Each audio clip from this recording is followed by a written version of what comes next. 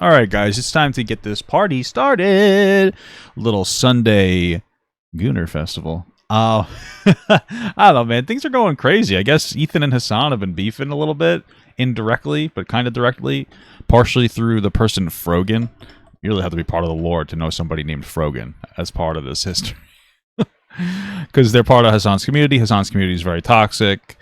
He does nothing to really stop it. You know, I mean, he's kind of closer to Destiny than he thinks, honestly. Except he's not as smart. You know, but they're both. It's kind of true, actually. But and then we also saw him squatting the other day, and poor depth, poor bar placement. I saw him doing side raises too. Poor technique, leading with his thumb. You see him leading like this. That's too much front delt. Not getting the side delt activation. Bad tempo. Right, I'm just fucking talking now. Whatever. Let's just get this going. This is it. Let's do it. This is a nice long thing where they kind of talk about it.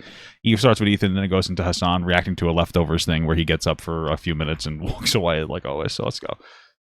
Let's jork it. Talk about my beef with Bin Laden. Okay. Okay. Now I made the brave assertion on Instagram, and again, this stems from these TikTok people who are like being like. Simping for Bin Laden because he was anti-American and failed to read the rest of his manifesto, in which he said specifically, the reason I did this attack is because you're all gay Jews who aren't Muslim, it's doing Sharia law, and also you give loans. You loan with interest. Yeah. You know, it's interesting. In Muslim countries, I've seen people talk about this because they're not allowed to do interest.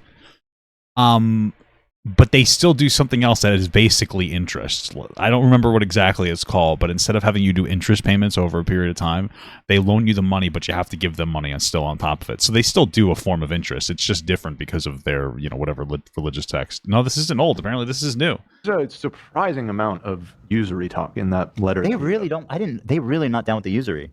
Yeah. So they can get. In Christianity is supposed to be against it too, but they've just kind of they don't take it that seriously anymore. So you're supposed to lend money without interest? Yeah, you're not supposed to charge interest. Well, how are you gonna do that? Who's gonna do that? You know, well, again, Muslims do that. They just don't call it interest. It's just done differently. Who wrote? You know what? I'm not going to say. Yeah, it's a fee. Instead of it being interest, it's a fee instead. So it's effectively the same thing. The Jews. That's what I do with it. Because, like, fundamentally, like, obviously there are really high interest payments, which are just abusive, 100%. We could all agree to that. But at the end of the day, like, fundamentally, there's nothing wrong with charging a little bit of interest, as long as it's fair. You know, if someone gives you, $1,000, hey, give them back the money with, like, 5% interest. I don't think is unreasonable. It's when it gets, like, really high and, you know, effectively, let's call it what it is, predatory, where it becomes a problem when you have, like, these 12% student loan interest rates and everything. Jews wouldn't loan money for no interest. Yeah, I mean, this is now a pretty antiquated point of view. Obviously, the entire global financial system is based off of exchanging money. You know what you call giving people money without interest? A gift? Yeah. They're not getting that money back. Yeah.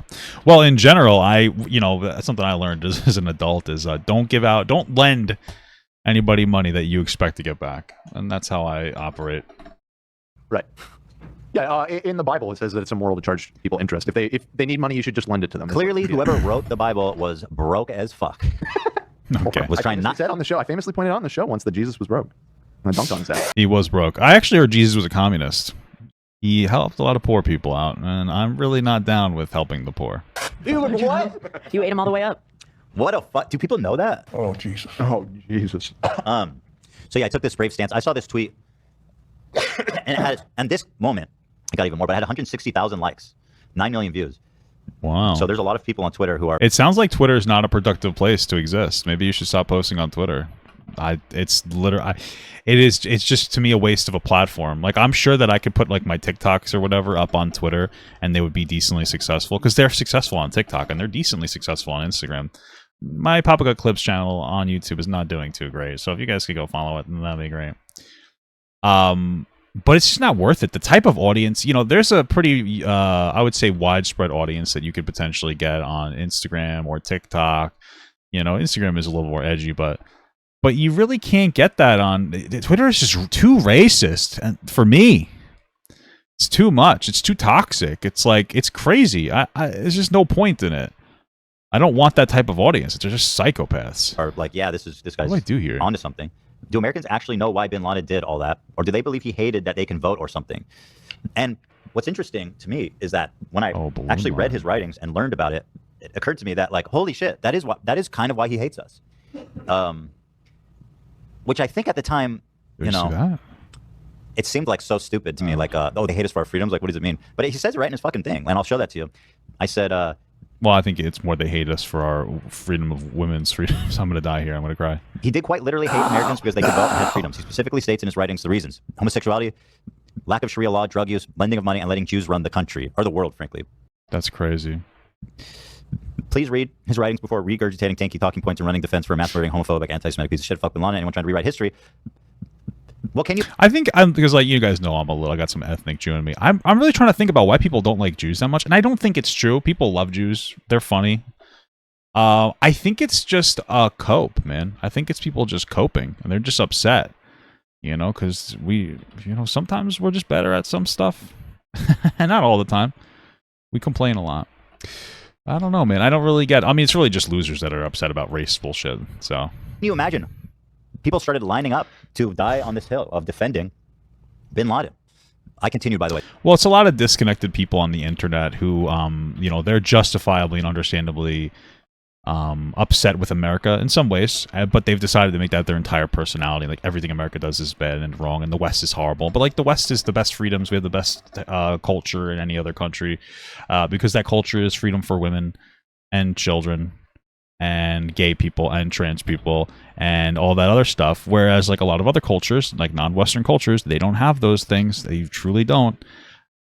Very oppressive in a lot of these ways, and it's it's pretty fucked up. So that's why I like America better. So, and we can also criticize our own people. Isn't that incredible? I wanted to provide some excerpts from his letter. He said, "What are we calling you to do? What do we want from you?"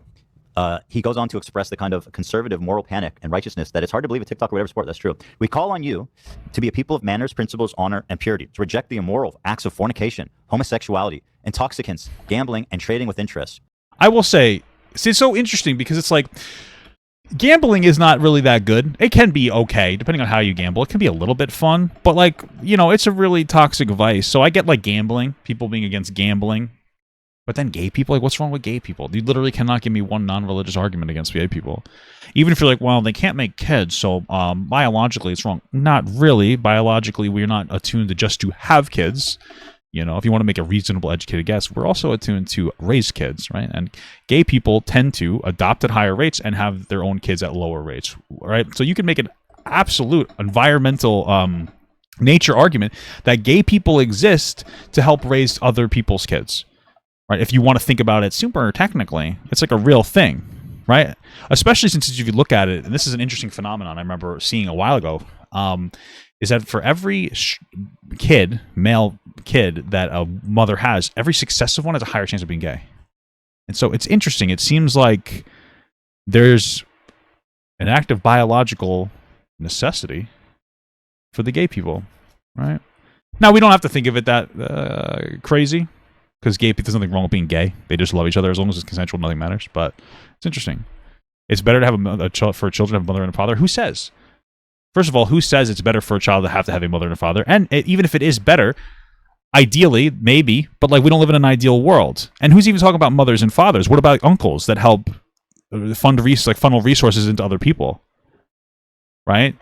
And, like, if you want a kid to have a mother and a father, why aren't you criticizing all the parents that's deadbeat dads? That's the number one concern, right? But also, I think it's very important for kids to have a strong masculine and feminine presence, probably a strong male and female presence, but it doesn't have to be a mother. It doesn't have to be a father. Having two parents that love you, and then, like, having two parents that love you, and then, like, an outside source, an uncle, right, can be a very powerful masculine figure, right? So, I really don't see the issue. Fuck, dude. A lot of my favorite things. Dude, yeah. You are the worst civilization witnessed by the history of mankind. And then here's another one, just again. He wrote a lot more, and it's all about, most of it is like shit like this. The first thing that we are calling you to do is to, sorry, let me reread that. The first thing that we are calling you to is Islam. Complete submission to Islamism, and of the discarding of all the opinions, orders, theories, religions which contradict with the religion. I find it's fine to be Islamic or Christian or whatever.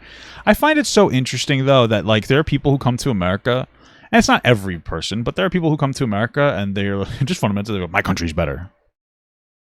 Why? Why are you here then?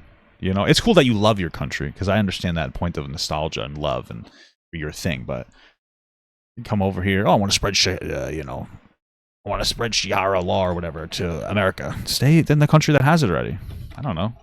Maybe I'm gooning too hard today. Bin Laden later railed against the U.S. Constitution, lamenting, "You are the nation who, rather than ruled by the Sharia of Allah and its constitution laws, choose to invent your own laws and will as you desire." I mean, no, but we're happier here, so it's worth. Let's not oversimplify things to the point where Osama bin Laden's the good guy. I mean, and as a Jewish person, I have a hard time just like accepting the fact that a guy who believed that like all Jews are evil and run the world, right? That this is like a based guy. I'm not just anyway, whatever. So I was like, nobody's gonna actually die. It is interesting how similar the horseshoe theory really is kind of true. I mean, there's a lot of Jewish hatred on the left and the right now. Right wing people just hate Jews. Left-wing people, I understand part of it's from Israel-Palestine, but they're just leaning into the hatred of Jews. They're deciding that like all Jews are basically, the oppressors of the Palestinian people. On this hill, it just annoys me, but they did. I mean, just as an American, you should have a problem with that. Like on one hand, like I understand that America fucked with the Middle East a lot, and in a sense reaped what it sowed. But on the other hand, this guy is a terrorist who fucking hates Western democracy, liberal democracy, freedom, rights for people, and that is not what the fuck we're about. Mm-hmm. I mean, yeah, also as an Arab or a Muslim growing up after 9/11, like Osama bin Laden has always been like the idea of like evil in my mind, for obvious reasons, like a lot of Americans, but also because what he did. Why don't the Jews go back to Israel? There's no Jews coming over here trying to change America. Nobody's saying go back to your country for no reason. If you come over here and you want to make this country like your country, then go back to your country. That's the point being made. I don't know what you're talking about. To our people, like and how people look at us and all the abuse that we've gone through because of him. And Islam itself, just not going to go into too deep about this, but Islam means peace, and Islam is all about, for religious people, is about you're supposed to share. Well, the reality is when it comes to every religion, fundamentally the religion itself is not peaceful.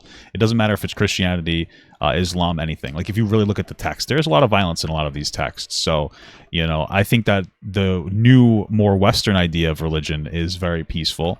But that's not necessarily the original, following of it. That's kind of the rebrand of all religions. You could share the knowledge, but never force someone by any means to become a Muslim. Interesting. So just by any means? So not flying an airplane? No, none of that. That doesn't count. That doesn't count. Yeah. Interesting. They thought that would be like, oh shit, well, you know what? I'm seeing these guys are onto something after like 9/11. This cheese is spicy. They did a pretty good job taking that building down. Maybe they can have a job in construction. Which right now the Italians do. Maybe they can learn a thing or two. Yeah, I mean, if I want to extend a little bit of grace to some of these people that I'm assuming have not actually taken the time to fully read his manifesto or his writings or whatever, there are parts of it where he's critiquing U.S. imperialism and messing with countries in the Middle East, like you said, and it can come across as like, okay, he's making some points here, but like you have to read on. Like you can't just read like you can't read the back cover on this one. Like you should delve a little bit deeper, because the further you read, the more it's like, oh, he's fucking insane. Okay. Yes, exactly. Going down here, and basically that's all I was saying. And I can't believe people actually got baited into defending Osama bin Laden. Why was Ethan even criticizing Osama bin Laden? Was he just like on there like, oh man, these people are running? I guess he said the people were running defense for them, Osama bin Laden in some capacity. So he felt the need to criticize that. Looking for where? Oh god, Info Brandon the lady. Oh, that's my dream video. Where's the first one of the Comrade whatever? I'll send you this album of your stories. Thank you. Perfect. So the first thing I saw was this dude named Comrade Casey, whose response to, and again, I'm showing his literal Comrade Casey words.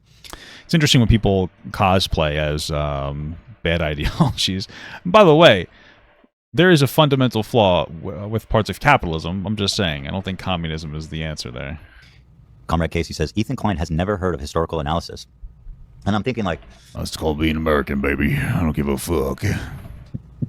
We can analyze it all we want. That's his literal words. Like, he's just like, I hate Jewish people and I want to kill people who have freedoms, who aren't Well, actually, it's justified in this case because... who aren't following Sharia law all the time. And they're like, well, what did he really mean by that? It's like, he said what he fucking meant.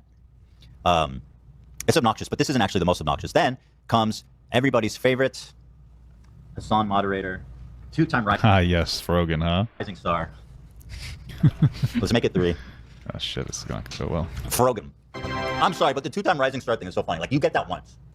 Oh, yeah, I remember that. They got so upset because they won, like, Rising Star on some, like, Twitch or something, which was stupid because I don't know how you win it twice in a row or whatever. And they got upset because somebody, I think it was a Miskiff, criticized them. It was kind of funny. Are you sure she's 2 times? Yes, I even fact-checked it. How do you get 2-time Rising Star? If you're Rising Star, where's mine? You know, where's my Rising Star award? You know what I mean? Like, oh, where's my Rising Star award, dude? Fact-checked it. She won back-to-back. Yeah, let's do a double fact-check. I think she only won it once. No, hold on. Rising Star Award twice. Oh, she was nominated. How do you get nominated more than once? What the hell? So she won once and was nominated the next year. Yeah. So she didn't win twice.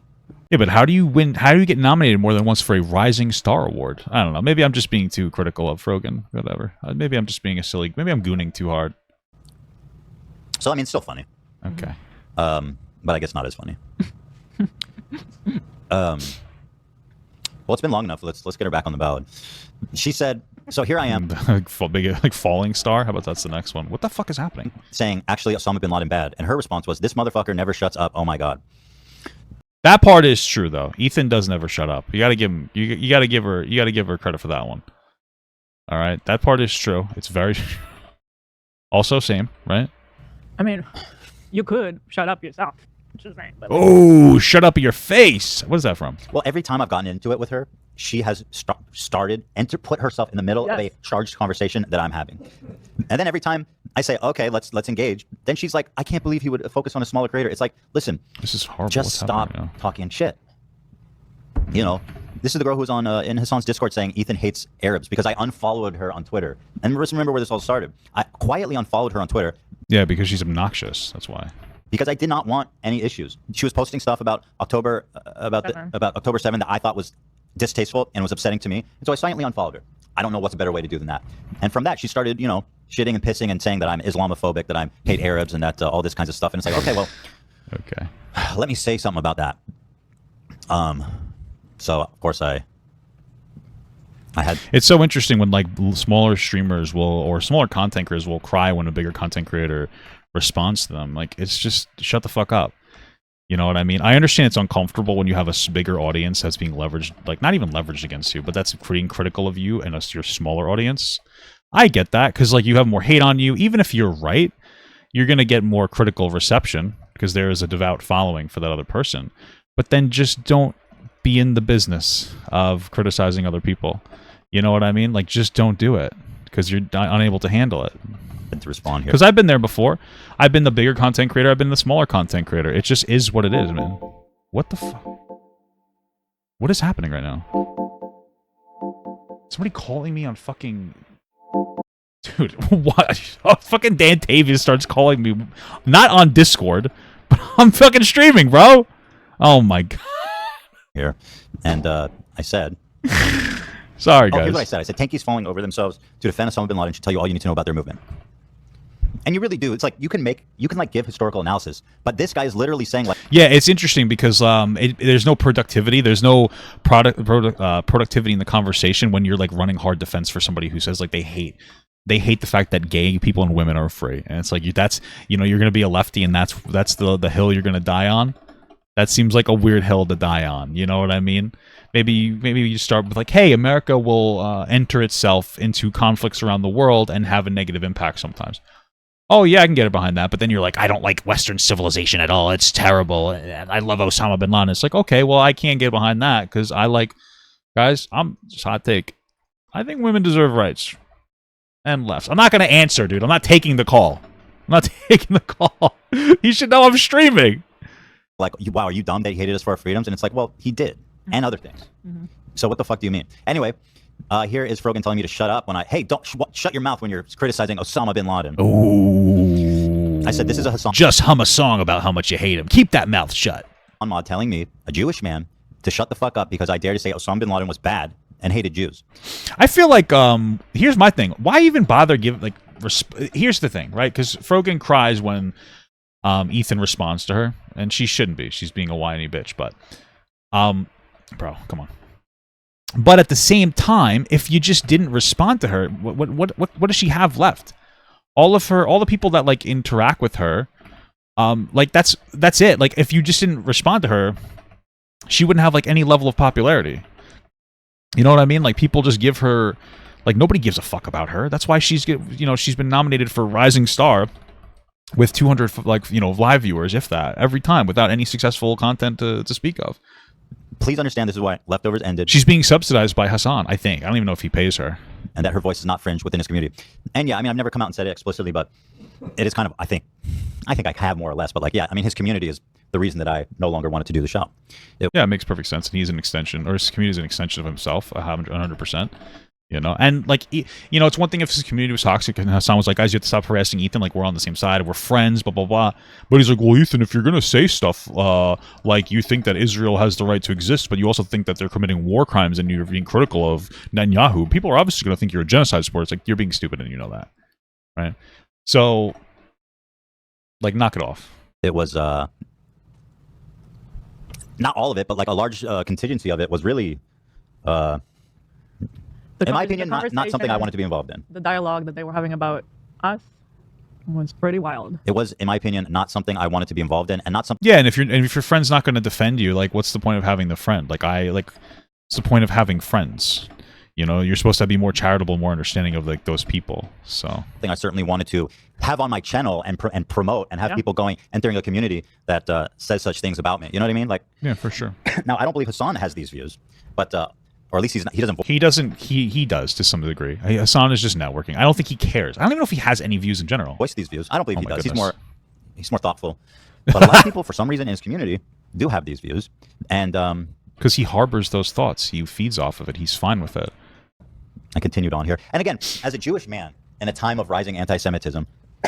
Base alert. I'm just kidding. Like, who the fuck are these people to tell me what is and isn't anti-Semitic and what I should and shouldn't? Okay, I hate that argument. People are allowed to tell you something isn't anti-Semitic if they disagree with you, fundamentally speaking. So be offended by it. Like, imagine lecturing any other minority group on like what is and isn't okay. And this, I mean, there's a difference between lecturing and just being like, hey, I disagree. You know, whole Zionism thing is. Thank you so much for the $2 from IRS 6, my favorite Linkin Park song, probably with that new girl who sounds terrible. I love her a lot. She's really good. Just so fucked up. It's basically a purity test on Jews. You got to be. Are you a good Jew or a bad Jew? So, in what world is that? I've been a bad little Jew. You want to spank me? My wife and I do that sometimes. She puts a mustache on. It's kind of hot. To be like, sorry, no Zionists. Death to Zionists. So, you go to all these campuses, no Zionists allowed. So, they're saying, are you a good Jew or are you a bad Jew? Are you a dirty? That's the conversation. Actually, that's fine. Sorry, I'm going a little too crazy. I'm allowed to say it, though, okay? And again, I emphasize this because I don't think people appreciate it, but 90% of the world's Jews would be considered Zionist. And I think that the whole Zionist thing is like again, not all Zionists are anti-Semitic, but a lot of anti-Semites are using this Zionism cover as like a easy backdoor to being like deeply anti-Semitic. Put it in my backdoor, baby. Because again, you're doing a purity check on me, saying, are you the good Jew or the bad Jew? And that's just fucking insane. You can't do that to anyone else. And again, it's 90%. That part of the propaganda is they convincing people that Zionism is not the majority of Jewish people and that it's some fringe belief and stuff. Well, this is the thing. Is like, how are you defining Zionism? Because you're not doing yourself a favor by talking about Zionism. Like, Zionism really is just like you support Israel's right to exist. Right? But what they say, which some people think is ridiculous, which are just being stupid. Israel has a right to exist. I understand things are complicated, but Israel was given the land to the people who owned it at that point, which were, I think, British people. You can think it's right or wrong, whatever. It was unclaimed territory. They were given that land because after World War II, they were genocided, so they wanted a place where they could just be Jewish because everybody hated Jews. And it's been very complicated. There are some Palestinians who were pushed out of place, and there should be rectification for that, some kind of reparations for that. I agree with that. But that's all it is. It's saying like, hey, I think the Jews have a right to exist. There should be a two-state solution. There should be reparations from Israel to Palestine. That's how it should operate. And then hopefully 100 years later, things can get back onto the right page. What people say Zionism is that Zionism means you want all Palestinian people to be dead. And that's ridiculous. So... Thank you for the $5 from Darky Sharky. Oh, well, didn't Ethan do the same thing with Gideon and patronizing him? Probably. I don't remember the specifics, but in actuality, it's 90% of Jews who support Israel, and if they were overtly hating 90% of an ethnic group, that would make them racist. So it's kind of like a mind trick to allow them to be racist without having to be racist. And again, it's also the way the word is being used. I don't feel like it's being deployed like a slur. Yeah. If somebody says that to me, I get called that all the time. It feels like they are cursing me, and it feels like a bad word. Oh, it is. They use it like that. And again, I'm a Jew who is like, by any means, certainly, if I am Zionist, the least Zionist of all of them. But I get called a Zionist up and down the fucking internet all day, every day, by Nick Fuentes people, by Sneeko people, and by Hasan people. You know? And like, I shouldn't have to fucking take it. You know?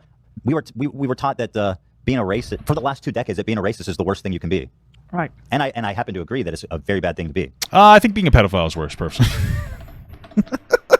They're both pretty bad. I'm just saying, it's funny because I've seen a lot of people that are like, what the fuck were we watching? I forget, but there's people who are like, there's like pedophile accusations going on. They're like, yeah, but this person's at the N-word. It's like, I'm not really worried about that right now. So, however, when it comes to Jews, it's like, oh, not you though. You're a Zionist. Also, Zionism, again, when I say Zionism, it's not about Middle East domination. It's not about racism. It's not about apartheid. It literally just means that like Jewish people having a country. That's all. Yeah, I mean, this is one of those moments, because I mean, he's right, but this is one of those moments where you should have clarified that right when you started talking about Zionism, because you know what's being signaled there. You really need to make sure you're careful when you're talking about that. What it means. Everything else is extra. Everything happening in the West Bank and Gaza is extra. It's just to do with Jews wanting to have a homeland. It was galvanized specifically after World War II when all the surviving Jews said, like, let's not fucking do that again. And they said, let's get a country so we don't have to rely on other countries to protect us and to like tolerate us. Because, you know, as we know, the history of the Jewish people is just like expulsion after expulsion and then into Holocaust.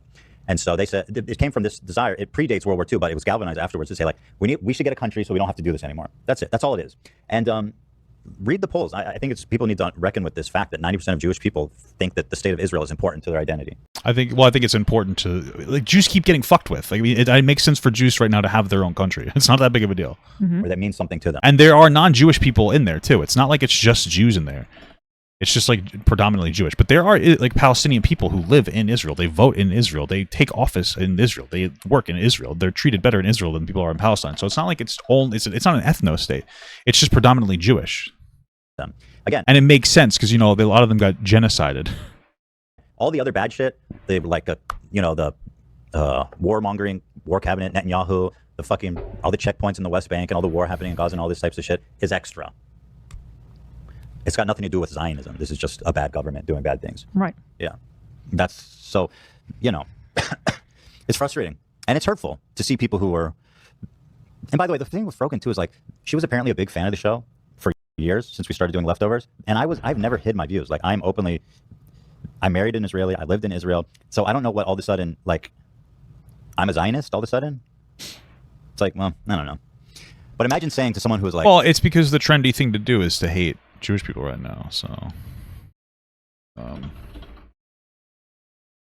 Osama bin Laden bad, actually. This motherfucker never shuts up. Somebody said, and I can't remember who, but I'd like to give you credit, that it's like when the quartering, he quote tweeted, he has this famous quote tweet where he goes, someone said like Hitler is bad, and then he quote tweeted it and said like, there we go, yikes. It's like Osama bin Laden bad. Frogan's like, yikes. You know, why even stick your neck out there for Osama bin Laden? That's the hill that they want to die on, baby. So I responded to the inevitable anger. Let me say I give zero fucks about Frogan's crocodile tears. I'm not saying she actually cried, by the way. I saw people saying, did she actually cry? I don't know. I was just talking. Just that she complains when I talk about her, that I'm a big creator and I shouldn't talk about small creators. She has inserted herself in the middle of my conversations many times and cries when I respond to her. She's an official representative of Hasan's community, and the pressure should be on her to behave better and not make his entire community look bad. And I also blame Hasan for continually hand-waving her horrific behavior to the point that it feels Yeah, he should call him out for that because she should stop being fucking obnoxious. to me like an endorsement. And this is the issue. And fuck Osama bin Laden in this life and the next. Yeah. That's my problem. Frogan's been doing this shit, and people like her. The whole mod team, from what I've seen, or most of them, are very much this. I mean, yeah, it's because Hasan doesn't care. You can only accept the idea that he is fine with like anti-Semitism and like hatred in his community. He doesn't care about policing it. He's not trying to be nuanced or intelligent. He does not care. Now, I don't know if that's because he legitimately doesn't like Jewish people, or if it's because he's lazy and just wants a community at any cost. Like, he's just a sneako of the other side, and I wouldn't doubt that. I don't think Hasan has any intelligence, morals, values. He's a purely performative person who doesn't really know what he's doing or talking about, but he thinks that he does, and he won't be like, I don't know what I'm talking about when it comes to this. That's how everything is. I'm not trying to be an asshole, but that's why he's confidently posting like shitty workout videos on his fucking Instagram where he half squats and doesn't even do fucking anything correctly because everything's a performance. I mean, I don't really want to get into the weightlifting stuff, but I'm just saying, like, the dude doesn't get nothing. And, you know, it makes Hasan look bad. It makes me as his friend feel bad. and it makes me feel like he's endorsing their opinions. You know, it's one thing to tell me in private, like, you know, just so you know, like she's just this way, and I know that she doesn't mean it, and all this kinds of stuff. But like, it's another thing to publicly continue to platform she's an adult, and that's the way that she decides to carry herself. her, and also not to address a massive portion Thank you for $5 man, Terry. Oh my god, I'm not reading that again. I told you. of your audience that is just straight up fucking anti-Semitic. And not all, obviously, like the vast majority of them are cool, and a lot of people watch both of our shows, and that's cool and good. But there is a lot of people in his audience, and I don't believe he's willing to reckon with this, that are anti-Semitic. They are. Yeah, for sure, and he provides a comfortable space for those people. Or just like overly hateful, even not even anti-Semitic, just like overly hateful, you know. So that's what I mean here. Well, it's a lot of young people performing online for like attention and views. Like that's really what it comes down to. To call out Hasan a little bit, is that as a friend of his, I feel like absolutely fucking well, you're being a coward about it still, because clearly he's not really your friend, and it's all a performance piece, you know. So worthless to the way he's running his community. And I just think, like, if one of our mods was like shit talking one of my friends, like, they would not be working with us. yeah, that makes perfect sense. It's called a friend. You know what I mean? Fucking firelocked. If like one of our, if like This is so hard right off the bat. if Avery, God bless his soul, and he's the sweetest guy ever and would never do anything, but like if he started tweeting with like calling Tana like a skank and a slut or something, I mean, I'm being hyperbolic. But you think that we would be cool with that? That I would let him continue to be a moderator and to continue to have lead conversations in our Discord and our chats? Fuck that. Hell no. What is happening You here? know? There's something No. that's not right here. So I say this with great regret, and I hate to be controversial on this Friday, but fuck Osama bin Laden. Man. I know it's a brave stance to take, and I can't believe he'd say something like that. It's so fucking crazy, dude. I hate to have to be the one to say it, but fuck Osama bin Laden. Oh, I saw Rogan's response is like, I never said I support Osama bin Laden. It's like, well, what did you mean then? I mean, it seems like that's you were, but okay. She said the same thing before when she was like, what did you think resistance looked like, in referring to October 7th?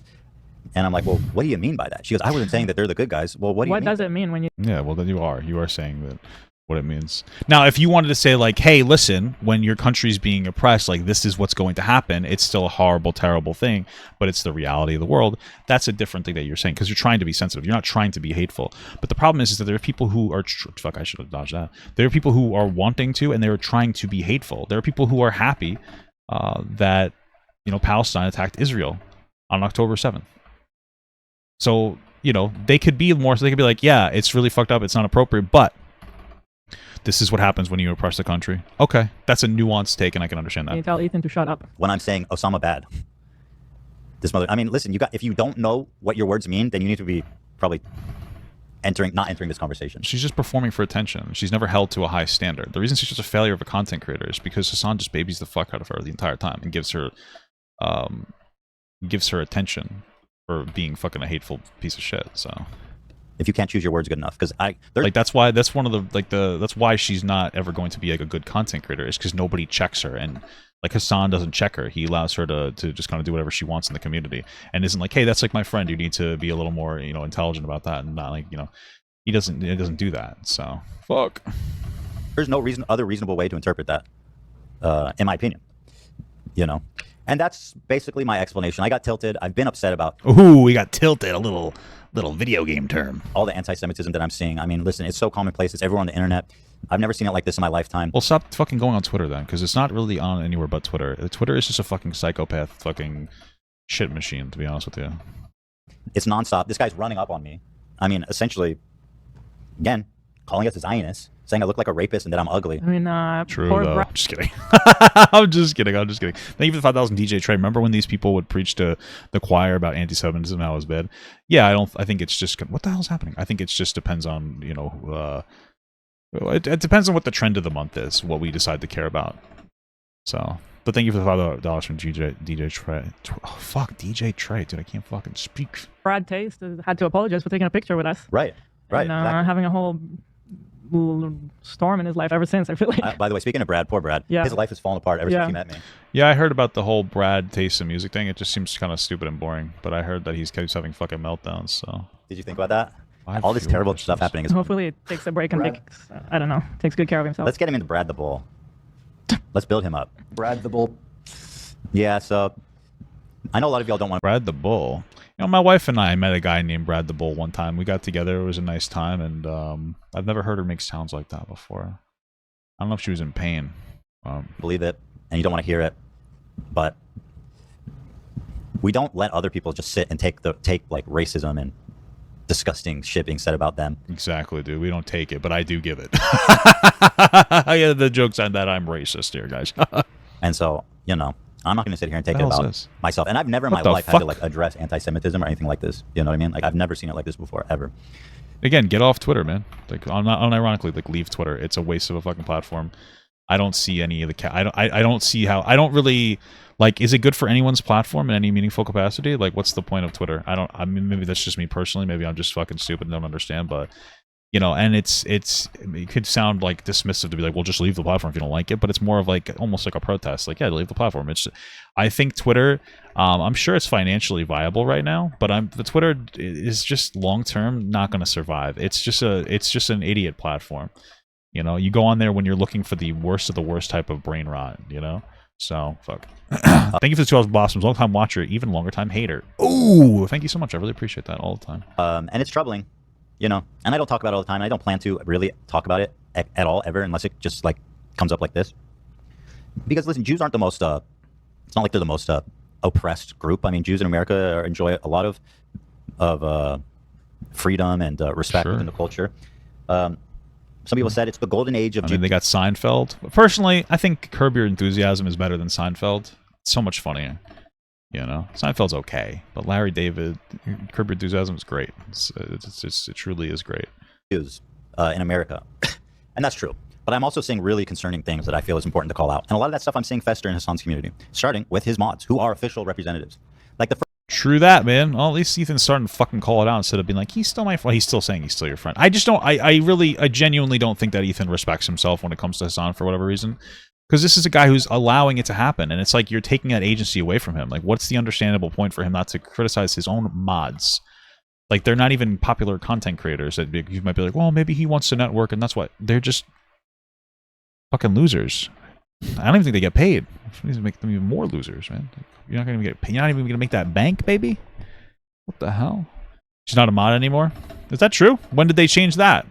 first thing is Here's a question. Is she not a mod because Hasan fired her, or what? Because she's still very active and he defends her in the community. So yeah, go ahead. What is silence is violence. Sassy Bakas. the difference between Hasan having a friendship and being charitable with Frogan and Ethan being buddies with MAGA supporters who say extremely racist shit all the time? Who's the MAGA supporter that he's friends with?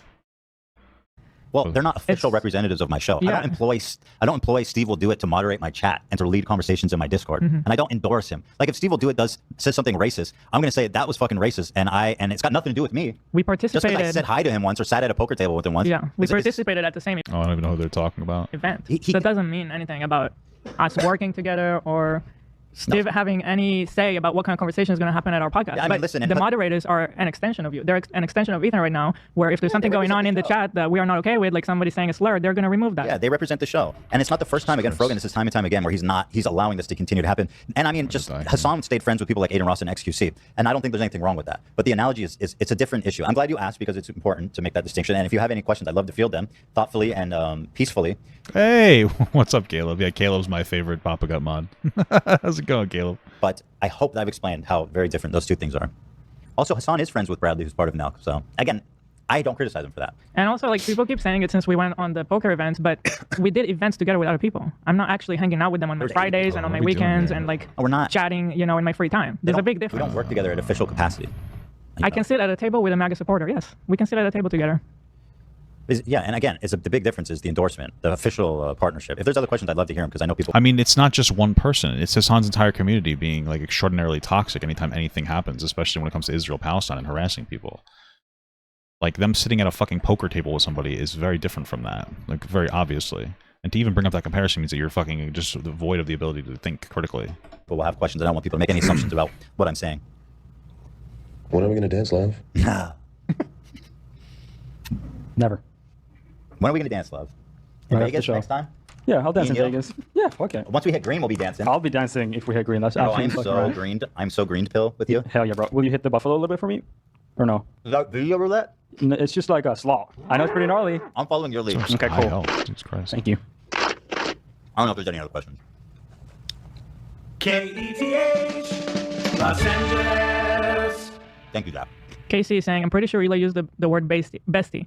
I did, and it's called irony. Bro. No, we're not. Obviously, I've been calling Steiny my best friend. Do you guys like not watch us otherwise? Do you not know our sense of humor? Do you not know who I actually hang out with, which is basically only my husband and the kids? Like, damn, what a loser. No, I get that. we tell you everything about our life. I was joking. I was saying me and Bryce are basically besties now. That's a joke. Clearly, she has not talked. We're about not besties. I don't ever all. talk to him Damn, outside see of that fucking dry humor, dude. It's gonna get you in trouble, Isla. the poker event. I doubt you guys even follow each I other. can't believe I even need to say that. Yeah.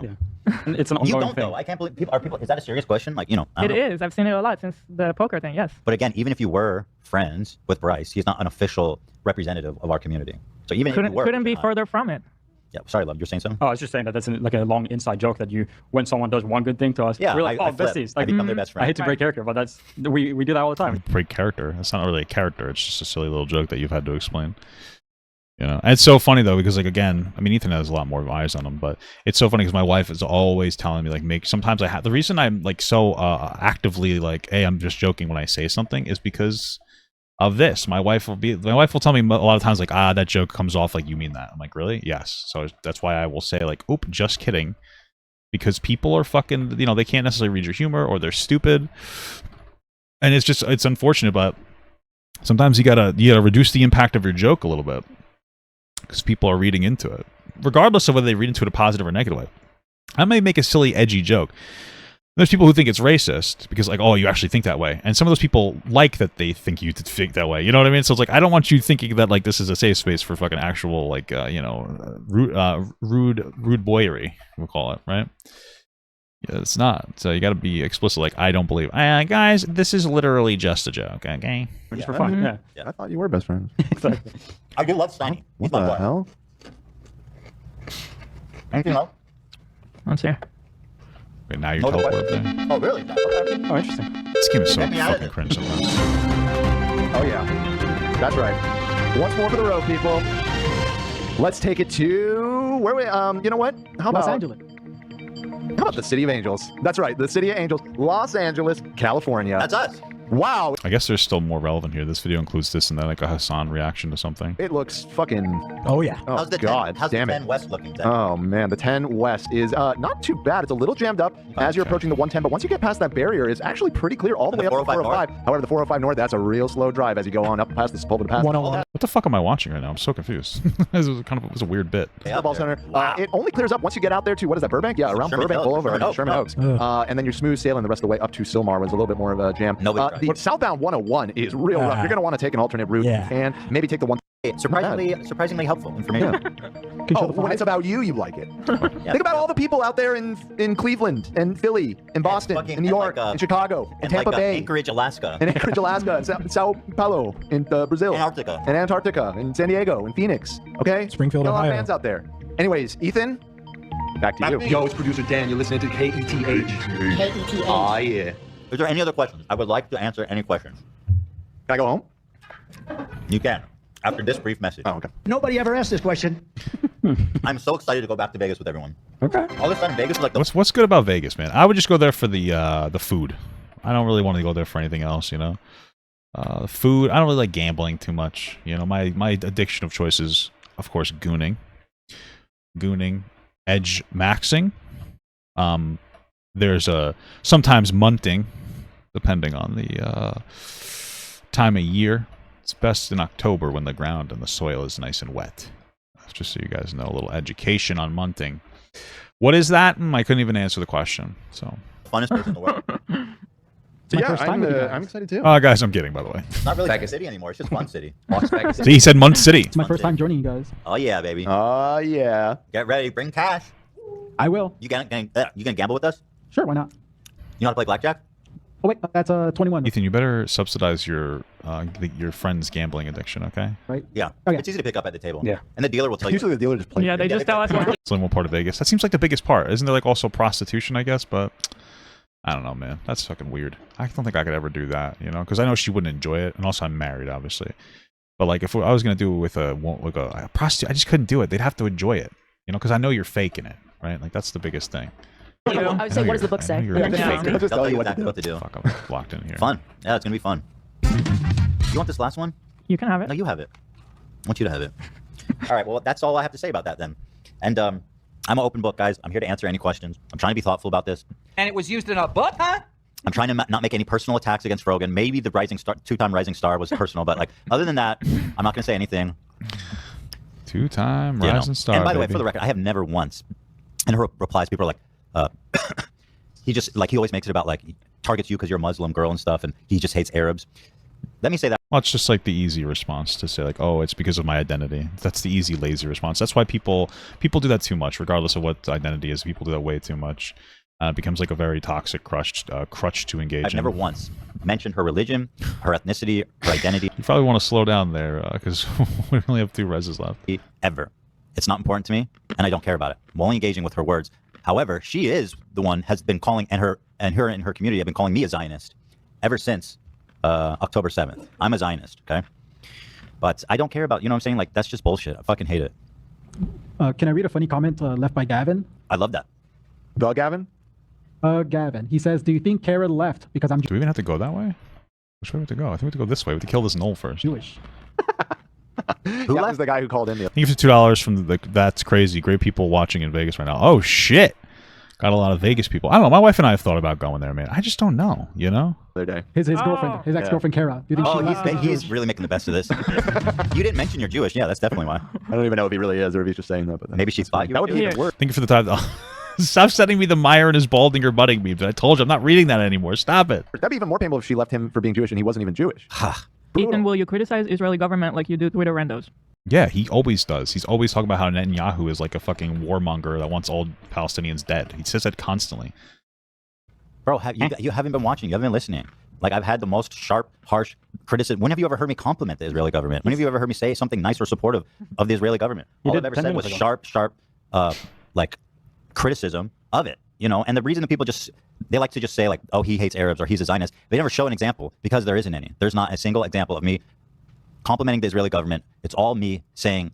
it's all now just Ethan is a Zionist. That's the bad thing. And why should I have to condemn fucking the Israeli government every time I open my mouth? Like, you need it. See, again, that's like the purity test. Are you a good Jew or are you... Well, that's the internet. That's what it's called.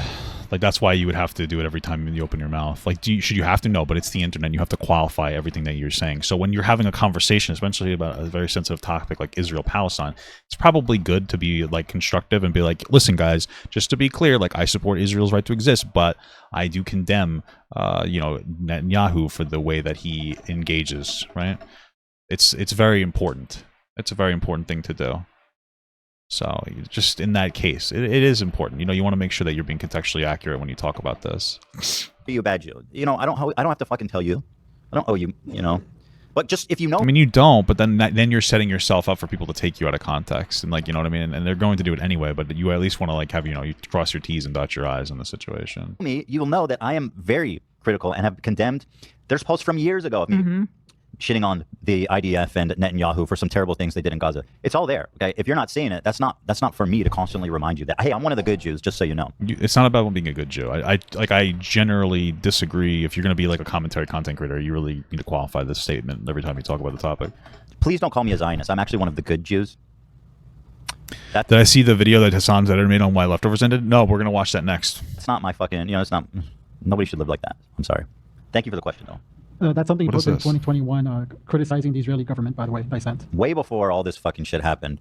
I have an important comment from Ulysses. Ethan, we criticized my mom for taking my bathroom privileges like you do rando Twitter people. Yes, that is terrible. Yeah, that's fucked. What, you can't? Where are you going to the bathroom? That is fucked. That sounds like abuse. By the way, again, I'm not like beefing with randos on Twitter. She called me out for saying Osama bin Laden bad. You know what I mean? So, like, it's pretty. Hey, leave my Osama alone. Fucking stupid. I condemn your mom in the most serious terms. Here is someone was curious where you stood on this, and I'm not disappointed. Oh, okay, so this guy's. So again, this is a post from 21.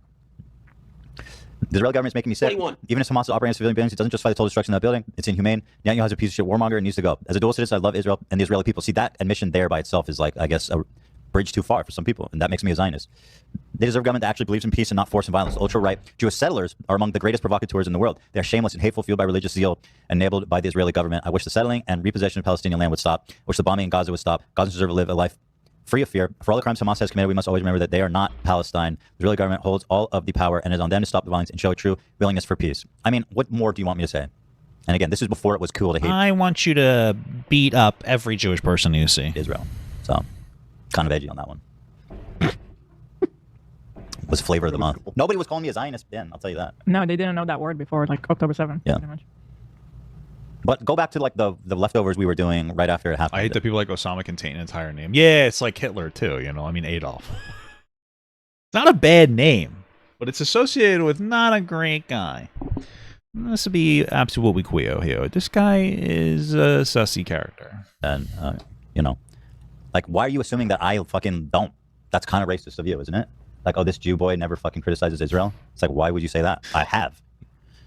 But thank you for the question. Emma said, I'm Arab, but I never felt like ignorant. I expressed hate towards us. Otherwise, I wouldn't watch. Thank you. I appreciate you saying that. Thank you. You guys. People said, there's another one. Do mods speak directly for their community, for the Thank you for $2 from Willow Amnesty. Have you seen the Asian Andes Squatter series? No, I haven't. Yes, thank you. I don't know what that is, but it sounds racist. creator? Yes. They speak for the community. Certainly, they represent it. Is it racist? I don't know why Asian Andy sounds racist to me. I don't know. And especially when this happens time and time again. I could just be wrong. I don't. And I've even brought it. Oh, look, he's got the Bull Black style. I heard there's something going on with Bull Blacks. I was seeing some stuff on Twitter. I'm so confused. I asked for like a rundown on Twitter, and somebody sent me this weird beef that Bull Blacks is having, where he's having like a meltdown on the commentary community. Why does everybody detach themselves from that community in such a meaningful way? Like, there's some toxic people in there, obviously. Like, who's not? I mean, it's all commentary is toxic in general. It's not just, but it's like, why go out of your way to burn? Just stop talking to people, or reduce your association. Like, just slowly fizzle out. Like, if you're getting a little too old, or in your opinion, more mature for a community, why don't you just kind of bow out and just be like, yeah, I'm doing my own thing now. Why do you guys got to be so meaningful? You got to tipster yourself out, man. Seems so bizarre to me. It up to Hasan. I've asked him about it and like said like, hey, this isn't cool. I don't appreciate it. I mean, I don't know how to. If there is a place for me to watch something about it that was more like a rundown of it, I would do it, but I'm not going to go through all the specifics. I'd need to see something.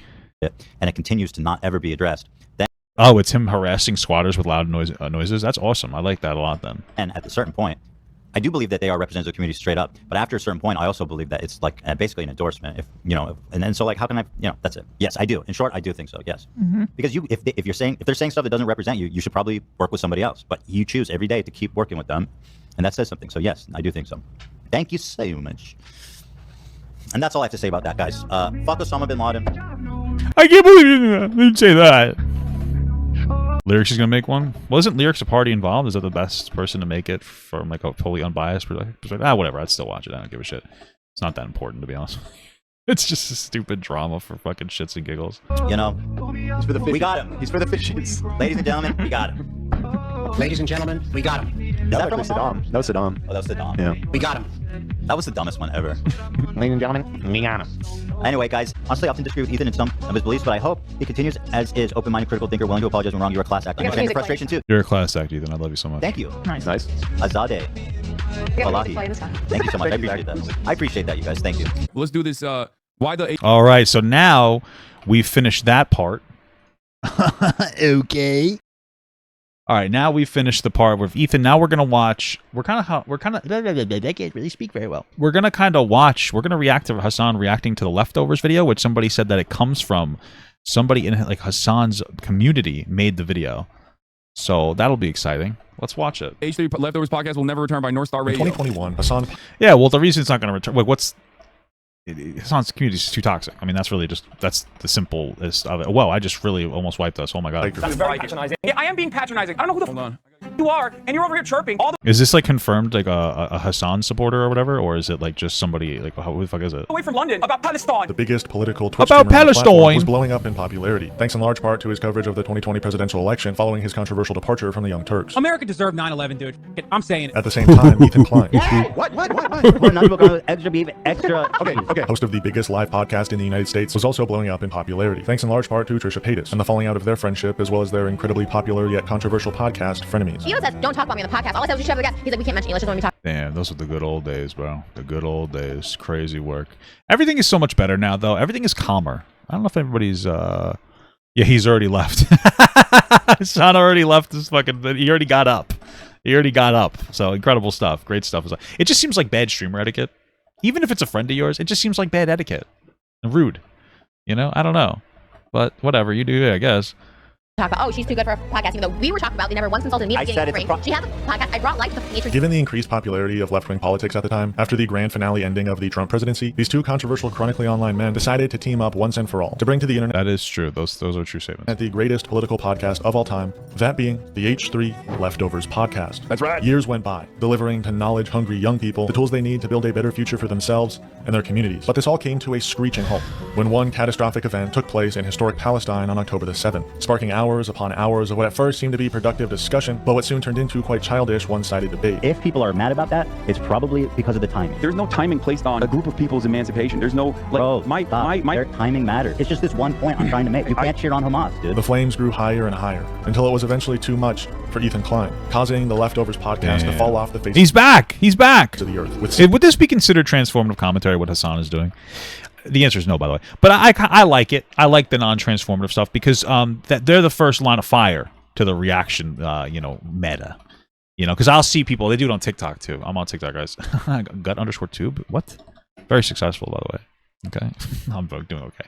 Anyway, the point that I'm making here is you see people on there who will just make faces at people, and for some reason, and I don't know what it is, and I'm not trying to be rude. It's mostly black people, and I don't really understand why that just kind of make faces the most. I've seen plenty of like legitimate transformative commentary from my favorite people, of course, but it's it's so interesting. I don't really get it, but anyway. Or Asian people, but they're usually watching like some kind of like NCIS, and I just watch them in the corner. I'm just like, what's happening here? This doesn't seem transformative. Anyway, no hate. It's an observation, okay? I like those people because they make me look good by comparison. People are like, oh, why do you pause so much? Because I'm actually providing something to the video, okay? It might not be good. I might be talk shit, but it's still something. Seemingly no announcement. This is what happened to the Leftovers podcast. And this is why the Leftovers podcast... My boyfriend and I have seriously been thinking about marriage, but I really love him, but he's a really shitty tank. And wow, should I try to look past this, or is he cooked? You might be cooked. I can give him some lessons if you want. I can give him some kissing lessons too. Will never return. I think it's kind of funny to see like an effort post from a leftist about like a podcast that I was a part of. You know what I mean? No, I truly don't know what the fuck you're talking about. I rarely ever have Hasan Abihaz that make like effort posts in general. What is an effort post? Is he being like, oh, isn't it silly that I have to respond to controversy? Or, well, like, just don't talk about it then. Don't watch the video. I don't understand. He did it like a... I truly... Usually, I'm kind of decent with this. What the fuck is he talking about?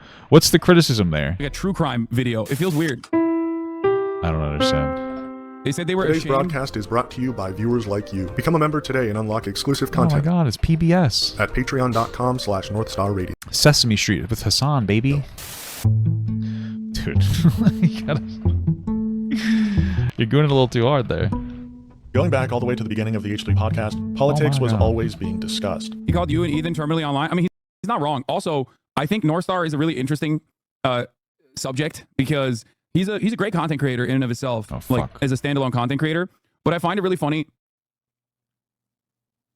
Oh, I thought I'd pause it. I'm like, did I just pause it? I find it really funny that I think he like became a fan of mine because he watched me on watched me talk to Ethan the first time Ethan ever had me on his podcast before Leftovers. Cool.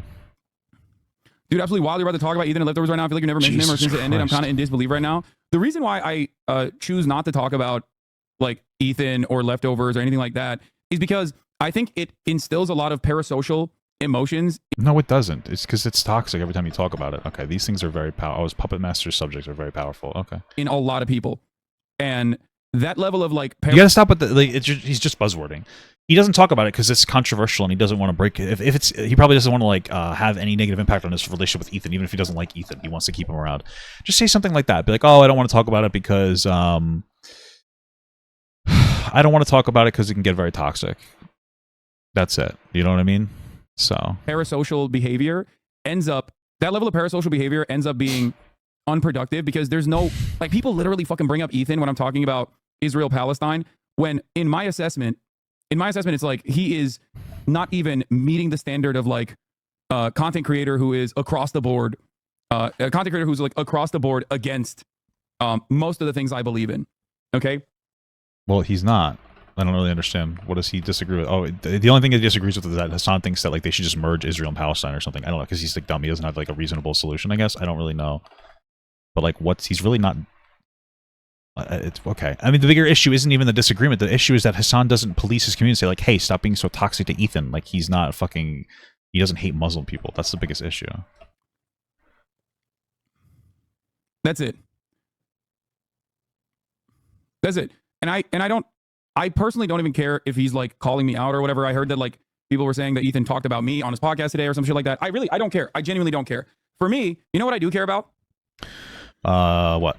Ethan considering what Israel's doing to be genocidal far before October 7th. Cool. Okay? So why didn't you just make that point when you were still doing leftovers? Maybe the podcast would still exist. If you're like, yeah, you know what? I like that he thinks this. Why not say that? Like I remember watching, he was dancing around it so much. Like he was in so much, like really, it just seemed like, I guess, passive support of what people were saying. So it's like, why wouldn't you just make this point then? Like, why wait until now to make like a point that's actually in defense of Ethan? Why not make it then? Oh, these subjects are very powerful. Do care about that? Oh, this is like so. I think why that is matters. this so hard? Especially when he is so close to the subject matter, so close to the different aspects of social conditioning that play a pretty prominent role in the development of American Jews, who are very progressive people overall. Hold on. Okay, I don't care. In no matter what he says about me, my community, or my mods, I still firmly believe. All right, relax. You're not a martyr here, Hasan. Relax. Okay, I still firmly believe that regardless of everything else, regardless of how he's responded to people yelling at him online, regardless of all of that, I place a lot more emphasis and gotta get a little criticism on there. Huh? A lot more value on those things that he has said. Because when people say like, oh, he's being Islamophobic. Yes, there are definitely instances where he said things that are Islamophobic. Like what? What's an instance of Ethan saying something Islamophobic? I'm not understanding that one. What did he say that's Islamophobic? Okay, both in the past and even recently. What has he said? What is Hasan referring to? Give me like one example. I don't understand. What is he talking about? What's the example of Ethan being Islamophobic? What? Can somebody give me any example of that? The answer is you're never going to be able to find something of him doing that. And Hasan's just saying that as a way to jerk off his community. I think you guys forget that I myself am also Muslim. So when he does that, it's not like a dehumanization that doesn't feature me at all. It does. Okay. It does. Oh, how is he demonized Muslim? I don't understand. What is he talking about? What's the demonizing, dehumanizing of Muslim people is he talking about? But like I said, time and time again. What the fuck is... And first of all, like Hasan, like he might be Muslim, but no, he's not. He doesn't identify as that in any capacity because he would talk about it more. He doesn't actually care about anything he's talking about. I'm telling you, this is a new identity to hide behind. What is he talking about, though? When is Ethan being Islamophobic? Oh, for fuck, dear. It ultimately doesn't change this dynamic. It ultimately doesn't change my understanding of the situation.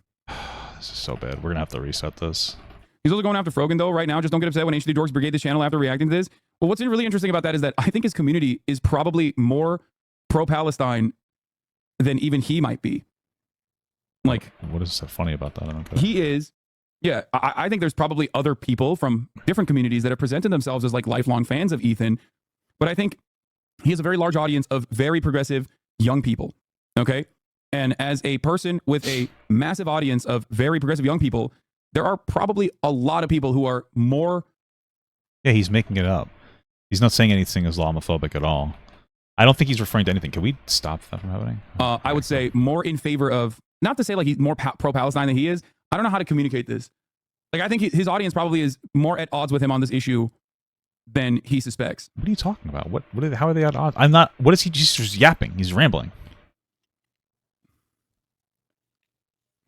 I thought like I paused it. I'm like so fucking like there's definitely a big audience overlap, but even beyond that, like I think that there are probably more anti-Zionists in his community, overall than I mean, I don't even think that than he thinks. Like I think that a lot of the anti-Zionist sentiment was attributed to me, but I think that's just what happens when you have a very progressive community overall. Well, you are the reason why he has a community, but like also you weren't calling them out when they were actively shitting on him in your Discord. It was like it was in your Discord and you weren't calling it out, so I don't know what the fuck you're talking about. I suspect that given that he is a content creator who's been around for a very long time, there are probably old fans who fell out of favor, then came back into the community that are presenting themselves as like diehard H3 heads in an effort to probably say like, no, we're with you. It's great. Keep doing what you're doing. Okay. That's it. It's always been about trying to manage like the outside forces that were desperately trying to work in an effort to separate both me and Ethan. But ultimately, everything's a conspiracy. You literally just said that he's like Islamophobic. You literally just said that he said things that were like, and not so, like, I don't know what you're talking about. You're making up lies about Ethan, and you're like, yeah, it's probably just like a conspiracy. Doesn't matter. There was a disagreement for sure. You know? Okay. Jordan Peterson came on the podcast 2 times in the early days of his rise to fame. You guys know who Jordan Peterson is? He is like a psychologist or something, but he's back when Peterson wasn't completely fucking crazy. He's a scholar. He's a scholar. He's a Dingeldorf. He's a really smart guy. It's a very strange story in many ways because Hitler was obsessed with order and cleanliness. He was a very orderly person. He was very sensitive to disgust, because you think, well, the Nazis were afraid of the Jews. This entire drama fest started because Destiny viewers tried to pit your viewers and Ethan and his viewers against each other. It worked. They continue to do this every day. No, that's not what happened.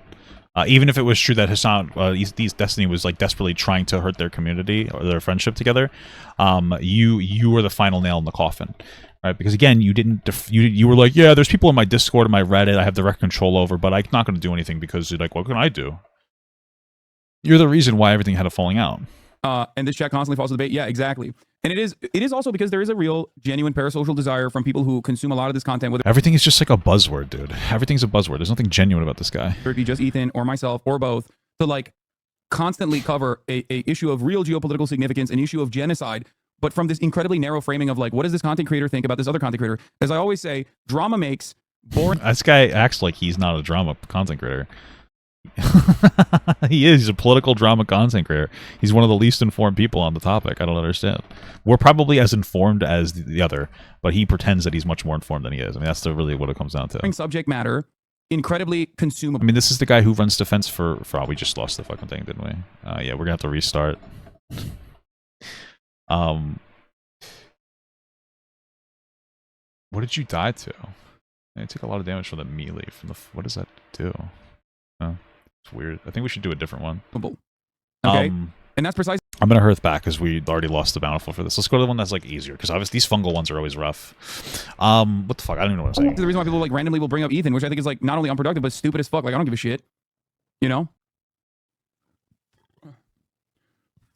Anyway, Ethan's so fucking woke on certain issues that he did things that I wouldn't have done, like deleting the Jordan Peterson videos, unless he like felt embarrassed by it, which is a different thing. But and. Yeah, like really I don't know. Damage. I just, I think it's silly. Because they were other, and that's not right. What's more accurate is that, especially Hitler, he was very sensitive to disgust. That's what it looks like. If you're disgusted by something, then you want to eradicate it. Right? If you're afraid of something, you want to run away. Are you gonna make a why left video and do a right wing shift? Mark my words. No, you're wrong.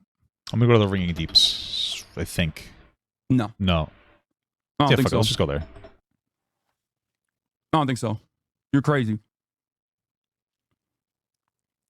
No way, dude. No fucking way. Like, I would believe that for a lot of other people, but I would not believe that for Ethan. No, especially because you see, this is what I mean. Look at George Peterson's haircut. It looks like a Peaky Blinder. This is what I'm talking about. You guys are lasering in on one issue and not thinking about like the person. Okay, not thinking about the person, not thinking about all their other perspectives, all their other opinions. He's currently hanging out weekly with the Nell Boys. Again, you're looking at like. No.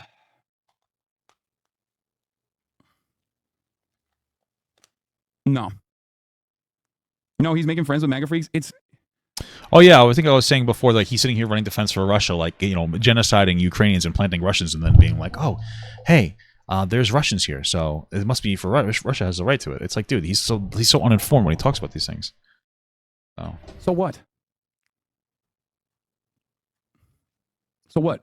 He's always had a shit ton. He's always had a shit ton of like right wing freaks and whatnot in his orbit.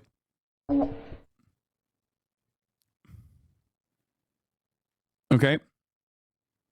Bro, he's using the term tanky. Come on, it's all there. No, it just shows that he's extremely online. You're doing it already. You're doing it. You're doing it. Just watch the video. Away from it. If you're disgusted by it, you want to burn it to the damn ground. You want to get rid of it. Andrew Yang came on the podcast 2 times in the early days of his rise to fame. And in the poster should his timeline of the H3. I love Andrew Yang. Too bad he decided that he was going to run as an independent instead of just keep pushing into the Democratic machine. Oh wait, he might come back on. Thank you for $5 from Cable. right? Here's some money. Don't waste it on drugs like you did last time. Thanks, brother. I appreciate that. Podcast, political discussion shifted drastically to a more supportive, inclusive understanding of the ever-changing world. I like both you and Ethan. It's tough to watch. See, this is also the other thing that I didn't want, which was like chatters coming in here to like spark drama. You're having a conversation about this topic. People are going to come in here and talk about the topic. He frames it in such a weird way. See, this is what I didn't want. I didn't want people to come in here and actually talk about the thing I'm talking about. It's like, then don't react to it. Don't talk about it if you don't want people to come and talk about it. He has such childish, unrealistic expectations of what people are going to do, and then he blames you for like the product of his own ignorance. He's talking about Ethan, and his relationship with Ethan as a content creators, and then when people are coming in like, hey, I want to have a relevant conversation about this topic, he's like, oh, this is why I didn't want to do this, because it's just drama, and it's just, then just don't talk about it. Like, you're a grown fucking man, don't talk about it. If you don't want to have some kind of dramatic conversation, don't talk about it. But he talks about it. He wants to talk about it, but then he doesn't want the obvious repercussions of it. So there are certain things that I will not abide by. If you come in here and say, I wish you control your audience more against the anti-Semitism, yes, that's something that you should listen to. Is completely unacceptable. You're being disrespectful to me. You're not disrespectful to anybody. You let people in your audience act like psychopaths, and then that's why the relationship with you and Ethan has crumbled. And you're being disrespectful to the thousands of Jewish members in this community that are prominent members of this community for many, many fucking years. What are you talking about? How is that person being disrespectful to say like, hey, reel in the anti-Semitism? Even if they're wrong and you're like, this is not being anti-Semitic, how is it disrespectful for them to like police that? It doesn't even make sense. What the fuck are you talking about? Anti-Semitism is completely abhorrent and completely unacceptable, and there's never been a moment where I've ever allowed anti-Semitism. You have. In your Discord, you've allowed people to be anti-Semitic to Ethan. In your Reddit, you have done nothing to stop it. What is he talking about? That's it. That's my red line, okay? I'm very open-minded, and I'm very... You're not open-minded at all. I got pissed. Yeah, let's get back. Very nice, but if you... I should have just let the video run, right? While I got up. Come in here, and you ever fucking chirp and claim that there is anti-Semitism... What are they, a black guy? Just chirp like a... Okay, that one was a little too big. Okay. That I'm allowing in this community, you're fucking wrong. I'm dumb as hell. Okay? That's it. Don't do what I just did. The community is full of anti-Semitism. What is he talking about?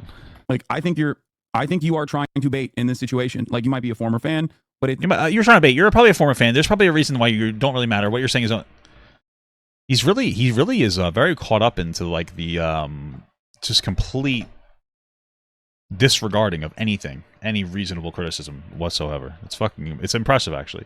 Thank you for the $5 from Scottsdale. I've noticed something about Hasan that you'll now notice all the time, but he sounds like the okay teacher from South Park. Keep saying okay, I guess, maybe. I think the okay thing is like it's ingrained in a lot of people's minds now. Like, I think Destiny does that more than anything else. This is completely ridiculous. It's redonkulous. Okay, it's ridiculous. Like to call it. It's redonkulous. World around us. This guy is a peace and love guy. There's no such thing as trans people. That's something that you created. So have fun with your little dreamland. But that's just how. This is why I also say like Ethan's not gonna fucking become. Thank you for the small gut from J-Day. Appreciate that. A right winger or whatever. Look at him. He's like shitting on Nick Merckx for his like obvious anti-trans takes. Like he's pro-trans. Obvious. Real. Take it from me, a dude who's never known a gay person. Penis, dude. Vagina, girl. Done. Slam. We got him. Nick Merckx is an interesting character. I'll tell you that much. So. Again, slam dunk.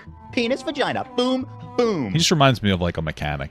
It's kind of, like the mechanics I used to work with. Nice guys, but a little stupid. Well, they're really good with cars, I'll tell you that. But it wasn't until one fateful day when But not everybody can be as smart as the extraordinarily talented Papa Gut, the guy who gets paid to be fat and watch videos while he plays World of Warcraft. You can't really be. I mean, what a repertoire. Is that what you call that? What am I thinking of? Resume. Got it. Ethan Klein and the H3 podcast decided to dive into the deep end of the online sphere of political commentary. That day was the beginning of the end for Steven Crowder. Oh, there he is. Oh no, Sam Cedar. What a fucking nightmare. But before this was released, yeah, that was before we all realized that Crowder was very abusive. Released on the H3 podcast channel 10 months after Hasan Piker made his first appearance on the H3 podcast, Ethan Klein made his first ever appearance on the Hasanabi broadcast to promote the release of this once-in-a-lifetime debate. Boys, girls, Ethan Klein to the H3H3 podcast. Are you pretty hyped up on the Crowder? Oh my God, I'm so hyped up, dude. I'm so excited. Are you wearing holsters right now? Yes, we're all wearing holsters. Now, was the debate any good? Not really. They certainly got Steven Crowder to admit to quite a bit, like running away from past debates with Sam Cedar. You're so clever. I had no idea that you were taking your show off early last time, coming in today. He admitted that he followed the show last week. We got him. He admitted that he watched the show last week. We got him. Dude, we played him so hard because he literally was following. He saw that you went live. Dude, we got him. Oh my God, we nailed him. But most of the debate was pretty I forgot about that. Wild stuff, man. anticlimactic. I have a general This is a great rule. I opportunity don't start a debate to- based with people on a lie. And how about you get sabotaging? How about you get Steven, show yourself, you coward. Steven, show yourself. Don't show your co-host. Ethan, you should show yourself. Ethan, how can you respect such a man, brother? Steven, you are such a coward. Stop showing your little leprechaun co-host who comes out dressed like your sidekick. Ethan, why do you have to bring that Show up? Steven! Despite the debate's disorderly nature, it sparked something in the mind of Ethan, a yearning, a craving. He had one tiny A urination. droplet of debate pervertry, and he couldn't go back. Ah, yes, the debate pedophilia, or so Hasan likes to call it. This area is very difficult, so don't fuck it up, all right? Don't fuck it up. You look back on these clips with sadness or joy, kind of reminds me of looking back at photos of friends I'm no longer associated with, and it just feels like a massive void. No, I don't. No, dude, I'm happy. Listen, instead of being sad that something ended, why not be happy that it happened to begin with? You know? All right, that's a little too gay, bud. Relax. No, that's the way I look at it. It's like the DNC. Listen, I never in a million years would ever think that I would become one of the largest content creators on any platform. Okay. As a political commentator who has opinions that are completely outside of what is considered normal and good in America. His takes are like what's completely acceptable on the internet. What is he talking about? American political discourse. They're like the safest takes on the internet. What? I never thought that I would get to this position. So I don't take that shit for granted at all. Wait, can I okay? see this? I'm very fortunate. I talk about it all the time. I probably should talk about it more frequently, to be honest. Like, I have a place that I can go to every single fucking day.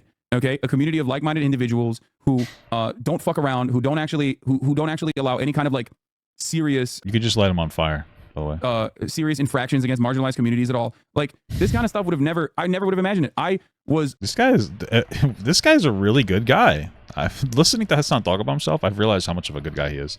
I became a content creator in an era where there was nothing like this, okay? You had Sam Cedar, you had the Young Turks, which is kind of funny to bring back now. You had Democracy. This was like massively on the rise. What is he talking about? This was 2020 when like all of this was like huge. What is he talking about? Now you had like some Air America, okay? There was nothing. There was nothing online. The entire online commentary field was captured completely by right-wing commentators. Many people were... What are you talking about? You were part of the Young Turks. What? What is he talking about? He's just like making things up at this point. What the fuck's happening? Either center-right or just straight-up fucking Nazis, okay? Literal Nazis. Now, some of them still exist. Some of the literal Nazis still exist. But like, overall, there was a very, very, very little... there was very little space for people who were like immediately hostile to this kind of sentiment, to like leftist attitudes, progressive attitudes, to social democracy even. What is he talking about? I'm really confused. That's not true at all. What is he talking about? So he started in his like uncle's left-leaning fucking podcast. Like, what is he talking about? That there was what the fuck is he talking about? Overall, fuck. Because I remember that shit, and I remember how fucking isolating that felt, and how shitty that felt to get constant death threats, and you know, doxing, and a litany of other like, you know, clip chimpers and whatnot. Like, even back then, yeah, I'm incredibly fortunate to be in this position.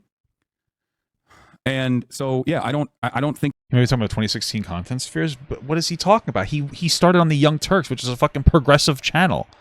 What is he talking about? He got his entire career because of Destiny, a progressive channel. Like, nothing that he did was of his own volition and unique. He's an attractive idiot. He's a useful, attractive idiot. I mean, we're talking about the guy who literally was espousing the same shit as Tim Pool, but he just didn't get paid for it when it comes to guzzling Russian cum. What is he talking about? I don't know. He's not. He's acting like he's like a fucking pioneer in the space, which I've seen him like make these points. There's nothing interesting or unique about Hasan. I don't understand. I think that this is, you know, I remember this fondly, you know, because it's not something that I would have ever expected. That's also part of the reason why I place a lot of value in people who have personally had... What is the hello effect? An attitude change, who like recognize the errors in the way that they were thinking or the way that they were operating as content creators in the past, who like used to move a certain way and now and have now dramatically shifted away from that. Fuck. Like, that's why I hype up Ethan and hyped up Ethan quite a bit as well. Because like, regardless of what he had done in the past, like, he is a person who truly changed. And I do believe it. I think that was legitimate. I think that was genuine. A lot of people try to... I mean, it's also weird that you're like, yeah, you know, he did some things in the past and he changed. Your entire beginning of the content wasn't it like all dumb like manosphere bullshit? Like some of it was it was like manosphere shit. Like, hey ladies, blah blah blah. We've seen the clips, and each change. It's fine, but like you're sitting here acting like Ethan's made these big changes. You were just as bad, no?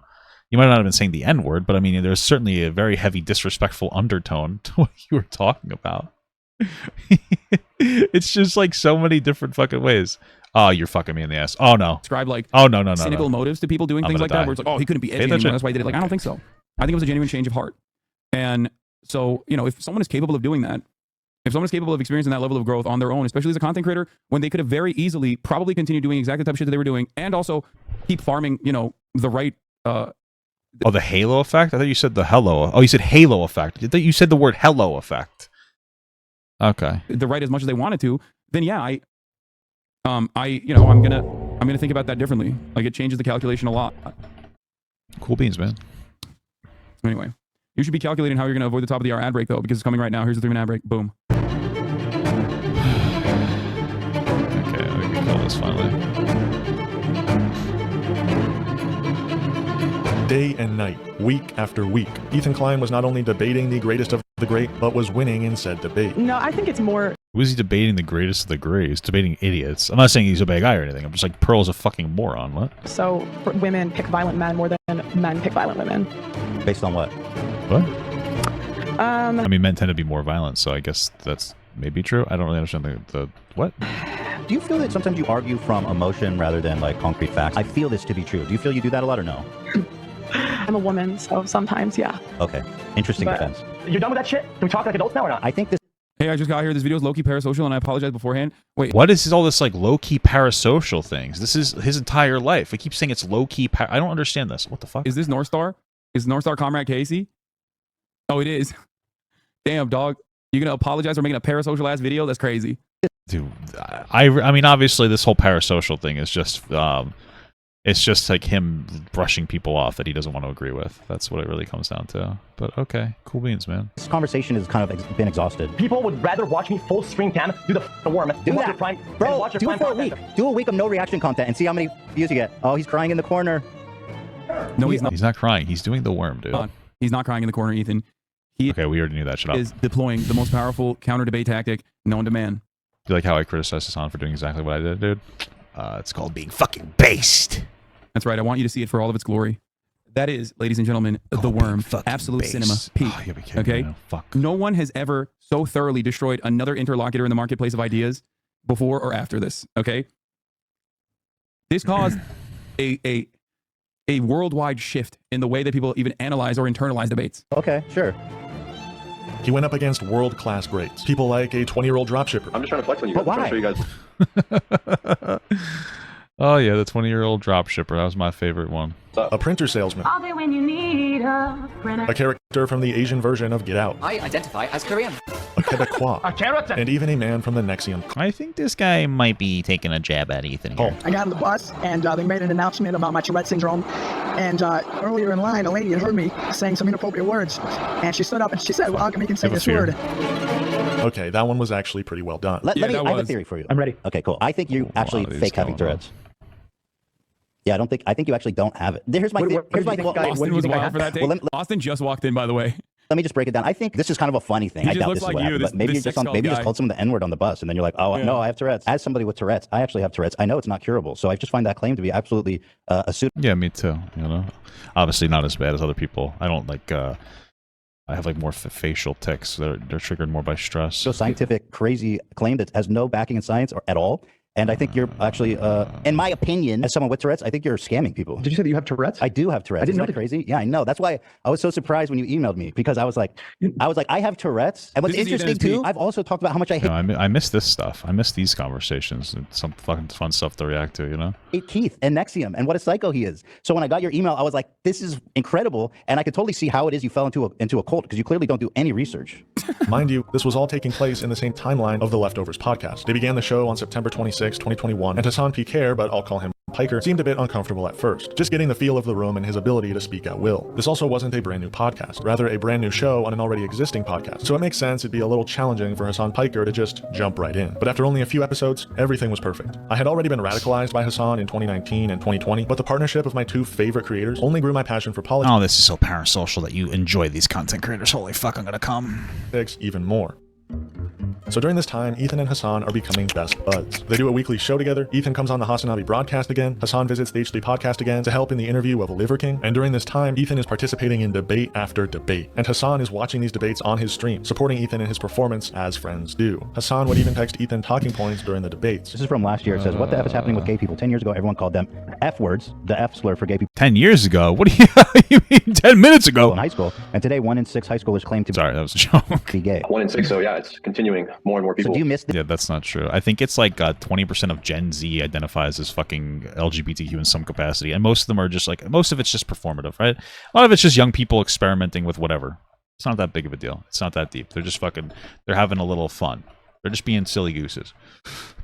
You know, some of them are, though. Some of them are gay or whatever.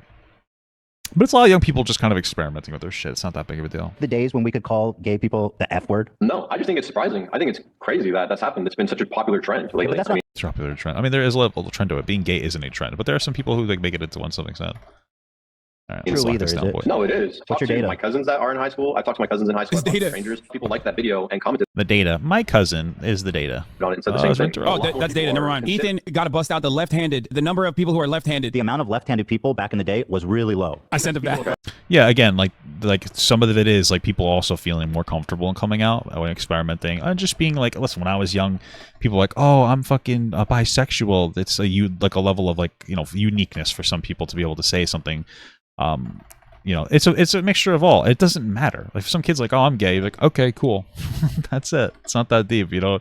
It does not matter in any meaningful. If my son or daughter or whatever is like, I'm gay, I was like, okay, cool. Like it doesn't matter. They probably aren't. But some people are just experimenting, messing around. I wish I had the comfortability to say shit like that when I was young. I was fucking terrified of being bisexual when I was young because I was told that bisexuality doesn't exist. You're either gay or straight, and that gave me a little bit of a dysphoria. It made me a little dysfunctional. So I was like, oh, you know, I don't want to be gay. I didn't want to be gay. But apparently it was either gay or straight. And I was like, am I jorking it to the dudes right now, dude? Am I fucking jorking it right now? Right? So that was what happened.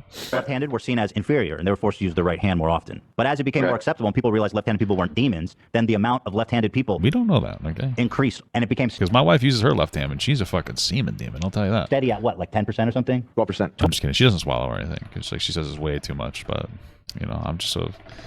My doctor said I'm a sperminator, so...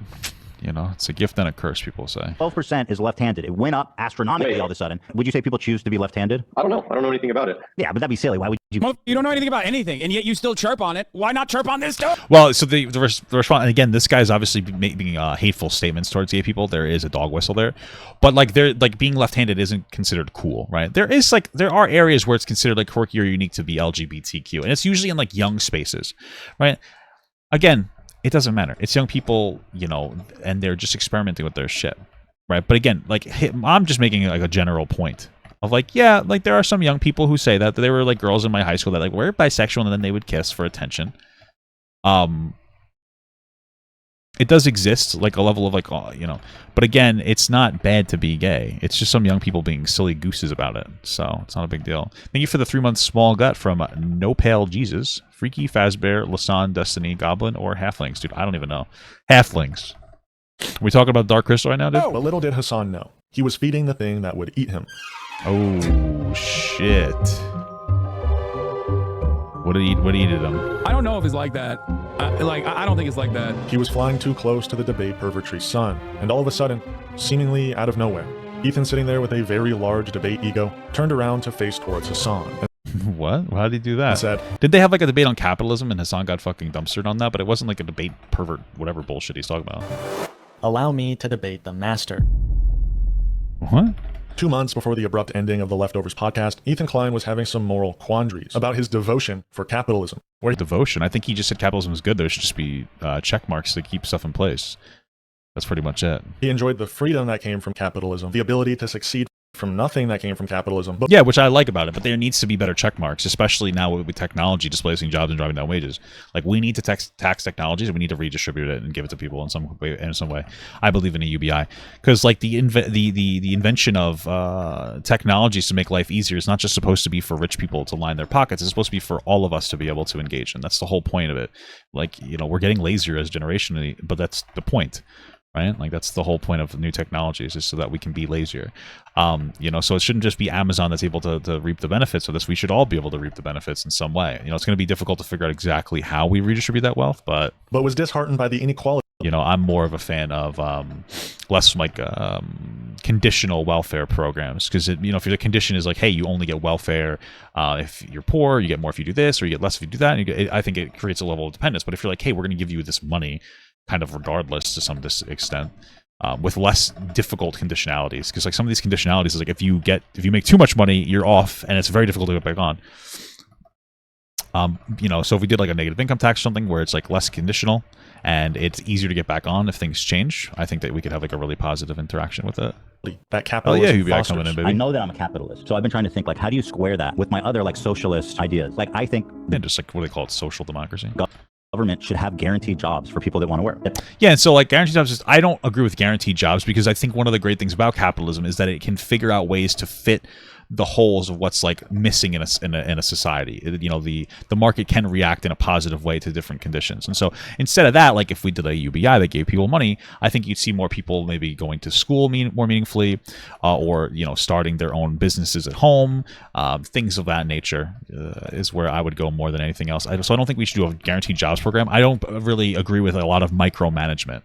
I say like, let's take that money and let's like invest it into people in their communities for them to spend more money in their communities. Because let's say we did do, like, just for example, like a UBI, like $1,000 a month to everybody, more money in our pockets means that we're probably going to spend more money, especially for poorer people, more money probably in that local community, which means a lot more smaller businesses can arise, and those smaller businesses wouldn't necessarily have to pay as much to people working there because those people have a UBI to offset it, more money in the community. You know, these are the different reasons. So I'm more of in support of that. And it can encourage people to potentially make jobs out of different things that are interesting and unique that we wouldn't necessarily think that we need in a society. Pay enough for the minimum amount needed to, like, even things like silly as like maybe like a cupcake business or something, you know, have shelter and food. First of all, I think it's like the natural inclination of some people. Like, I don't think it's even realistic to say I want to live in like a perfect communistic society, because that just doesn't work. It's antithetical to human nature. But I do think there are good things of capitalism provides, which is, I do think there's a sense of innovation that happens when people are motivated by money and pushed to, you know, do certain ideas. For sure. I don't hate the idea of like people who can be successful. I think it's good. I think that capitalism is a more realistic system of government. Because he's a dangist. Why? What makes him? But here's the reality: there are people who are better than other people in society. It's nothing to do with race. It has nothing to do with that. There are just some people who are better, and sometimes it's just because they're better for the society, and sometimes people are just born better. But like, let those people who are more useful to society rise to the top. Let those people who may not necessarily be as useful to society exist, and then like as society goes on, maybe they will become more useful, whatever talent or skill set they exist. Right? Like, that's it. If you're more beneficial to society, I don't think it's a hot take to say like, hey, maybe you should make more money.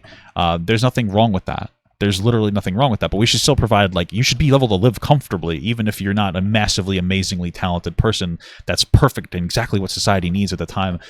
You should still be able to exist and live comfortably and be happy and goon to porn. Right? You should still be able to have those things. It's not a hot take. It's a pragmatic take.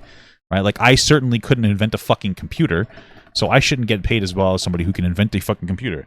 I can't be a doctor. I can't be a surgeon. I have very unsteady hands. You know what I mean? Like, so different people deserve different things.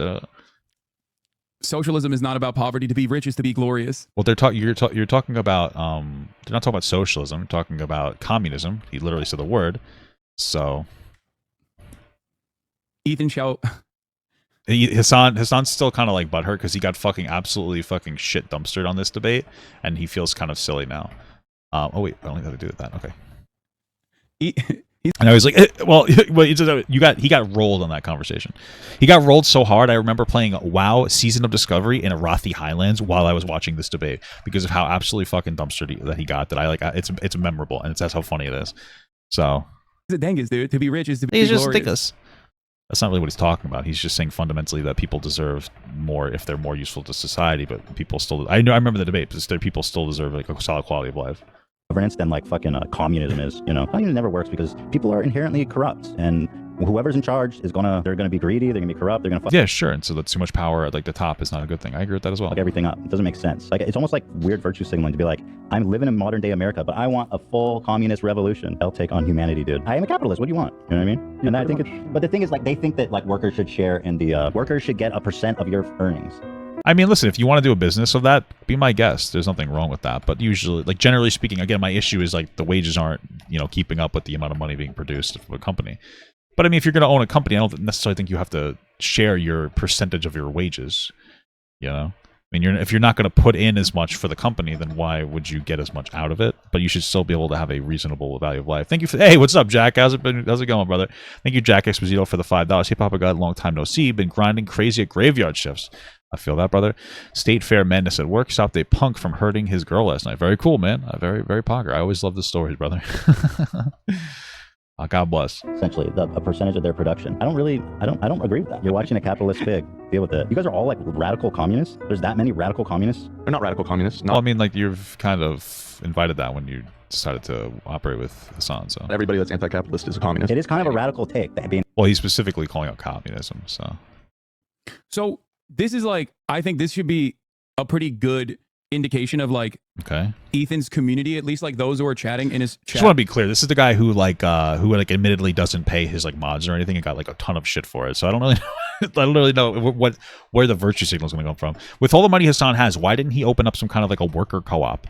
Open up like a 7-Eleven clone, which are doing very well, especially when you have like the hot foods, the prep foods inside. They actually do very well, and pay your workers a percentage. You have the money for it. Go ahead and do that. Like if you're so up in arms about this topic. Because it's not like I was watching him during this, or it's not like I was streaming during this. I mean, it's not like I wasn't streaming during this. Like I was probably doing at the same time as this was happening. I was probably streaming my own shit. You know what I mean? Like, let's go for the. Like these are his own fans, right? Let's go for this guy. Yeah. Like these are okay, but you guys were making content together at that time, so like obviously they're his fans now because he decided to work with you. But like those are obviously the crossover of your fans. But then also Trish's fans too, because like they're very liberal, I guess. Too. Point is, there's a lot of people who don't agree with Ethan on certain issues that still enjoy his content, and that's perfectly valid. I don't understand. Like, what's his hot take is we should tax rich people more, so that people have a better quality of life. But capitalism is still good. That take is not even like a hot take. Yes, you were, and people were timed out. Yeah, I'm sure. Because usually what we do is like when people are like Ethan's talking about socialism or whatever, right?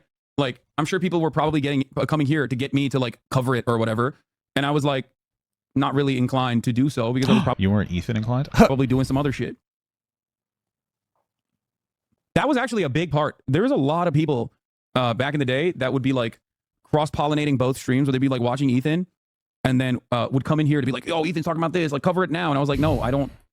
I'm not going to do that right now. I'm like talking about the news or some other boring shit. Okay. Like, so the reason wasn't that during the time that he was running defense for Russia? No. The reason why I say that is because like, I think that I can't speak to what is inside of Ethan's mind beyond what he has said. It's crazy how we got fucking dumpstered when he debated Ethan about this, but like now he's like, yeah, there's like you got fucking absolutely decimated, and you're the one who came from the political fucking like you're the one who came from the fucking the background of the debate background, so it's funny. And I did always get the feeling that he thought that like I was egging on his own community to like hate him. You know what I mean? And I wasn't. Not only was I not, but I was getting yelled at by my own community for not, in their assessment, adequately addressing his takes with the same passion and fervor that I would address anyone else that I don't know if they were chirping in a similar capacity. Like people still yelled at me and continue to do so for not arguing against Ethan hard enough, even.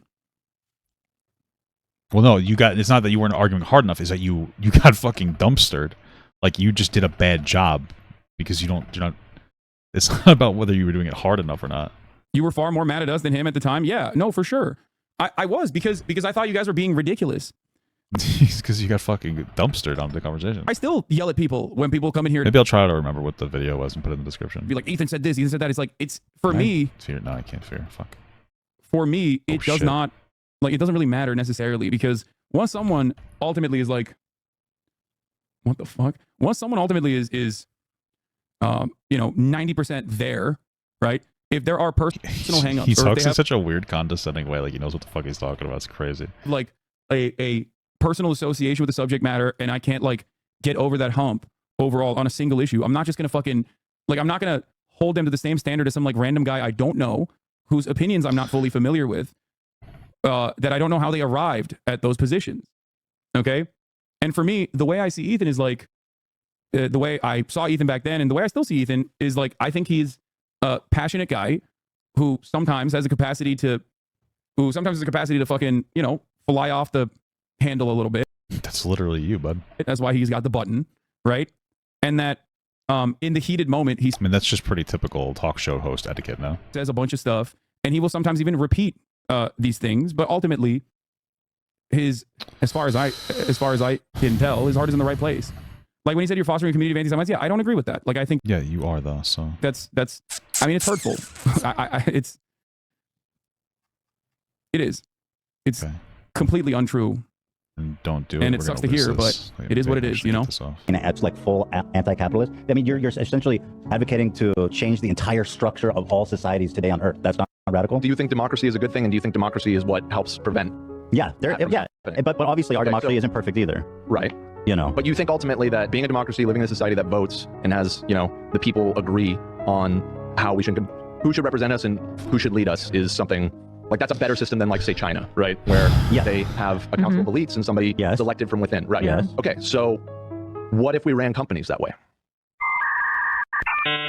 On the following Wednesday episode of the H3 podcast, we gotta reset this one too. We just got fucking dumpstered on that. The other side of this is that like there are a lot of people that work there that don't necessarily agree with him either. And okay, that's fine. He like how do we leave this? The very fact that he trusts everyone in his production team, include especially Dan, regardless of their difference in opinion, I think it also is, it's another reason why I'm 100% confident that he wouldn't do like a right heel turn. Like y'all are fucking crazy. Yeah. Ethan equates Zionism and anti-Semitism. It's because people are being anti-Semitic when they criticize him. That's what you're talking about. Ethan once again brings up the capitalism discussion, stating that he's been thinking a lot about it and is looking forward. Do you view the H3 like? Do you want to do a 7? I mean, we could do it for you. I don't think I'm not gonna use my key on the 7. I think we could possibly get it. If you go tank spec, you might be a little tankier and you might be able to survive. Your Uncle Jank, when he talks about crime, is this a similar situation? You know what? That's actually a really good analogy. Obviously, Jank is my uncle. There's an uncle-nephew bond that is unshakable, unbroken. You know what I mean? I think it was. I'm gonna go to the Dread Pit. What the fuck's? I think it was Shane. What's his name? The comedian guy, the one that does the Trump impersonation is really funny. What the fuck's Shane Gillis? He's like, I remember watching a bit from his podcast where he's like, "Listen, dog, I love my dad. I don't care. I don't care what people say." He's like, even if he was a Nazi, I probably still love the shit out of him. I'll be like, "You're crazy, but I still love you," which is funny. Like, I don't think it goes that far with the uncle nephew bond, but like, what are you gonna do? Not fucking love your family? Like, that's insane. I'm sure there are plenty of people who have parted ways with their families, but it probably goes a lot beyond like political disagreements. You know what I mean? And I'm not saying that I would love my uncle if he was a Nazi. I think that would be a bridge too far. But I don't agree. I don't agree with Jank on the issue of I don't agree with Jank when he fucking believes that like Venezuelan gangs are overtaking Aurora, Colorado apartment complexes. But like, he's still my uncle. I love him. Like that's it. And with Ethan, there's a similarity to that. I mean, obviously, like I don't think Jank is gonna fucking run around being like, Hasan has cultivated a community of anti-Semites or some shit like that. That would be weird if he said that. But with Ethan, it's maybe less severe in terms of the familial bond. But yeah, it's a good analog. It's a good way to analyze the situation. Oh man. Did Ethan even say that, or are you just saying that he implied that? I don't know what he said. I haven't watched any of his like takes on me or anything else. People in the chat are saying he said that today, which, it is what it is. What are you going to do? I mean, it's just patently false, and it's sad to hear that, but it's definitely, it hurts my feelings to hear that, because it's something that I do care about a lot. And it might be a better comparison, maybe. Yeah. But no, not really. I mean, I guess. He said a small portion. No, there's no portion. Like, any kind of anti-Semitic tendency, we will laser you. 100%. That's not true at all, but okay. 100%. Okay. Like, there's just not, it's not going to happen. To a further discussion with Hasan on the following Thursday. Last week was the capitalism versus socialism week. But I have to tell you, I want to talk about it more tomorrow because I've been thinking a lot about it. Great. I do. I mean, that's what Thursday is for, right? That's what Hasan's there for. You can talk about it. The better analogy might be anti-experiences when it comes to Ethan. It's clear that despite his personal ties, Zionism is fundamental value have not changed with Anna. There's so many different things that she's turned reactionary towards that it's obvious she's flipped towards the right to some extent. Yeah. Like, I think I would look at the situation. This fucking, whoever recorded this is terrible. Differently if I saw Ethan, like, not on the issue of Israel-Palestine, but if I saw him, like, fucking taking, I don't know, taking, like, transphobic stances or something, like, then I'd be like, okay, maybe it's a little different. But I don't think he'd do that ever. Mr. Dog shit moron motherfucker. All right, chill. To be clear, I'm not a capitalist. I'm a social democrat. Okay. I think that distinction is important because people lose their fucking mind when I say, like, you know, I'm a capitalist. They just think that I'm like some fat cigar smoking boot on the worker's face, grind them into dust. You know what I mean? I'm a social democrat, motherfuckers.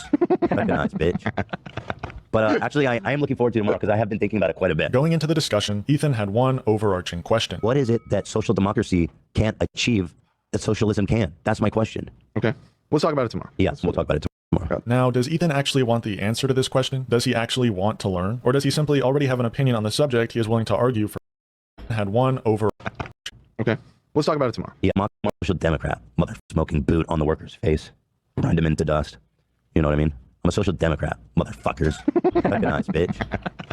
But actually, I am looking forward to tomorrow because I have been thinking about it quite a bit. Going into the discussion, Ethan had one overarching question. What is it that social democracy can't achieve that socialism can? That's Yeah, I guess that's a reasonable question. I just wanted to clarify the question. My What's the issue with the question? Does he actually want to learn? Or does he simply already have an opinion on the subject he is willing to argue for hours? What's the difference between the two? Is like over government regulation? Like, I don't understand what's the, you know, it's like Bernie Sanders' whole thing is like the social democracy thing. I don't understand what the problem is.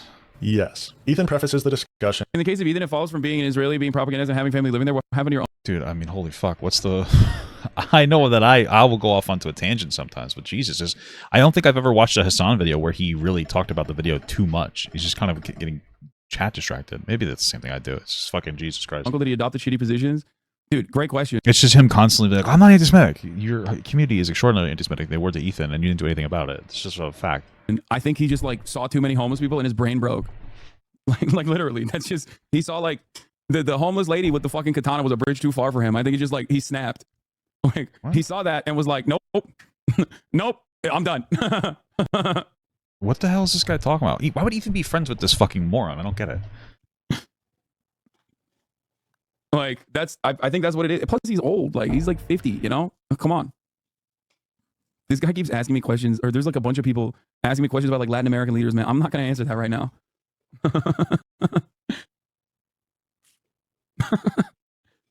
And by saying he's excited for the conversation, as he's been doing a lot of research. That research being talking to ChatGPT. I want to better represent my position because I don't really know a lot, and I feel like I've done a lot of research in the week. Following the conversation. So, what did you do? What did you read? What kind of research did you do? I had a very in-depth conversation with ChatGPT. Respect. Okay, that's good. I asked it really kind of. Well, Ben Shapiro thinks it's socialist, like ChatGPT socialist. So Right. like ChatGPT probably Lenin. Right. Yeah. ChatGPT keeps it so real. You don't even know. ChatGPT Lenin pilled you. They focus this discussion on a few distinct questions or quandaries Ethan is having with capitalism, and he's not as willing to learn as he originally made it seem. And the labor class still Like that's exists. an assumption. I don't know that that's true. They first discuss his overarching question. What can socialism achieve that social democracy cannot? So let's talk about this. Now, my first question is this. Given that, you know, in a social democracy, we can regulate things like taxes, housing, higher education, sharing jobs, and all this kind of stuff, what are the problems in social democracy that we need socialism to address? So social democracy is still capitalist with you know, serious, severe market regulations, right? Mm-hmm. The issue is twofold. One, social democracies don't address some of the domestic problems because when there's still capital accumulation. But which domestic problems? Domestic problems such as labor issues, homelessness, like there's no way to fully eradicate that because the inherent class contradiction between the... Could you ever fully eradicate those things, though, in like a productive way?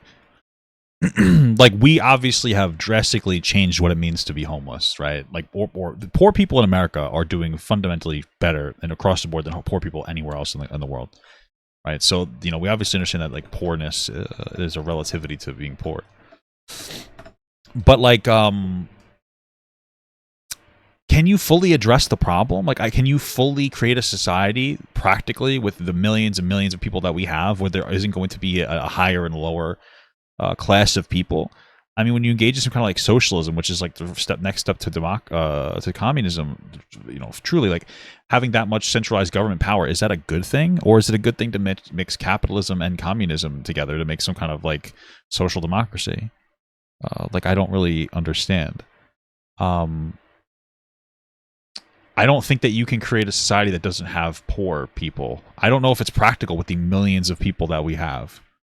You know, fundamentally speaking, there needs to be an incentive for people that are more beneficial to society to enact that beneficialness to society. So I mean, this is, maybe it's a more philosophical question. I just don't see people striving for more if there's not more to achieve.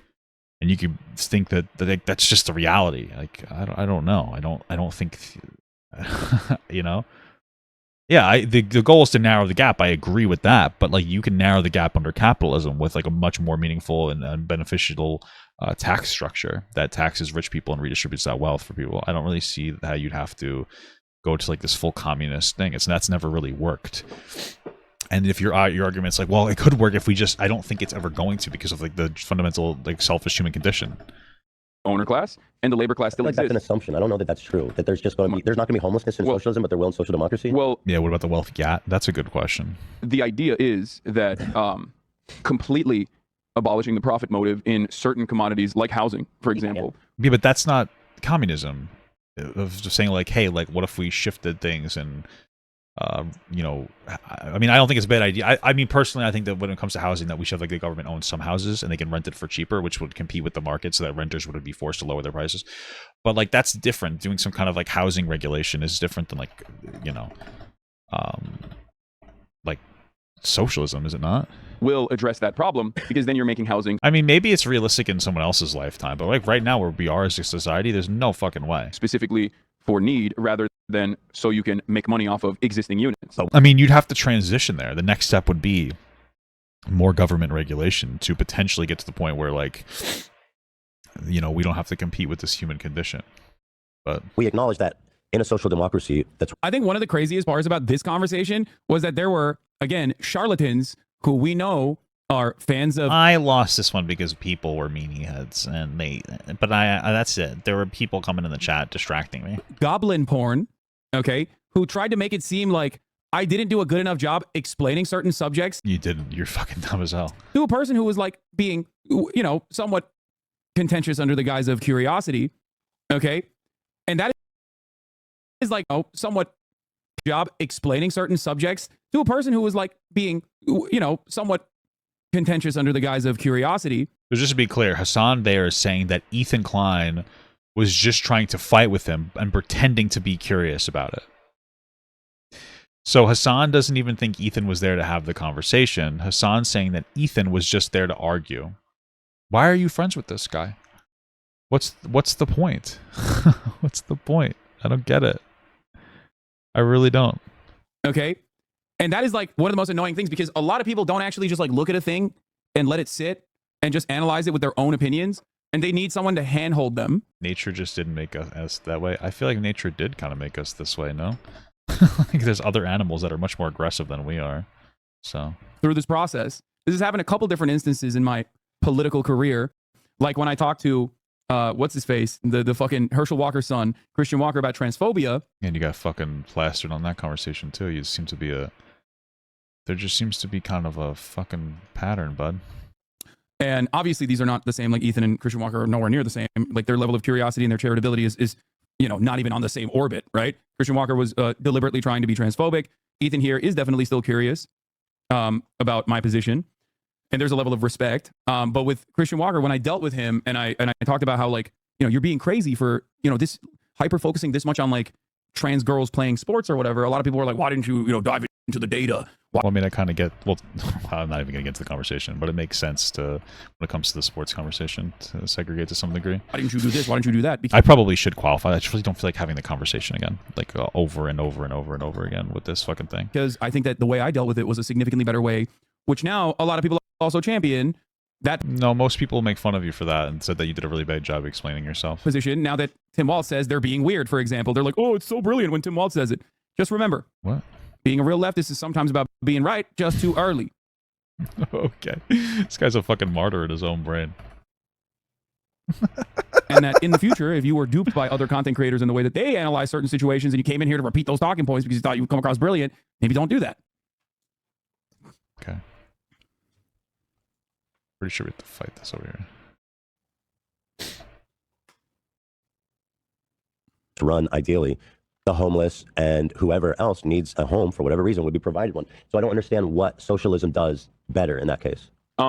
At the end of the day, these countries, the social democracies that we were talking about, still have a lot of... There's a difference, by the way, because I'm pretty sure the other guy he's referring to just like made fun of people where it's like, dude, like you guys are obsessed with this topic. And there's true. There's conservatives are obsessed with the topic of like trans people, 100%.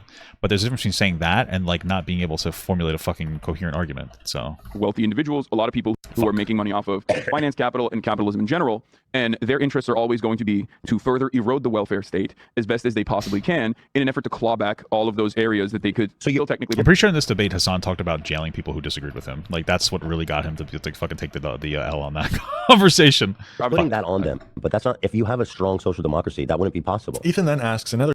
That's not true. And that did... Well, basically, all that's happening right now is like, hey, what if different people disagree? Hasan's like, yeah, but there's always going to be people who disagree and are going to want to change the system. Absolutely. And that's part of... Yes. So what do you do when they disagree? And Hasan was like, oh, we could lock them up. He said that in that debate. So it's like you kind of lose out when you're being so authoritarian. There's too much power. If you could lock up people who disagree with you, there's obviously too much power centralized into one area in your system. That is happening in Europe. All around Europe, where when there was a counterbalance like the USSR, when capital owners were truly afraid of like too much labor momentum turning the tide of capital, they actually made concessions to allow... You're just never going to get a perfect world. So allow the welfare state to exist. But now that there is no USSR, now that there is no counterbalance, look at all the European states. They've lost so many aspects of their welfare state. People have become increasingly more reactionary. Fascist ideology is rising. And inevitably... Yeah, it's unfortunate, but there are going to be people with disagreements in opinion, but you should be able to express those opinions without just trying to suppress people. That's not going to work. No matter what happens, there's always going to be that push and pull. Okay. There's no like middle ground on this subject, unfortunately. As long as capital exists, it will always be a parasitic force that tries to claw back as much power as it physically can. And you think that like money is the only the concept of power in any society? Like if the society didn't have traditional money, you don't think that there's going to be another way for people to hoard power? I think that's so silly. It's like, no, you know what the problem is? People aren't selfish. You know what the problem is? It's money. It's not, man. It's the unfortunate reality is that people are very selfish, and the problem is that people are selfish, and so we need to create systems that will police people being selfish more than anything else. Can get. And historically, this is precisely what has happened in Europe. If you look at, certain aspects of like even the medical system being purposely crippled, purposely underfunded in the UK, you have a national healthcare system in the UK, and the NHS has been purposely defunded by politicians that are backed by corporate interests in an effort to inevitably privatize certain aspects of that system. People get upset, people get increasingly more mad at the way things are, and they have no way, and both parties are obviously captured, both major parties are obviously captured by capital interests, whether it be the Labour Party, who are basically light Tories, or the Tory Party, and then they turn around and inevitably bring in an era of privatization. It's happening in Canada as well. Yeah, and part of the reason these are happening is people are losing their trust for the governments, because the government will have a level of corruption where they'll fucking treat people like shit. It's a lot of complicated topics. Like it doesn't come out of nowhere. Like you have to keep in mind the human nature of people when it comes to these conversations. Is it paused? Scandinavian countries had decades-long lockdown concentrated political power monopoly, and these states are now being crippled by austerity and privatization. Yeah, exactly. I mean, it's an interesting, very disconnected fantasy world that people live in, where they're like, if we just got rid of money, everything would be better. It just wouldn't be. There's always going to be something that people are going to harbor. So we have to make sure we have a system that monitors this well. Olof Palme, baby. Regime enjoyers in Sweden. Look at where they're at now. Okay.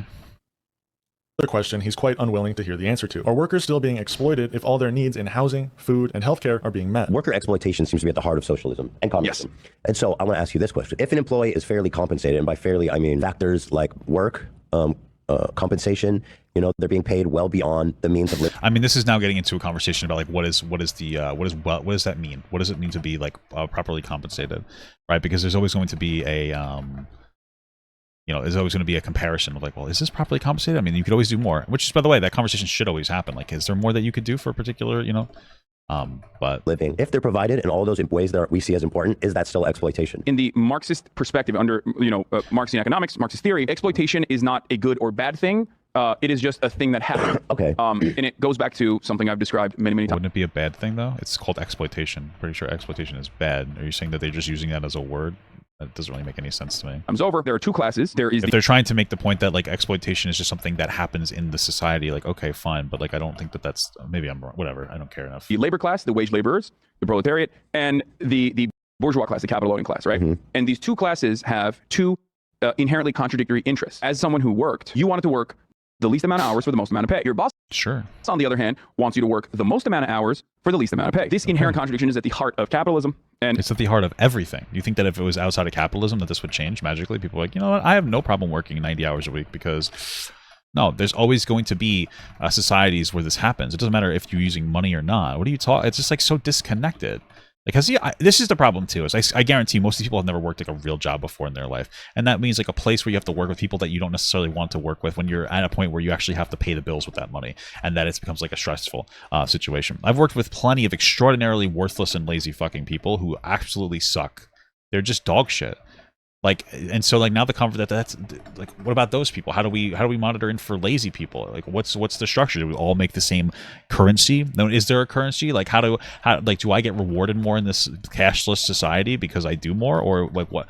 There's so many different questions that just seem like so weirdly micromanaged. Like, I don't understand why micromanage this. I don't understand. Is how commodities are produced under a capitalist mode of production. It just doesn't understand the reality of the world. When you have this imbalance, those who do have capital end up always being able to pay you much less than your actual output. So that is what's happening now. So is it still exploitation of workers if they're fairly provided for?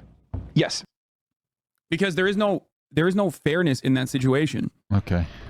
If you are not getting back the surplus value that you have created, or you have no democratic means. But the problem is, okay, sure. I mean, the surplus value. The problem is like who I guess in this society, like how does something become? Like, how do we create something? I guess this society would be, there would be magically nobody making I'm getting my ass stuffed. There'd be magically nobody making the decision to start a particular industry. Does the government fully control that? Can the government actually like account for every single force and need that ever exists? Like, what happens if something like, I don't know. Like, what happens? How do you make how do you make a thing? Like, what happens if something needs to be done, but then like whatever structure that makes the decision on whether you do something or not is not giving a shit about the people who need it. It seems so overly complicated and so much micromanagement and so disconnected. Like, you can't really micromanage society. You know, there's going to be things that it's just not going to work out. I don't think that this is the best bet is to completely deconstruct the capitalist structure just so that you can be, for what reason? It doesn't really make any sense. Just make this structure better and better. And if we got there, sure. But like, these are so many questions to work out that you're basically debating at fantasy. Because even if this could happen 50 years from now, it can't happen as the next step. The next step needs to just be better, really, unions and better social protections for people that are poor. So like, we're having a philosophical, unrealistic conversation about something that's not really going to happen. Of changing the way that your surplus labor value is being spent. It's just not going to happen. Even if it's practical to do something like this in the future, we're not there at all to be able to do it now. So there's really no point in having the conversation. You're better off like just moving to the next step instead of trying to move 15 steps ahead. Then it is still exploitation. Under a Marxian understanding of exploitation. That's simply what it is. Profit is exploitation. It's just, there's nothing productive about this conversation. It's just kind of stupid. Like, it's a dumb conversation because we're not even close to this potential area at all. So what's the point of even having the conversation of like, yeah, we should just kind of dismantle the entire structure? It's never going to happen. It's not going to work.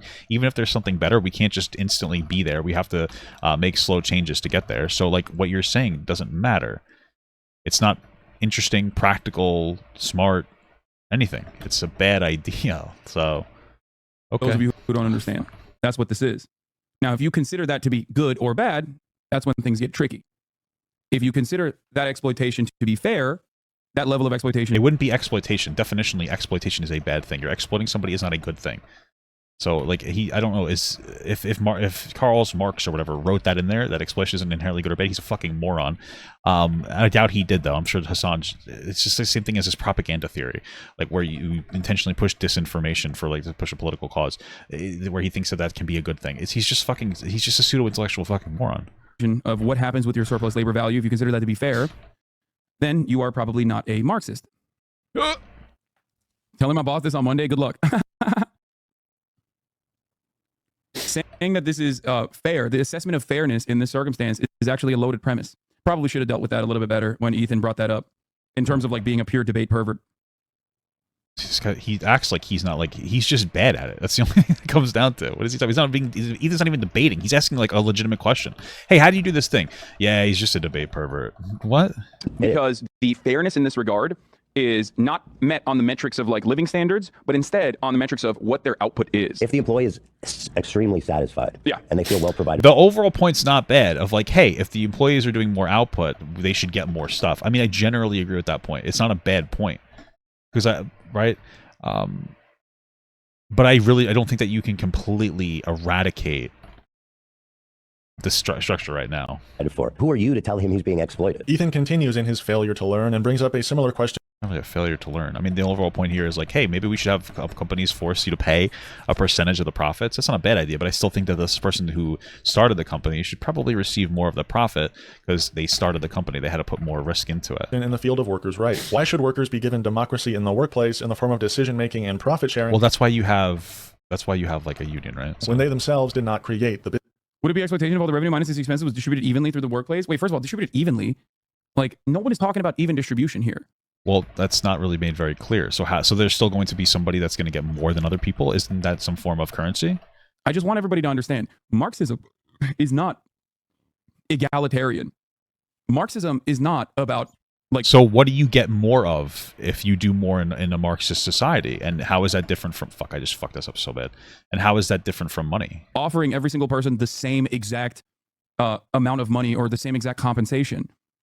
Okay? It's about having the same say in the process at the least. Okay? That just sounds like capitalism. That just sounds like a democracy or some kind of social democracy. What do you fuck shit. What do you, I'm this is one of the problems is like no simple questions can be answered. What the fuck does that mean? So there's why get rid of why make a moneyless society then? I'm not understanding.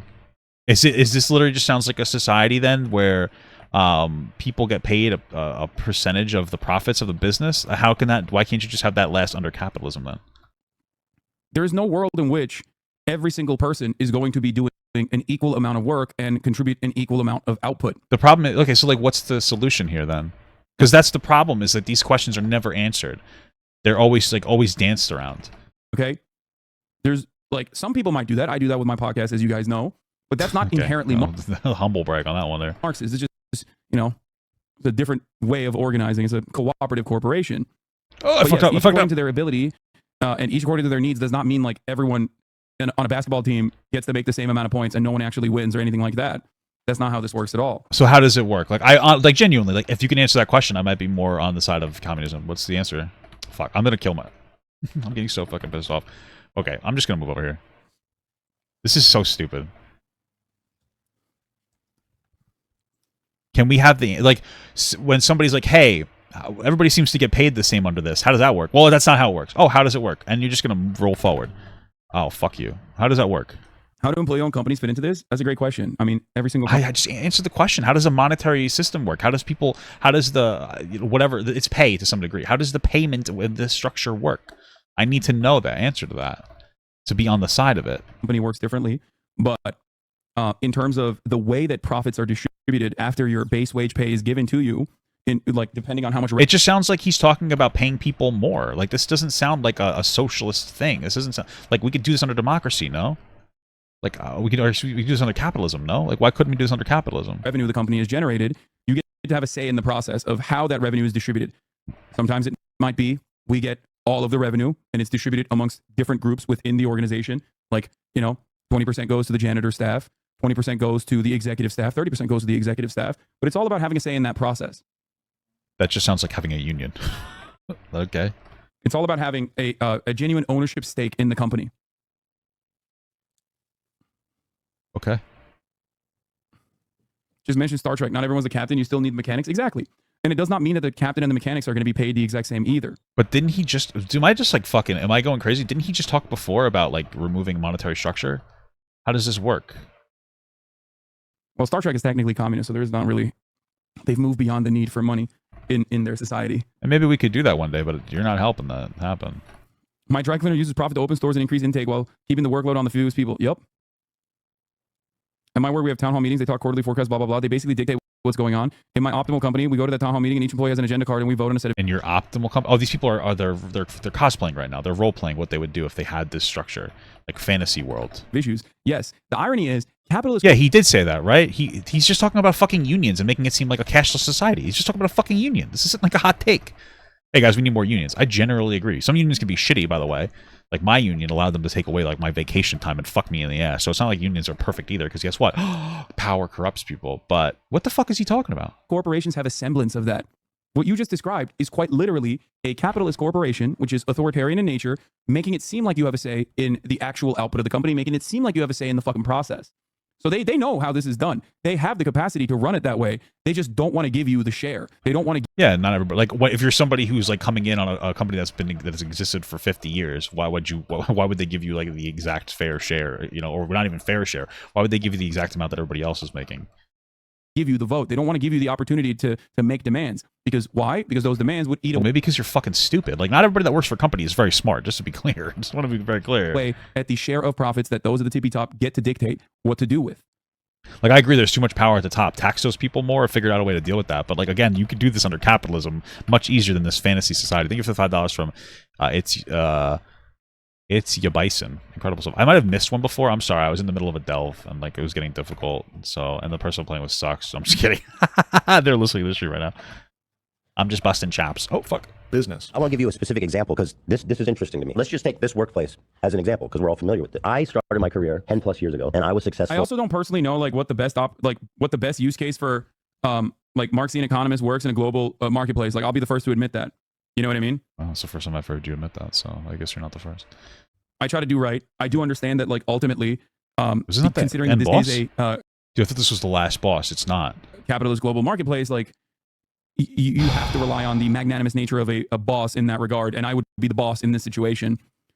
But the sauce boss. You know, I don't know if there is like a mathematical equation that gives you the perfect number, the perfect dollar value. So if you don't have a good structure for the system, maybe it's just not the nice next step, and you're just cosplaying as somebody that knows what the fuck he's talking about.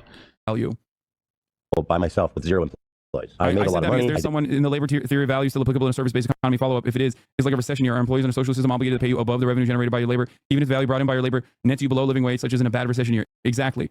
Like, I don't have a good answer for that question. But I do know that like in a recession year, employers in a social system are obligated to pay you above the revenue generated by your labor is not correct. Also, the idea is that like you're describing capitalist market conditions ultimately. Like in terms of recession years and inflationary shocks.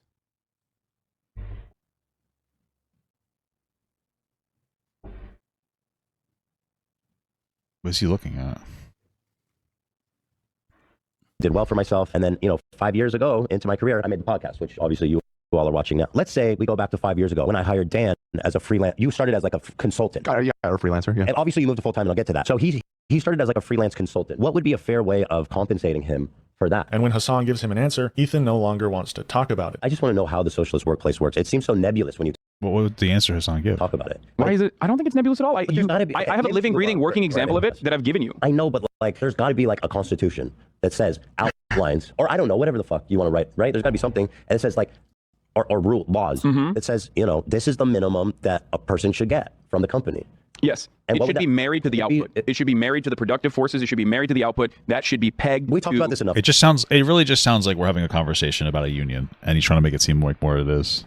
That should be pegged to the performance. And I think that is the best possible way to work. I guess For the record, there was a second part of the conversation about social democracies and how they inevitably fail. I gave the first example in domestic inequality, and then I actually expanded on that to talk about the global inequality, which is the over-reliance on exploitation of the third world of developing nations, the unequal exchange with the global south. And that is obviously the broadest reaching and most consequential aspect of global capitalism. But Ethan did not want to talk about that in that situation. But I think that is, like, for those of you who want me to elaborate further, it's something that I talked about quite a bit. It's something that I have talked about quite a bit, rather. But I do, often I don't like to talk about it because, this is a nation in the imperial core. Many of you are watching from Western nations, so you do benefit from that. So you are a little bit of a labor arista KKK rat in that regard, which is why I think it gets touchy when people talk about that. I think we're not there yet in terms of our understanding, our class consciousness, in order to invoke class consciousness and a sense of and instill a sense of solidarity among Americans. I mean, I don't think it's the rich guy that's never worked a real job in his life that's going to instill class consciousness to people. Laborers with respect to, like, you know, the children mining minerals in fucking Congo.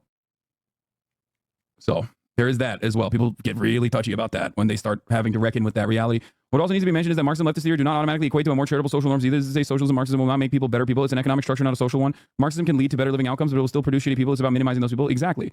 Just like I always say. A lot of people are hurt. Hurt people hurt people. If you fucking eliminate one of this guy's so gay today. Hurt people hurt people. Incredible stuff. The major issues that they have in their lives, they are less likely to become unstable. They're less likely to become little freaks that say Haitians are eating cats and dogs. That's why I always say, bro, they might be. I don't. Who gives a shit if they were? Different countries eat different things. I don't fucking care about cats and dogs, even if they are eating them. There's no actual confirmed report that they are. But even if they are, I don't give a fuck. Who gives a fuck? I eat dogs, pigs, cat. Oh, I don't eat dogs. I would. I don't give a shit. Feed dogs to the homeless.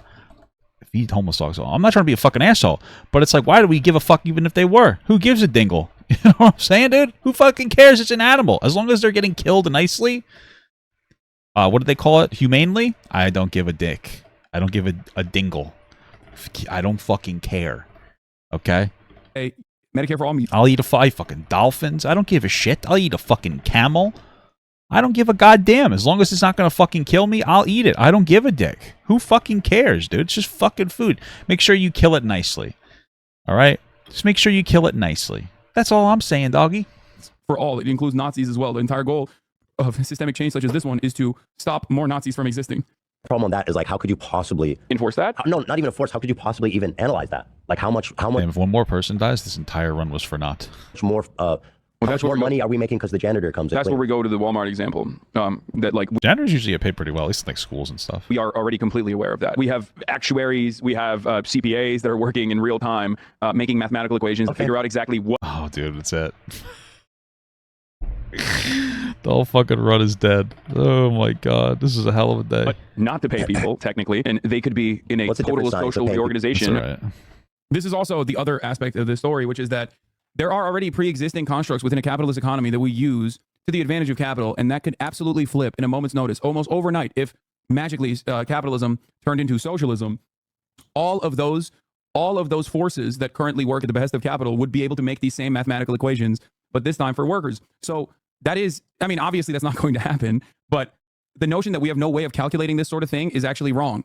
I think, what is it? The People's Republic of Walmart was the name of the book that dives further into, like, the command economy and centralization and how it has actually occurred inside of capitalist corporations in a way that, like, corporations now that have, like, the same output and the same revenue structure of an entire fucking nation at this point. And therefore we have the tools and we are actually using them. We're just simply not using them at the behest of workers and using them at the behest of the capital owners right now. He's doing too much damage. Oh, fuck. Like, look at Amazon. You know what I mean? That's an entire fucking nation state in and of itself. Yeah, we got to figure out a way to tax them better. What is it? You got to tax capital gains? What are the gains on fucking stocks and stuff? Because a lot of people pay themselves in stocks. Shit like that. Oh. Damn. We just got the economy with a socialist dogma would work in the opposite direction. Okay. It's kind of like this. Please, let's move to another topic. Okay, I don't want to bore people. All in all, this episode was very entertaining, despite some frustrating moments from Ethan. And it even went an hour longer than usual, given how entertaining and important of a conversation it was. This Leftovers episode was definitely not a contributing factor to the conclusion of the Leftovers podcast, but it peaked was a sneak peek for what's to come. I'm alive! I'm coming!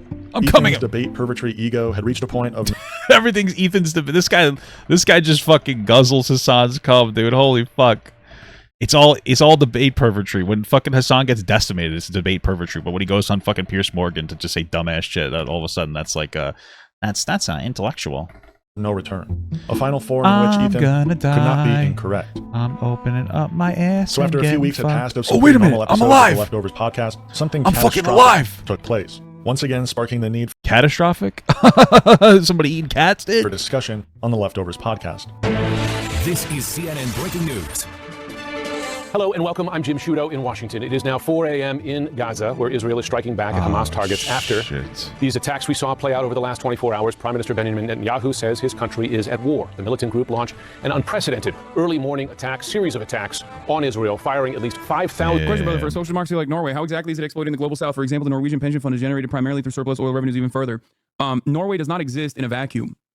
every commodity that you purchase as a Norwegian person when you go into a Norwegian market is still in some way directly tied to the global. Yep, I like IKEA too, guys. That's what I'm hearing right now. IKEA, pretty based. Global economy, and the global economy is capitalist, and therefore, pretty when you based are, here. Norwegians use iPhones. You know what I mean? It's the simplest example, right? Norwegians use iPhones. Think about the process in which you have to extract natural resources from the global south in an effort to make those iPhones, right? Yeah, but you know what about the iPhone is I'm gonna come. Just the batteries alone. It's crazy because if we didn't exploit these other countries to get their resources, we would probably just do it ourselves through automation, and they just wouldn't have jobs. That's so sad. I love Jobs. Steve Jobs. I don't know if I love him, but he exists. Are exactly what I'm talking about in terms of like social democracies still relying heavily on the exploitation of the global south. It's not, and for the record, when I explain this sort of stuff, people get very mad. They're like in their feelings, they're like, what the fuck, you do that too? And it's like, I know. I have this recognition. It is also something that is impossible to avoid. That's why leftists will say there is no ethical consumption under capitalism, because it's just impossible. You cannot exist outside the grid, right? Let's say you try to exist outside of the grid. I can. It's called existing outside of the matrix, and I'm pretty pogger. You bought an axe at Home Depot. You didn't make the axe yourself. You literally had certain materials inside of that axe that at some point absolutely touched basically slave labor hands. You know? Kind of based. Not an ancestor who did stuff like that. This is why Lenin was absolutely correct when he said imperialism is the final stage of capitalism and is an absolute necessity. Imperialism is a necessity under capitalism because you have to consistently eke out slimmer and slimmer profit margins as profit rates have a tendency to decline. So then you have to look for new markets. And the only way to keep certain markets low enough so that your profits are high enough in the Western world, you have to keep them servile. You have to keep them, you know, in shitty conditions. My doctor said I'm very viral. They said serviral. A lot of cum. That's why Parenti said, I think it was Parenti who said, Africa is not poor. Africa is rich. You don't rob a poor person. You rob a rich person. Africa has been kept poor because of its immense wealth. True. True, dude. I agree with that. Give the poor people more of the poorness. Less. Wait, nope. The other direction. I agree. What about South America? In rockets, Israel says at least 300 Israelis are more than 1,500 wounded. This was not just rocket attacks, though. The terror group overran border. They are underdeveloped, and they're not underdeveloped. They are overexploited. Crossings invaded by sea, by air, and by land, taking over entire Israeli communities in the south. Let's just get together a militant army to attack these people and give the Africa back their resources. Let's do that, dude. Let's fucking put it together. Don't we have the money?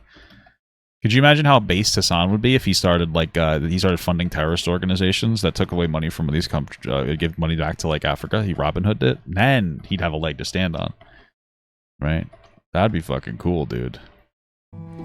Just kidding. We must warn you, many of these images are graphic and frightening. However, leading up to this episode, Ethan had some initial discussion of the October 7 attacks on October 9th. So over the weekend, Hamas, who is the governing, they're an organization, but they're also control Gaza Strip. They somehow managed to put together this surprise invasion of into Israel, and it was, it was horrific. So far, at least 700. This would have never happened under Trump. Except for the fact that a few years ago he declared Jerusalem a very contested territory between Israel and Palestine as the capital of Palestine, and then moved the embassy there, which absolutely exacerbated tensions. But this would never happen under Trump. He obviously would have handled that pretty well. He would have done pretty well on that one. Okay. Israelis, which is nuts. One of the crazy things was there was a nature party, a peace party, they actually call it, ironically, and I guarantee a lot of people there. I've had those before. It's pretty hot. It's called a golden shower. Were pro-peace, who are anti-Netanyahu and all that kind of stuff. And so, yeah, for sure, they're all young. Definitely that type of crowd that is unhappy with the government. The really sad, kind of crazy thing is that I don't know if this has changed, but last that I heard, Hamas didn't even know about the party. They just happened upon it. That's damn. Well, it's kind of fucked up that they didn't get invited to the party. It's kind of fucked up. You didn't invite Hamas to a party that was supposed to be kind of helpful for them. Is it really their fault that they genocided people if they didn't know? Because when I don't get invited to parties, I get a little crazy too, especially when I'm hungry. Some people say I need to eat a Snickers. This discussion was... That might have been a very inappropriate series of jokes to do. So I'm a little sorry, but... pretty tame. And mostly probably not as sorry as I should be. Understandable coming from two Israelis after such a catastrophe took place. Ethan's not even technically Israeli, for the record, I don't think. Okay. Like, Ethan went on birthright, no? I don't think he's Israeli. Ethan even made sure to make his stance clear about the Israeli government. Not by speaking from the heart, but by reading a tweet of a note. No, he did. He has citizenship. He lived there, but he went on birthright. I think his parents might be... I I don't know. I actually don't even know. Holy shit. I should know this. I know he lived in Israel. I know he lived in Israel because I remember him talking about like working in a casino and shit. But his origins are SoCal. Okay, cool stuff, man. Thanks for letting us know. Appreciate that. WhatsApp screenshot from 2021. You know what? Let me do this. Before I even talk about this, let me just tell you, first of all, just so it's not ambiguous about how I feel about this situation as a whole. Any tools? Okay? Let me just say this. I tweeted this. I think this was when the IDF blew up some apartment building or some horrific shit in Gaza a few years ago. I said the Israeli government's making me sick. Even if Hamas is operating as civilian buildings, it doesn't justify the total destruction of that building. Yeah, it is stupid though to hide your terrorist organization in an apartment building and then be like, hey, why are you killing our civilians? We're the leaders of the government. Why are you killing our civilians? We're attacking you. And then we hide amongst them and you're just like, enough is enough. I'm just saying, you know what I mean? There's a lot of shit going on. Very complicated. Personally, probably don't care as much as, other people pretend that they care. It's a foreign issue, hopefully praying for sending good vibes, And you might be critical of me for saying that, but the reality is that's what most other people are doing too. I'm just admitting it. You know what I mean? It's a foreign issue. I'm not super duper masturbating about it. It sucks, man. It's brutal. I just try not to look at the pictures, and I just try not to live my life, and I just play video games, and I'm fat, and take more of my money and get taxes if you want, and that's fine. And give it to the dying people over there. But I don't have the mental capacity to take on that secondhand trauma by constantly engaging in all the horrific shit going on over there. I'm just gonna be fucking real with you. So all you can really do is either get mentally beaten down by looking at horrible pictures of children getting blown up, or you just disengage from it and just pretend this doesn't exist because I can't handle it. So I'm just being real with you, man. There's something very toxic about secondhand trauma. You gotta be careful. So it's inhumane. Netanyahu's a piece of shit. Warmonger needs to go. As a dual citizen, I love Israel and the Israeli people. They deserve a government that actually believes in peace and not force and violence. The ultra-right Jewish... It's like saying you're not American because you grew up in Turkey. Come on, dude. No, I didn't know that he had Israeli citizenship. Someone corrected me and said that he does. But culturally... stupid now. I don't think Ethan is Israeli culturally. I think Ethan is fucking American. What are we talking about? It also does... I am a real American. Fight for what's right in every man. Doesn't even fucking matter, honestly. We're not talking about his background. We're talking about what he is saying. Also, this is very important for the record. They're shameless and hateful, fueled by religious zeal and enabled by the Israeli government. Ultra-right Jewish settlers. I wish settling and repossession land will stop. I wish the bombing in Gaza will stop. Gaza deserves to live in life with free of fear. For all the crimes Hamas has committed, we must always remember that they are not Palestine. The Israeli government holds all the power, and it is on them to stop the violence and show true willingness for peace.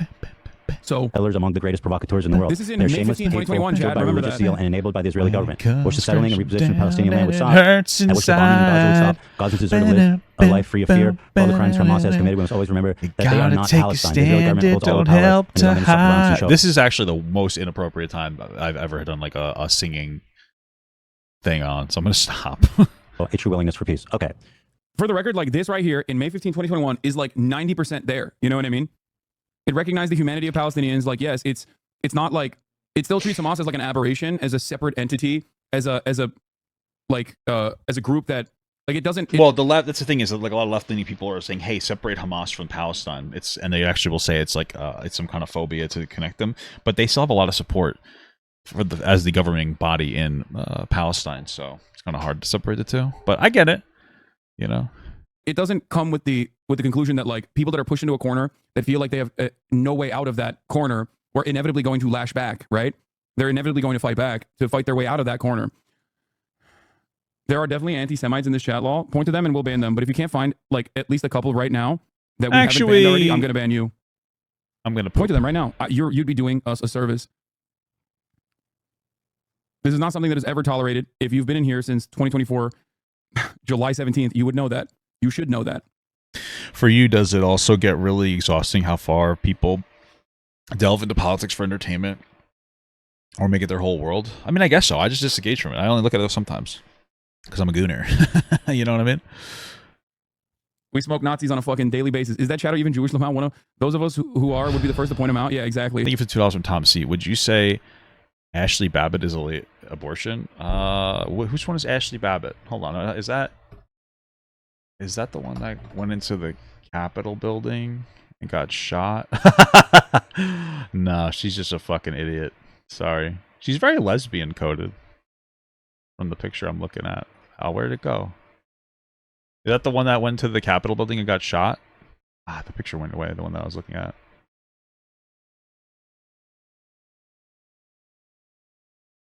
Yeah, sorry.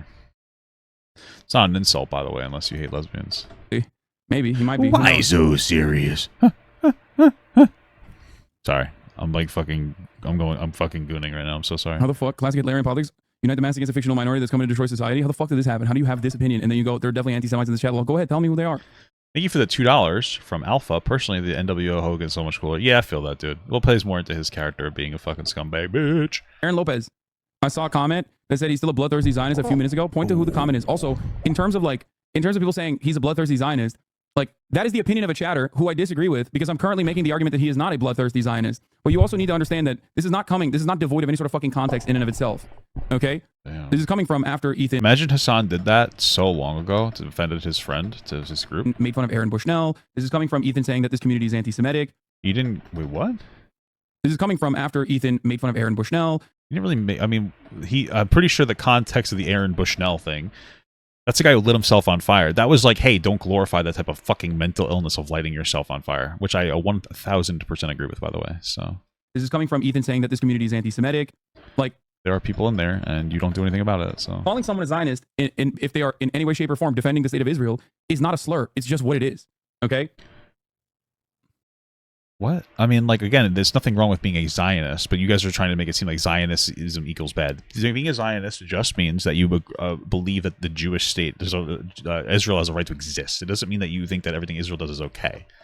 So also, I think that's what makes it anti-Semitic, is when you're telling people that being Zionist is wrong.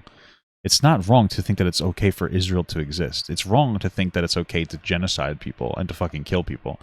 Now, I guess there's a debatable whether it's actually considered a genocide or not. I don't really know. I know there's a war, but it's still pretty fucked up what's going on. And hopefully there's a conclusion that will become, a positive, a happily ever after, guys. Maybe everything will just work out in the end. I don't really know. Still. Classic young Republican. He talked about how hot that pause was. Sad, stupid, ignorant. He's still a bloodthirsty Zionist either way. These are the exact same types of chatters, for the record. For the record, you allowed all of this to happen during this whole thing. So now that the fact that you're like fucking getting stoned by your community is just funny to me. These are the exact same type of long-term community subscribers who pop off on me in the exact same fucking way any moment that they find a minor infraction. Okay? Just so you understand. This is something that I tried to communicate to Ethan personally and tried to tell him, like, listen, this is how politics is. This is how, like, political audiences are like. The conversation okay? This is how they operate. If they find something that is even a minor infraction, as much as I have whipped my community into shape, as much as I've tried to make people in my community be normal about, like, analyzing the collective total of a person's opinions that they can see and not just have... You did nothing to stop it. What are you talking about? Such hardline opinions, they're never going to do that. Okay? If you recall, a very famous moment of mine when I went to Australia was literally a Hasan head who was wearing my fucking merch, who came up to me at a fucking pro-Palestinian demonstration and yelled at me for drinking Coca-Cola. Yeah, but that is a company that apparently gives money to Israel, so isn't that like a reasonable thing for them to complain about? Okay. Does that person actually think I am a Zionist? Does that person actually think that I'm not sufficiently defending Palestine? I mean, maybe. I mean, if you actually do care about Israel and Palestine getting attacked by Israel, why would you support the companies that support Israel? I don't really understand. In that moment, they did. And if the only way to analyze that situation, and this is understandable, by the way, this is totally understandable. If the only way that you can analyze the situation is off of, like, what you have seen, and especially for seeing it over and over and over and over and over again in the chat, you're going to start internalizing it and be like, damn. Okay. Okay? Damn. Damn. It's crazy. I yell at chatters like this on a daily fucking basis. Okay? I yell at chatters like this on a daily fucking basis. I was wrong. I'm sorry. I overreacted. I'm sorry. This statement that Ethan is reading here is the same type of statement that libs make when Trump is in power. Same vibe talk until there are real stakes for you and you have to do something. Yeah, that's ridiculous to say, especially about a dude who lived in Israel, especially at a time in 2021 when many members of this community were probably also unfamiliar with what the fuck was going on in Israel or in Palestine, or beyond that, Ethan himself, the expectation is he's going to be fucking full-blown in support of Israel. So for him, it's extra nutty to have a take like that. What the fuck are you talking about? He is not. No, that's not liberal Zionism. Liberal Zionism, and I can't speak for what Ethan's perspective is now, but here, this is not liberal Zionism, because liberal Zionism does not actually treat Palestinians as human beings. Okay, liberal Zionism is simply makeup over the inherent fascist perspective of Zionism. Okay, I saw the comment. Totally get that. Ethan is a fucking gross Zionist. This is what I mean. This issue it's so funny because this is his community, and like he's finally speaking out against them. So actually, you got to give Hasan a little bit of credit here. But like now he's pretending that these are just some detractors. This is most of your community. You should have done this 6 months ago or a year ago or whenever you had your fucking platform or your show with Ethan. You waited so long, and now you're like, what's up? Why are people like this? It's because of you, dog. Considering this issue, considering that it is an ongoing genocide, invokes a lot of sentiment in a lot of chatters. And if you have no capacity to analyze this from the lens of, like, these people are not saying Ethan is a Zionist because he's Jewish, okay? These people are not saying Ethan is a Zionist because he's Jewish. They're saying Ethan is a Zionist because they think Ethan is a Zionist. And he might be, I don't know. But here, I'm trying to explain to you that this is like 90% the closest you can arrive at. If you think any of those people are Nazis or anti-Semites in general, you're wrong. Like, that's a ridiculous assessment to make. Praise yourself, brother. That's right. He's correct as always. He's correct as always. Correct as usual. Who doesn't think Ethan is a Zionist? He's a self-described one. Yeah, well, being a Zionist isn't a bad thing if you actually use the legitimate definition of a Zionist, which is just like being okay with Israel existing. But you're trying to make it seem much more predatory than that. So, just so it's not unambiguous. Now, I wouldn't say this discussion was completely tame, as Ethan got quite caught up in the timing of it all, criticizing people for saying Free Palestine as the attacks were taking place. I think what people don't understand when they say that. Are you making the comparison to the Australian girl because you think chatter's calling Ethan a Zionist is the same as her? No, I'm not. What the hell is this? I'm saying, I'm using that as an example of, like, people yell at me all the fucking time too. There is a level of validity to the criticisms, especially if that's your output, especially if that is what you're communicating to people. People that are outside of my immediate community, mind you. So that's another thing that you have to recognize. This is why I started off the conversation by talking about. If anybody disagrees with me in my community, they're actually outside of my community, by the way, guys, just to be clear. This is why I started off the conversation by talking about I am holy shit. Talking about how there are members in his own community that are completely removed from mine that would much rather watch him than me that might still have these kinds of opinions. Oh, what the hell is that? They have these exact same kinds of opinions regardless. It has nothing to do with me at all. And if you mistake that kind of criticism that you're receiving from your very progressive community with like me egging them on, then you're missing the forest for the trees to a certain degree. Let's go like a fist weapon. Does that make sense? You guys think about that. That is simply the point I was making originally. I think chatters are confused because Zionists is consistently used to replace Jews, sometimes understandably difficult, especially as a Jewish person myself, to distinguish how the term is being used. That's why I don't like to call people Zionists instead call them pro-Israel, since it fits the title best. I don't want my words to be misconstrued as saying Jew, so I don't exactly love to call people Zionists. Yeah, I mean, but objectively, you are Zionist. What? What? Yes, you're right. I am. I am pro. Only the Israeli state from the river to the sea. You caught me. Got him. I'm pro ad break. I'm pro ad break. Oh, that's a dog whistle. He's saying he's pro ad break. It's because Jews like money. He's being anti-Semitic, dude. I love money, bro. By the way, fucking when I was younger, I used to haggle with the goddamn ice cream man, and he would fucking he'd give in because I was so goddamn annoying too. Isn't that fucking crazy? We're never gonna escape the allegations. Break for you and you only. If only there was a way to do it. Oh, this is the fucking objectively chatter. Oh my god. So fucking annoying. The hyperfixation of this chatter is just saying objectively. Yeah, am Israel high. What am I valid? Oh, yeah, That is like what it means to somebody in Israel who's going through grieving right now with so many people around them and their life as it used to be. Nobody knows right now what to expect and how long this war is going to last. Like, when you come out and say free Palestine after they just lost everybody, they have children taken away from them.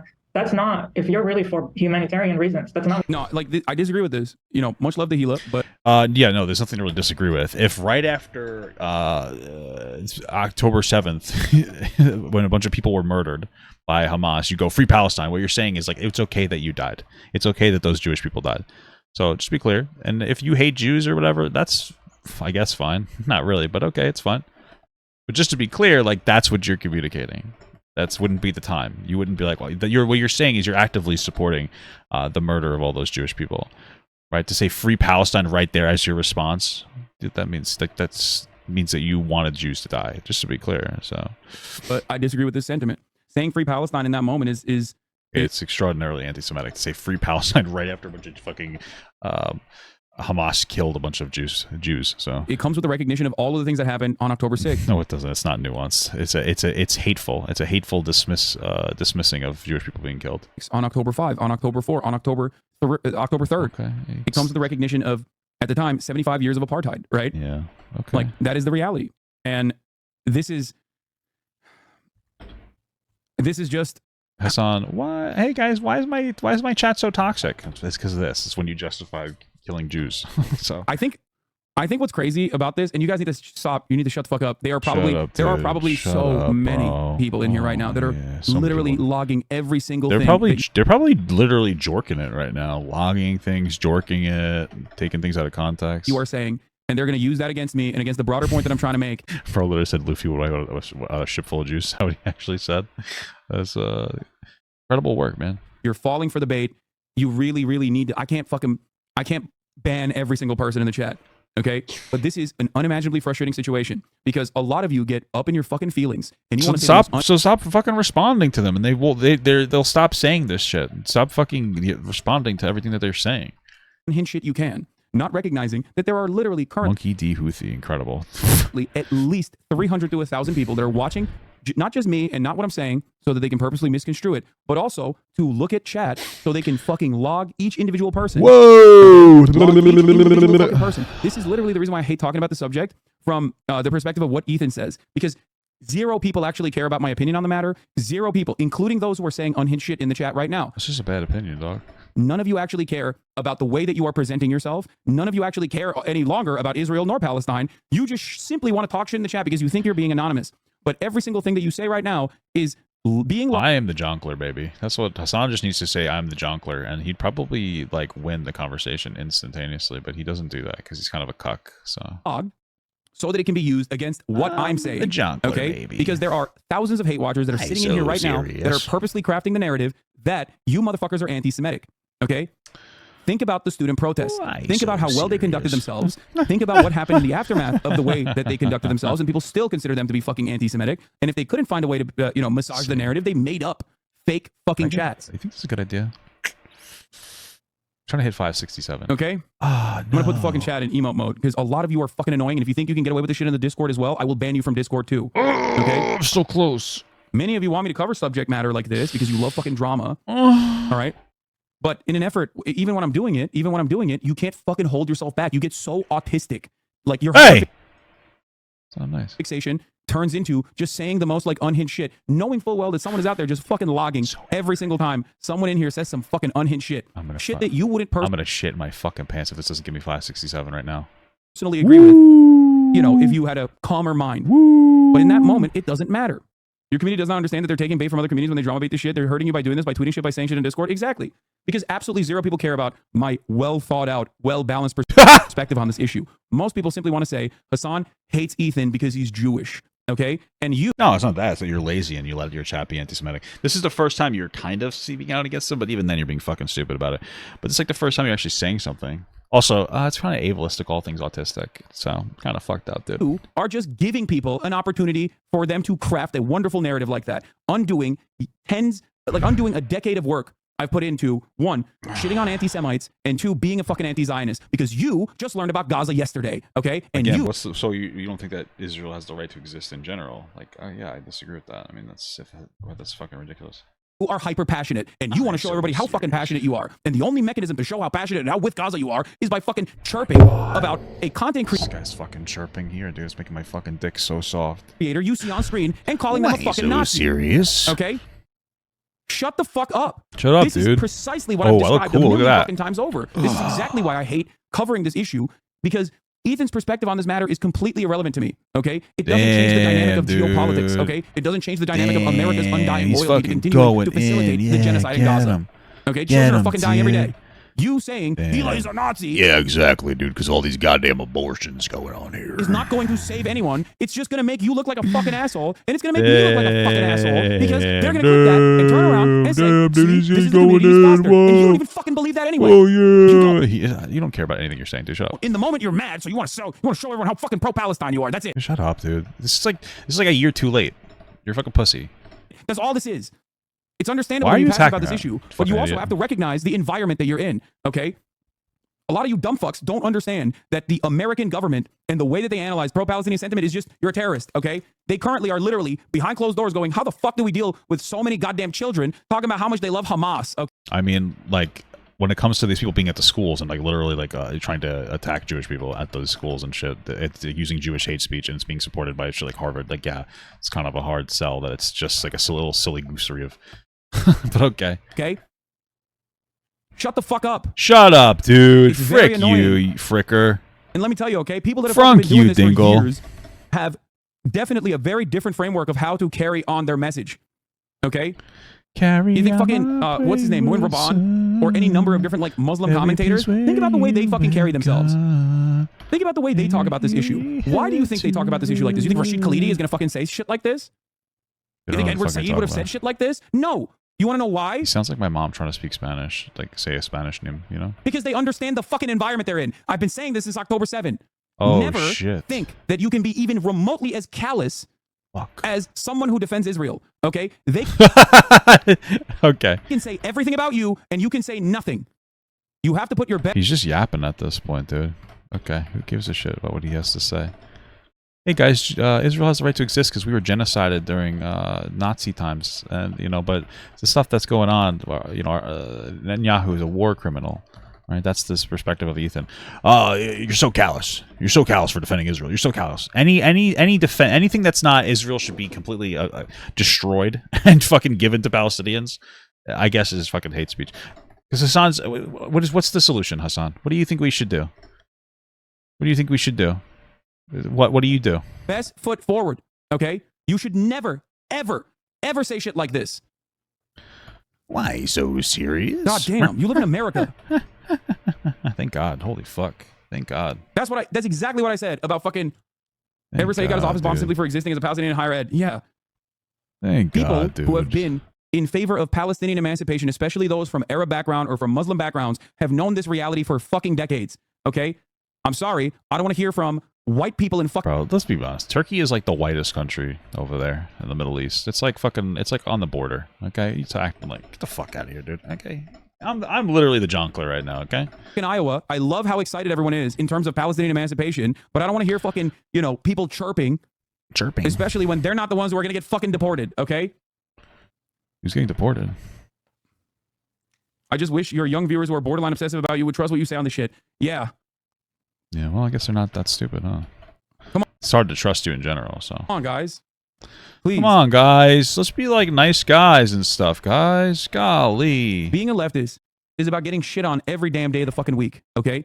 Yeah, it's just the left-leaning people who do that. Still maintaining your principles and trying to make sure that you... Is the principles are America bad? That's why you fucking... That's why you defend Russia, and that's why you defend Hamas, because you do it's America bad. It's nothing. You don't care about any of these people. Get the fuck out of here. Can communicate a better future for all people, okay, including people who are living inside of Israel. It's just me, myself, and I. Blah, blah, It's very disappointing. But now you know why I don't fucking talk about this shit that much from this perspective. Now you know why I don't talk about what Ethan has said about me, because some of you dumb fucks do get fucking out of control. I think it's more that he doesn't want to actually respond to it until he's bored on his stream and has something better to talk about. What you should be saying right now. And I'm free Palestine too, right? It's just the timing. I know what it is. You're saying I support Hamas. I mean, that's what you're saying. Maybe not even intentionally, you know. But that it might not be intentionally, but that is what it means. Now, as I've explained in a previous video, the news break was quite vague at the time. So much of the breaking news was focused on the destruction of the Gaza wall and the escape of Gazans, not the mass atrocities. No, not true. What are you talking about? That was the number one thing was... Okay. So hearing the great news of Gazan freedom, I and many others were quick to say, free Palestine. No, that's not true at all. That's a rewriting of history to justify your dumb bullshit. Everybody, that was the number one lead, was dead fucking Jews. What are you talking about? But for the most part, this guy's pretending that like nobody knew about that part. What are you talking about, dude? From two Israelis was understandable, for the most part. Ethan, please learn more about this. Shut the fuck up. What was not so understandable was Ethan's reaction and commentary in the following H3 podcast episode. Emote mode ends, and immediately someone comes in and has to fucking do this. Like, immediately. Immediately. God damn. That's crazy. After a bunch of Jewish people were killed by Hamas, most of us thought that they were just celebrating the fact that...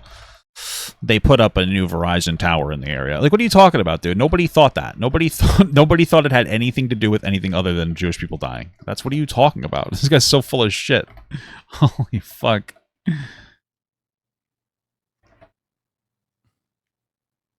Why so serious? I have it unpaused, by the way. Crazy. He's just fucking waiting. Y'all can't behave reading. at all. That's crazy.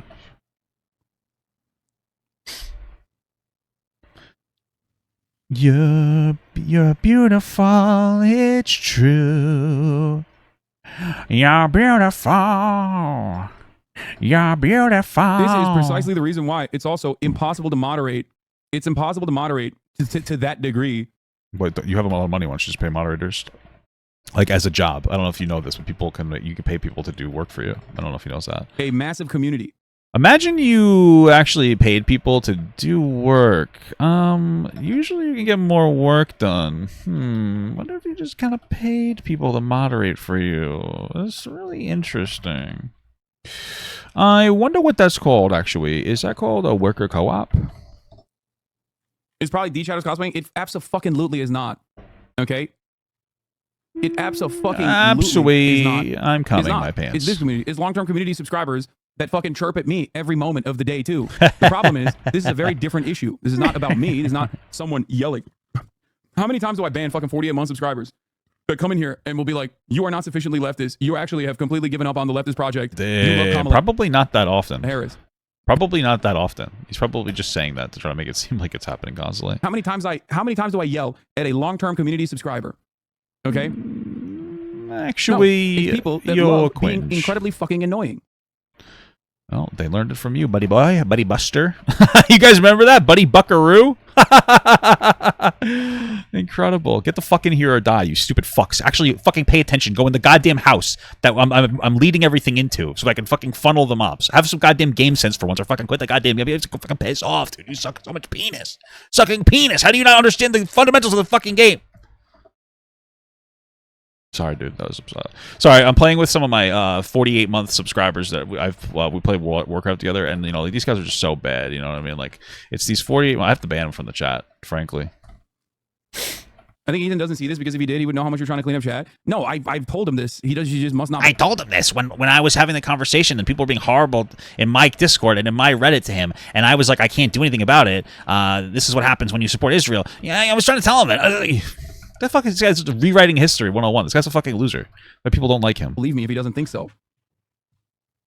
I'm good, dude. I'm good. I'm coming. Be normal, dude. Be fucking normal. You're not doing praxis by typing in a fucking Twitch chat. Be normal. Nah, I'm heroic. Sorry, buddy buster. Buddy buckaroo. Hiya. Be among us. Be.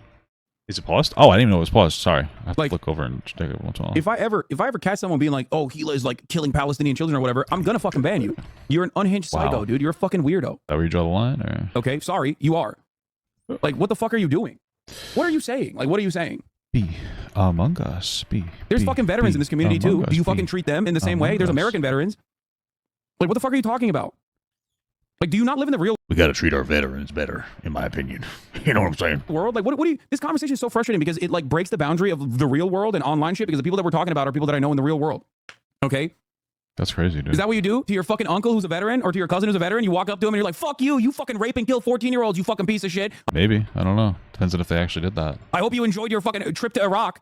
Is that what you do? You're such a fucking base leftist? You're the Mr. Troop Exploder? Shut the fuck up. Hey, do you have any sand? I would ask them if they had to take some sand, like a rock or something from the sand.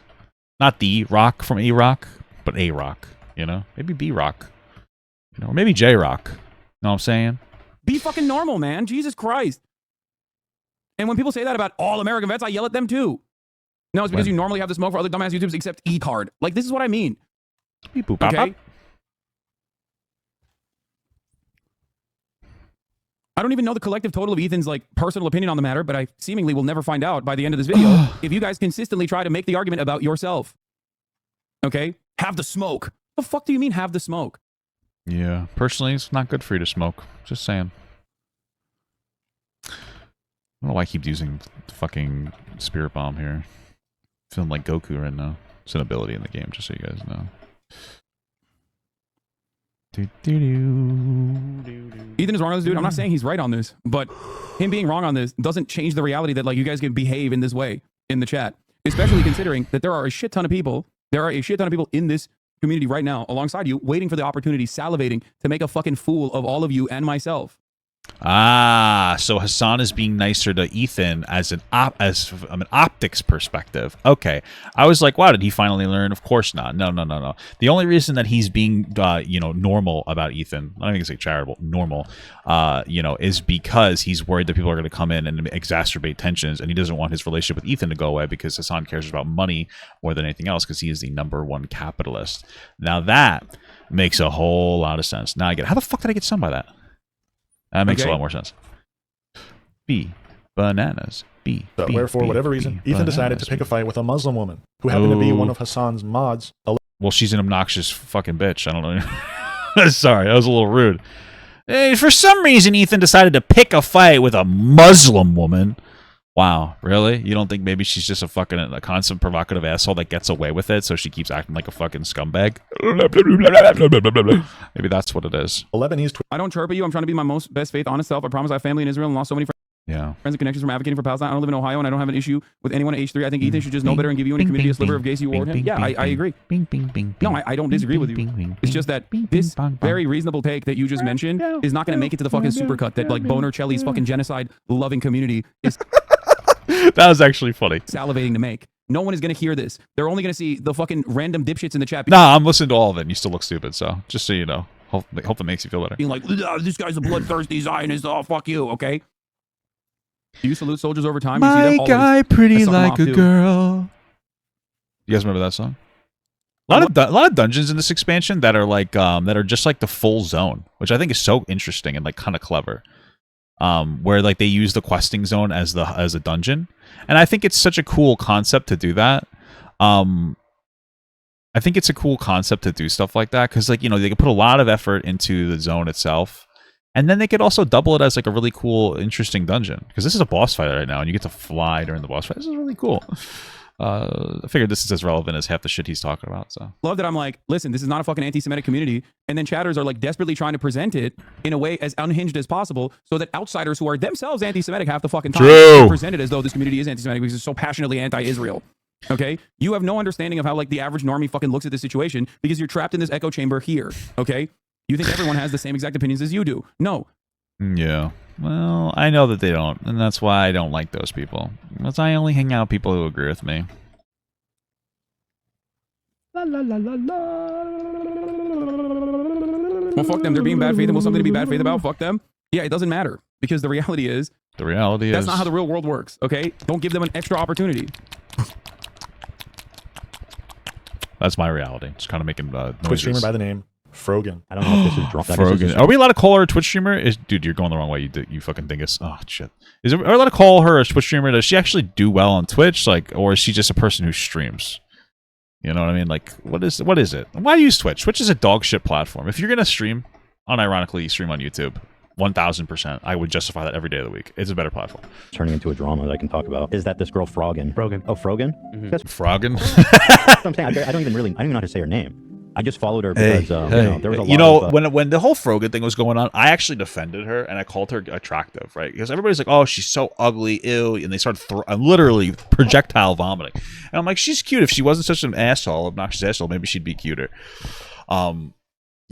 So that's my take. And some people are like, well, why are you even commenting on her looks? And it's because I'm sexist. And like, let's be real. Frogan is the type of very white minority. And what I mean by that is like their skin color is white, but they're the type of minority to like date and marry a white guy, but still pretend that they, give a shit about like hating white people. You know what I'm saying, dude?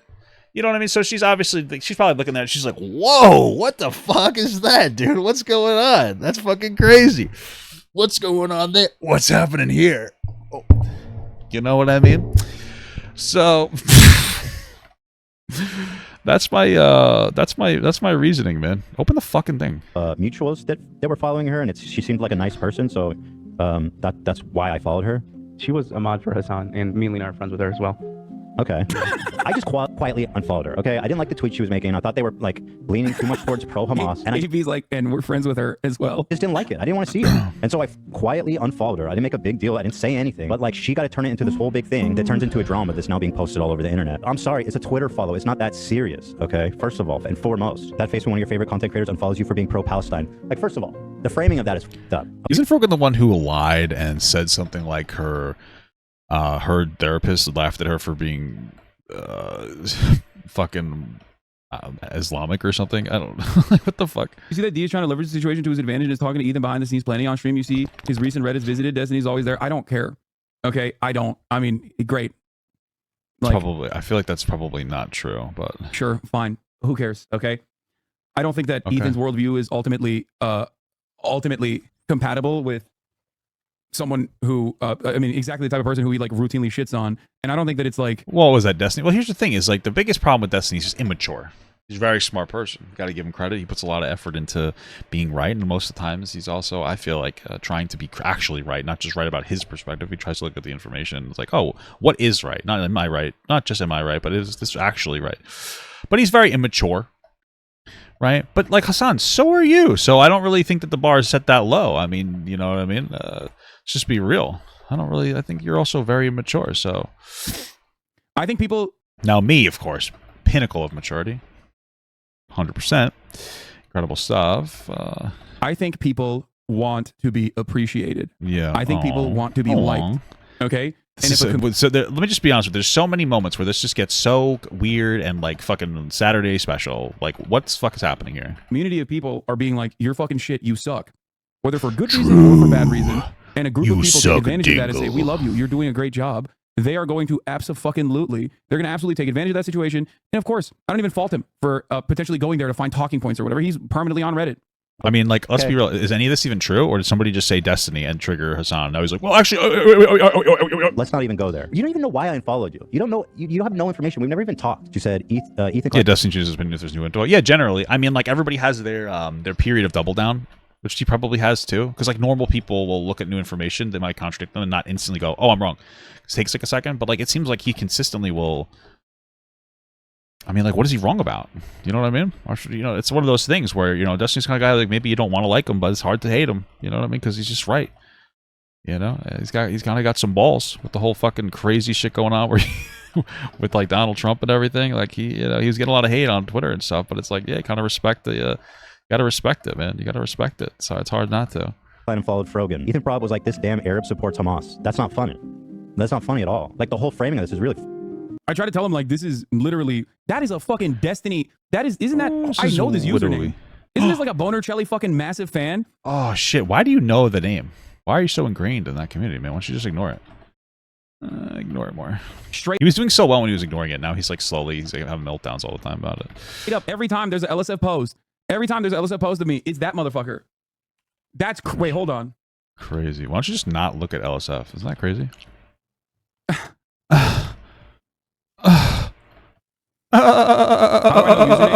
That's the Hasan Penguin laugh, by the way. Why do I know so many LSF that they know him? Am I getting closer to it?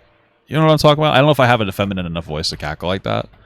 I'm not like a bisexual that half rep squats and then pretends it's because I have bad knees rather than actually being shit bar placement and not being able to actually squat to depth like a fucking like a Sneeko fan. But I'm on LSF.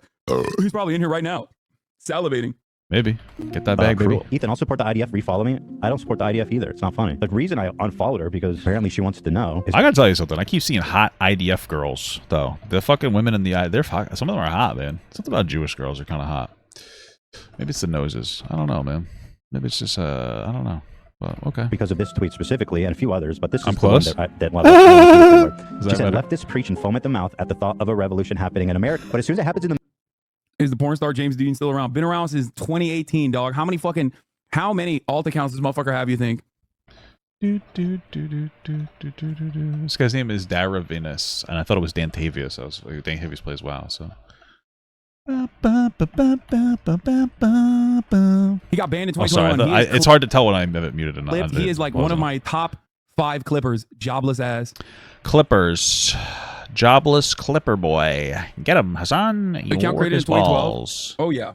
Oh, yeah, dude. This guy fucking definitely... He's definitely trimming the hedges with those Clippers, dude. That's fucking it's crazy. Different when you use that word as an insult. Even if you're right, this just fosters division and toxicity. It's just like ACAP, pointless rhetoric, and you just make us look stupid. Us, motherfucker, you've been a hater. You've been a hater for years. Us. D1 hater. Got him. Aren't you bringing back trauma for black people when you say the C word? See? Am I getting there? Am I kind of close? That last one hurt actually.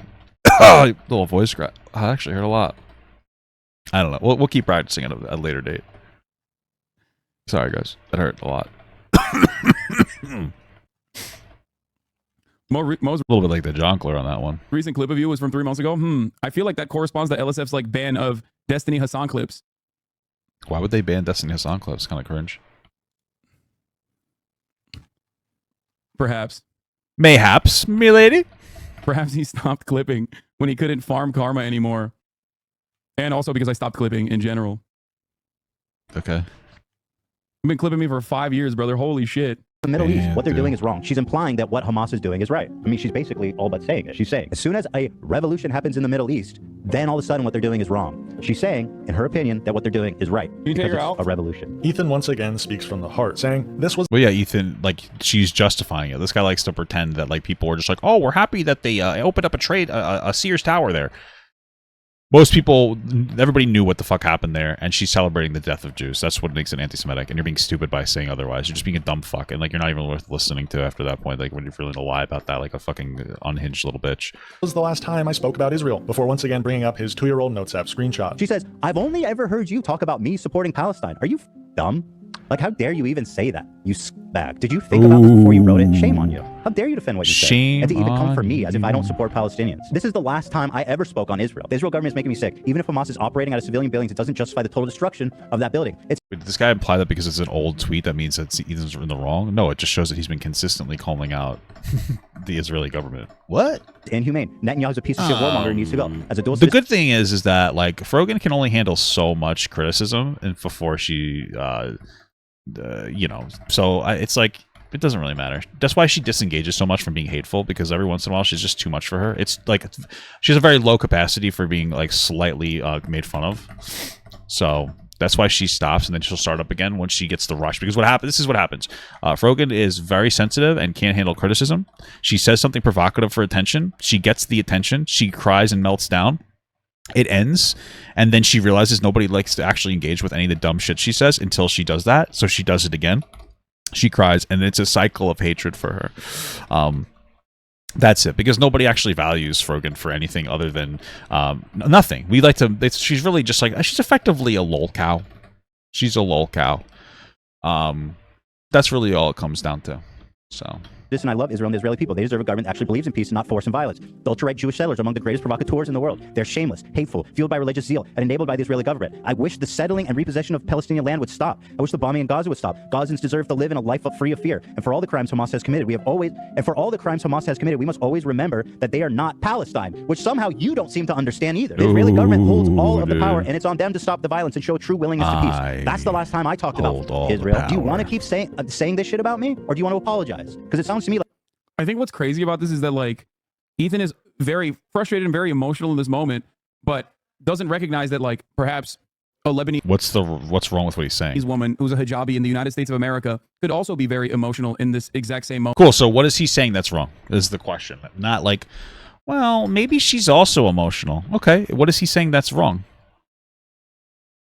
I don't understand. You should actually, frankly, first of all, I don't think Frogan gives a singular fuck. At all. I don't think that she has any true meaningful connection to anything that's going on. I think everything to her is just attention on the internet, and she's actually probably really happy that Palestinians are dying, because then she gets a virtue signal about it, because she doesn't really care. She doesn't care about fucking Palestinian people are dying. She doesn't give a shit. I just don't think that she does. I think that she's happy that it happens, because then she gets to justify being like, haha, see, this was justified. LOL, Jews dead. You know, free Palestine the second that a bunch of Jews die on October 7th, because that's her dog whistle to say Jews deserve to die. That's what Frogan is. She doesn't care about Palestinian people dying. She just likes to weaponize that trauma that people are going through. Right, so I don't really give a shit about that. But then what is Ethan saying that's wrong? Like, explain that to me. What is he saying that is specifically wrong? Gotcha. There's never going to be an answer. Hasan does not answer questions like that. He doesn't take that into consideration, because it's not about that. You know what I mean? Like, that's what's so... And the reality of the matter is, anti-Semitism is an unacceptable form of bigotry. Actually, it's funny sometimes. I'm just kidding. Islamophobia is a very acceptable form of bigotry. What are you talking about? It's like the opposite in fucking Western countries. What are you talking about? So being the bigger person in this situation, regardless of your feelings, is absolutely to not... Well, maybe I'm lying. Maybe I'm wrong. I don't know. Unload with a much larger audience on a person of this background. You know what I mean? Okay. I'm not understanding. What is it? What does it have to do with anything? What does this point have to do with him being right or wrong? She was ultimately correct, though. Ethan did unfollow her because she seemed too pro-Hamas for his days. Now he's so angry and doing the how dare you bit. Like. Okay. So basically, we're not going to condemn that she was saying fucked up shit about Jews dying. Cool stuff, man. It's okay to celebrate death of people as long as it makes you upset that they exist. Guys, I'm happy when insert cultural terrible thing happening. It's funny because, like, I tried to tell Ethan at the time, I was like, you know, Rogan's like a massive fan of yours. Like, they're not. Really? Like, she's not. Doesn't really seem like that. Seems like she's a dick rider. She's a wiener rider. What is it? Oh, I got a massive fan that makes fun of Jewish people dying. Whoa! Got him! Go, I gotta finish. I'll finish this tomorrow. I gotta do the podcast. I'm unhinged with the take. She has family there. Oh, okay. I just don't care. Sorry. She comes off as an extraordinarily performative piece of shit, so I don't really care about that. I know. Austin's here. Plus, I wish my family was dead, so how do I know that she doesn't feel the same? Okay, that one's a little over the line. Sorry. There's some family that I have is kind of bad, though. You know what I mean? They kind of suck. You know what I mean? Forgot to give me Christmas gifts. Is there no greater reason? Sorry about that, guys. My bad. Sorry, guys. Got to turn off the computer for the night. I might not even get back to this video, to be honest. I mean, we'll see. I might get back to it. Who knows? Oh, is he not going to finish it? The thing I hate more than anything else is that, like, you guys know what my opinion is on the things that actually do matter, right? You know what my opinion is on things that actually do matter, such as Israel, Palestine. Okay, bro, relax. Guys, relax. It's just a joke. Okay, everything's just a joke here. Nothing is serious. Okay, guys, everything I say is a joke, and there's no dog whistling. Okay. This does, by my estimation, is just it causes unnecessary friction and drama, and it will absolutely turn. Oh, relax, dude. Good job for being edgy, I guess. That's half my content is edgy, fucking humorous jokes. I'm sorry if that one went over the line a little bit, but stop pretending that just because you didn't like this edgy joke, that means that like, you're going to rewrite the history that I've never been edgy before, okay? Into a much larger conversation. Like I'm sorry if that was a little uncouth, okay? My bad. All right, I gooned a little too close to the sun, I suppose, on that one. Turn into quote-unquote drama content, and I fucking hate giving... He ends the video here. Boo, that sucks. Oh, I'm gonna die.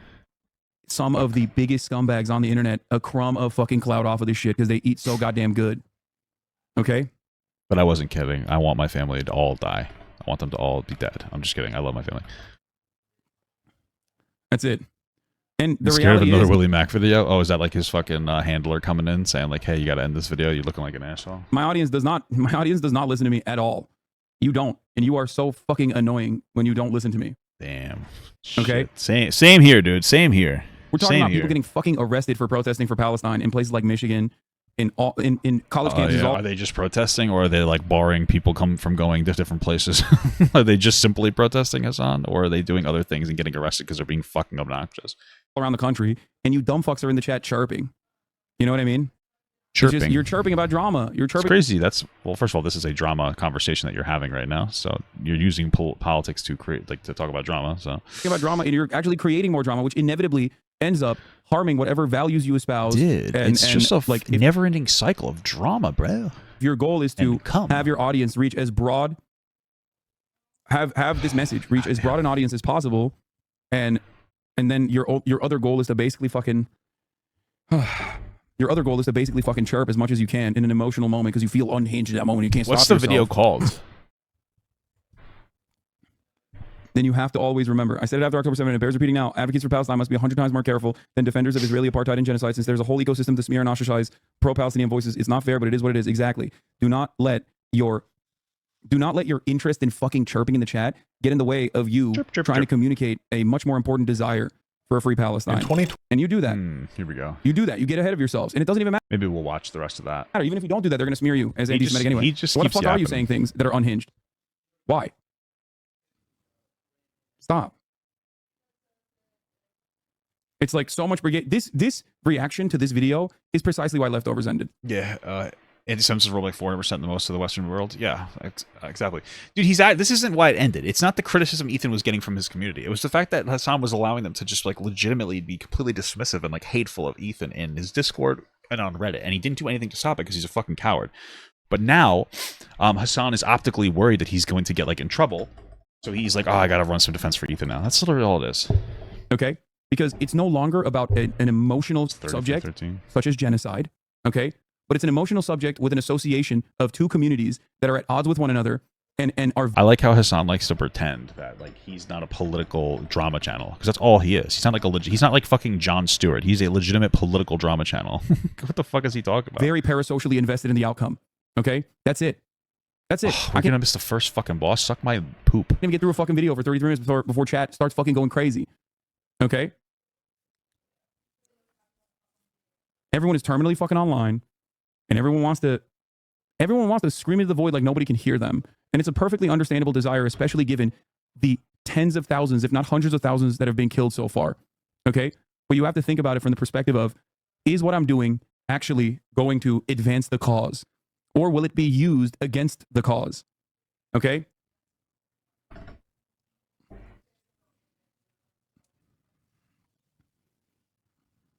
Cool. Thanks, Hasan. That's why. And that's also precisely the reason why I don't fucking, like, no matter what Ethan says, I don't cover it. Because I think that I know better than you do the way that this environment works. I know that Ethan can say whatever he wants about me and my community, okay, at the end of the day, or about Frogan or about the mods, okay? And that will not receive the same level of scrutiny that whatever random fucking chatters, not me, random fucking chatters in the chat are saying, okay? That's it. That's it. So if you can't think about it from the perspective of just like being normal and not insane and unhinged, okay, you should think about it from the perspective of like not giving some of the biggest scumbags. I'm not talking about Ethan here. I'm talking about all of the other communities that will eat good off. Yeah, I want to eat real good. We actually haven't talked about any Hasan stuff in a while, so I guess we're not eating that good off of it. It just has been kind of boring. You know what I mean? It's just like fucking boring stuff.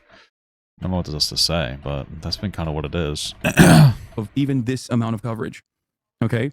They will comb through this entire chat and comb through what I said. Is the anti-Hasan network still so big? Because I feel like this whole shit's like so fucking boring.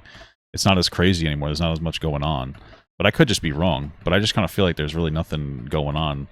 Or like, is there any interest still? Fuck you. Is there any interest still in this guy? Like, I don't know. To find any moment that they can to frame completely out of context and to make really false, hurtful accusations that they know are false, but they don't care, in an effort to launch an endless sequence of attacks and continue the drama. Meanwhile, people that I know that I talk to are still at death's doorstep in fucking Gaza, okay? Oh shit, who do you know? That's actually really fucked up, man. Israel is moving into the West Bank. They're harassing journalists. They're doing whatever the fuck they want. And America is giving unlimited funds and unlimited weapons to Israel to do so. And that dynamic is never going to change. And all you've done in that circumstance is basically deflate one vector of criticism against that by leaning in to your unhinged and oftentimes narcissistic desires. And you have given an opportunity to some of the biggest fucking scumbags. Okay? Yeah, one of Bonicelli's biggest orbiters is literally doing that right now. They have pages of screenshots from the Discord and they're half an hour behind you watching the VOD. They're pathetic and don't deserve the oxygen. Got him. There you go. While Janine was leveled, that's what these guys care about. You know why? Because they can't defend Israel. That's it. And you are giving them a wonderful fucking opportunity. I didn't know what this video looked like. And I didn't know how fucking chat was going to react. So thank you.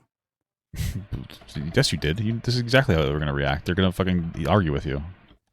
Thank you. I can't wait for the Keemstar and the Destiny videos and all the fucking endless tweets from Fearbuck and all these other fucking clippers. No fillers. Does Keemstar talk about Hasan that often? I feel like that's not true, but maybe I'm just dumb. On the H3H3 broadcast. Okay, all thrills, no frills. Okay. So yeah, don't defend that. Why did I just die? What are we talking about? Anyway, so folks. My bad. That's like 100% on me. I was not paying any attention. What was I going to say? What was I doing? 300 KDPS? So, 350. Personal news wise, I ended the broadcast. We watched a YouTube video that was really good, and I highly recommend you guys check it out. Despite all right, just a plug for his stupid fucking podcast. I want to finish the other video. All right, let's finish out the half of the video that Hasan watched. I want to apologize because it sounds to me like you want to. This is the moment that he got to double down. You said Hamas was their prison guards, kids. You psycho. They're children with a machine. Dude, that's the prison guard you're talking about? And then you can't possibly understand why Israelis who are dead wrong are being like, oh, we need to retaliate. They're dead wrong. But you don't understand why they would think that. Again, because I have to emphasize, because people don't listen to what I say. I mean, I said it so many times, and yet she still acts like I haven't said it. It's astonishing, frankly. It's astonishing. This actually statement has made her original one even worse. She's basically just coming out and saying it. Yeah, Hamas are freedom fighters, taking out their prison guards. Oh yeah, and by the way, Palestinians. She's calling Hamas just Palestinians. How's that help them? So yeah, that was probably the least productive commentary on this subject that could have ever taken place. Yeah, plus Ethan looks like he's got cancer, and it's like, who wants to listen to that person? You know? I usually try to stay away from people that have cancer because it's sad. Right? And it honestly makes Ethan look like someone who cares more about winning a Am I going to go over the Charlie Kirk versus woke students video? I don't know. I never thought about it. Debate than they do about the lives of others. Mind you, Okay, while all so of this I'm not coverage allowed was to die. taking place on the H3 podcast, Hasan Piker was also covering news out of Palestine. However, doing so Oh, you mean he was watching he was watching videos on Twitter pretending that he's doing on-the-ground news and then fucking being condescending to everybody who disagree with him? Yeah, you're right, brother.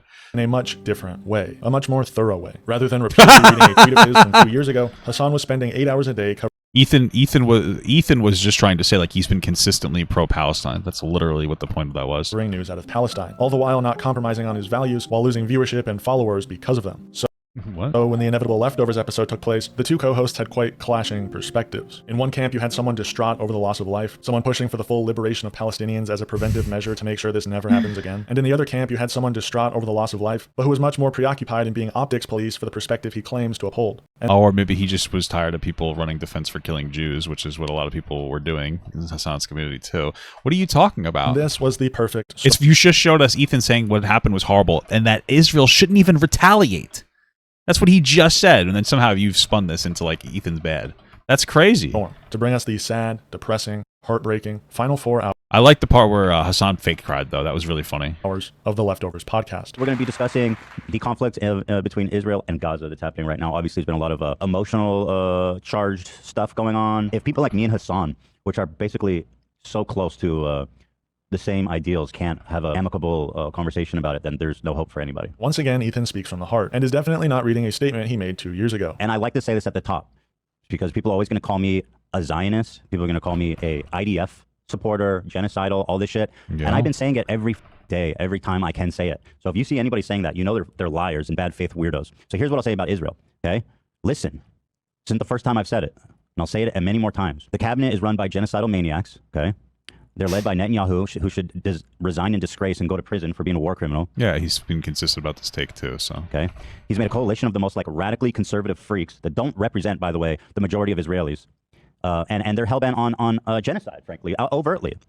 They've committed tons of war crimes in Gaza, including the of children, obviously, because Gaza is one of the most densely populated places in the world. 50% of the residents are under 18, so when you building, the chances that your children is pretty. Why did this guy say that this was scripted? Like he's just trying to discount everything that Ethan's saying. What the fuck? Much 100%. Hasan Piker starts the show with a pretty unique perspective on the events of October 7th, at least when compared to opinions typically expressed on the H3 podcast. I think Edward Said said it best that it is not about, it's not even necessarily about designification of Israel. It's about maintaining peace so that everyone has a right to return and be able to live comfortably in their own homes. This area of historic Palestine did have Jews, Christians, and Muslims living side by side before the 1948 Nakba and before the British occupation. There was a time where there was peaceful coexistence. Hasan explains how both sides have the same goal, peace. But peace is impossible to foster with the current design of the state of Israel. What you just described, especially in the West Bank, which is settler terrorism, at least according to international law, and it's fully understood to be an illegal occupation, demands constant military support, because you cannot, over the course of 75 years, build settlements and act like you are turning a blind eye to it, maybe sometimes halt it, maybe sometimes continue those operations of building said settlements, bulldoze homes, build roads that specifically partition off areas where Palestinians are supposed to be living on their own land in the two-state solution that has been reaffirmed time and time again. You can't... Yeah, so I remember watching this, and the big point of contention, because this guy's not showing like anything that's like actually the hot takes, was that like the two-state solution is necessary. Palestinian people and our Israeli and Palestinian people just cannot live together right now in a meaningful way. All of them, right? There are Palestinian people who actually live in Israel. It is not a fucking ethno state. Just to be clear, they vote, they take part in office, etc., etc. But that was pretty much it. And then like a lot of, I think this conversation centralized around Hasan refusing to admit that like if that like that it just there cannot be, there has to be a two-state solution. These two groups cannot live together for right now. And that was really what a lot of it is. And he looked really stupid in that conversation.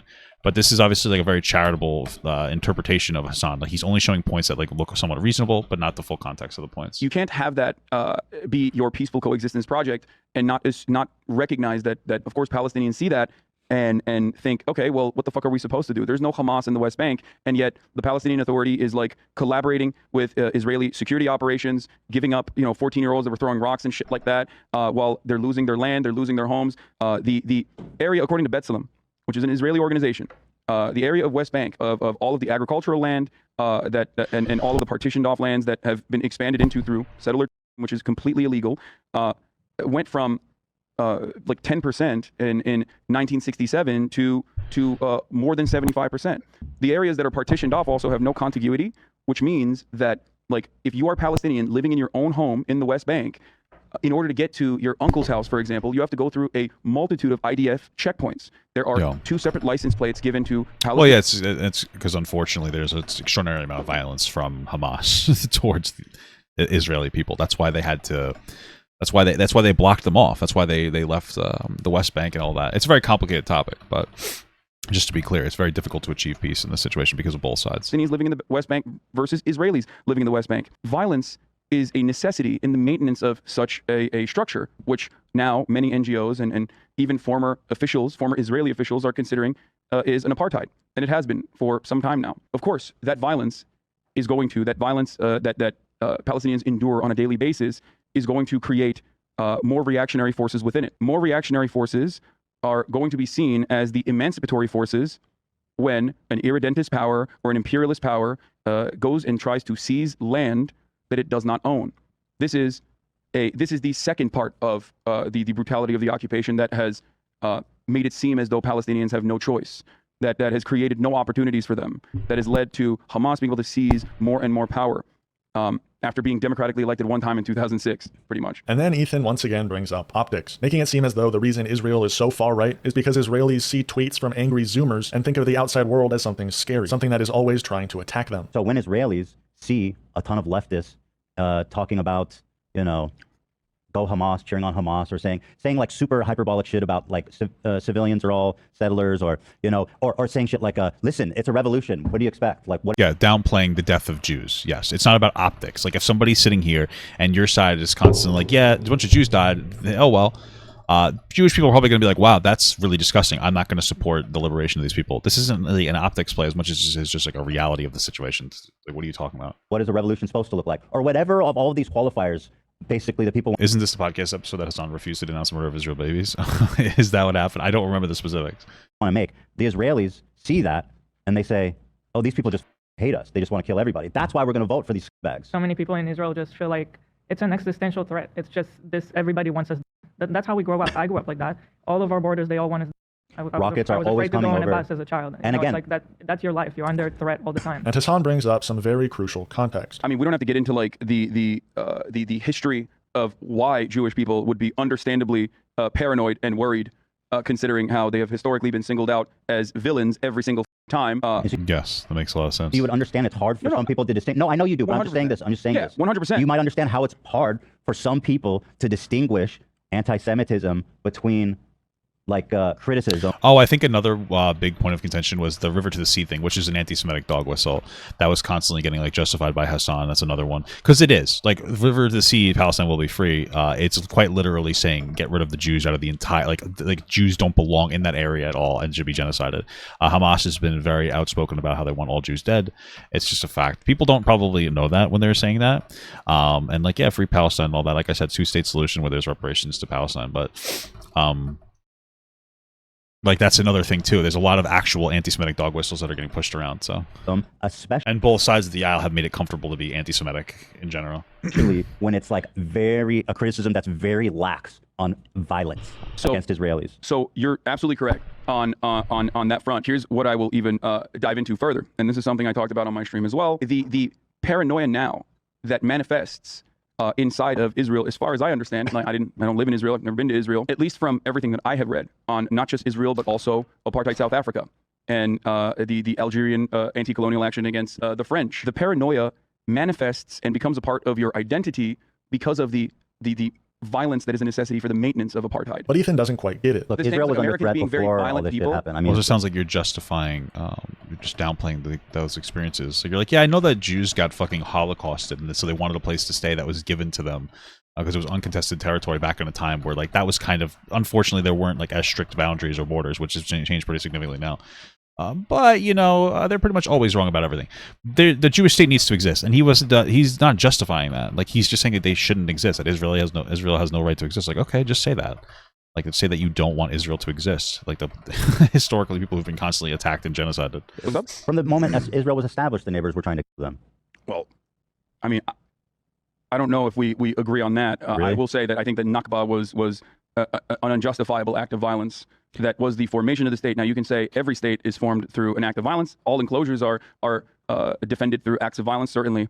But I think that there was, you know, this extends, like what you say to West Bank, what you say about West Bank settlers was the original position of the Israeli state's formation. Ethan actually brings up optics several times throughout this discussion, like tweets from Mia Khalifa. It's the timing, dude. It does matter. There's an asymmetry to the violence, but there's... Yeah, they're talking about the timing of saying... They're not talking about optics. They're specifically talking about, like, hey, it's the timing of a bunch of Jews were just killed, and saying Free Palestine right then to response to that is you justifying Jews being killed.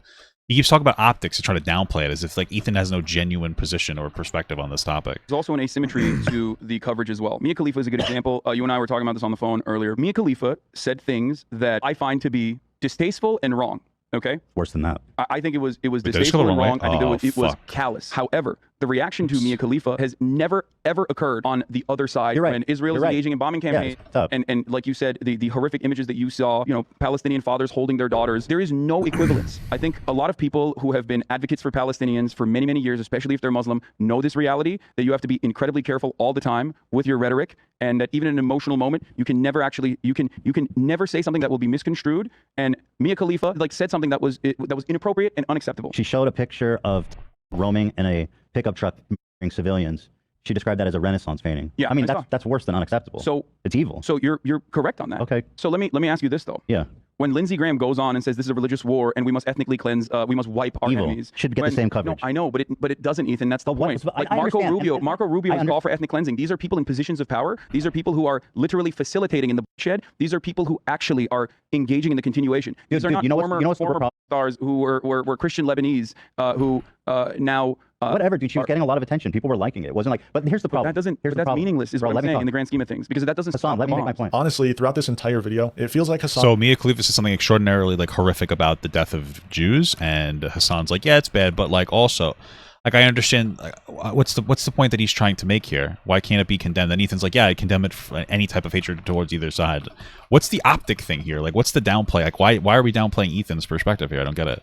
Hasan is telling two Israelis things about Israel and Israeli history they've never heard before. Benjamin Netanyahu, when in 2008, people living under brutal occupation in the world's largest open-air prison in Gaza, where 2 million people live and 47% of that population is under the age of 14 and under, they did a peaceful march, a demonstration for a right to return. Thousands of children, babies, and adults alike. Is this actually true? Because Hasan is like a frequent liar. It's hard to take anything that he says at like face value because he lies so much about things. Is this actually true? What he's saying, that there was like no violence on either side, or from the Palestinian people or Hamas? Were ruthlessly that by Israeli snipers in that right to return as they walked and demonstrated and walked towards that fence, walked towards that border fence that traps them inside of Gaza. Thousands. And at the same time, it feels like Ethan and Neela are tag team. We need Destiny to fact check this one. To dish to Hasan every. It might be true. If it's true, it's terrible. But is that actually true?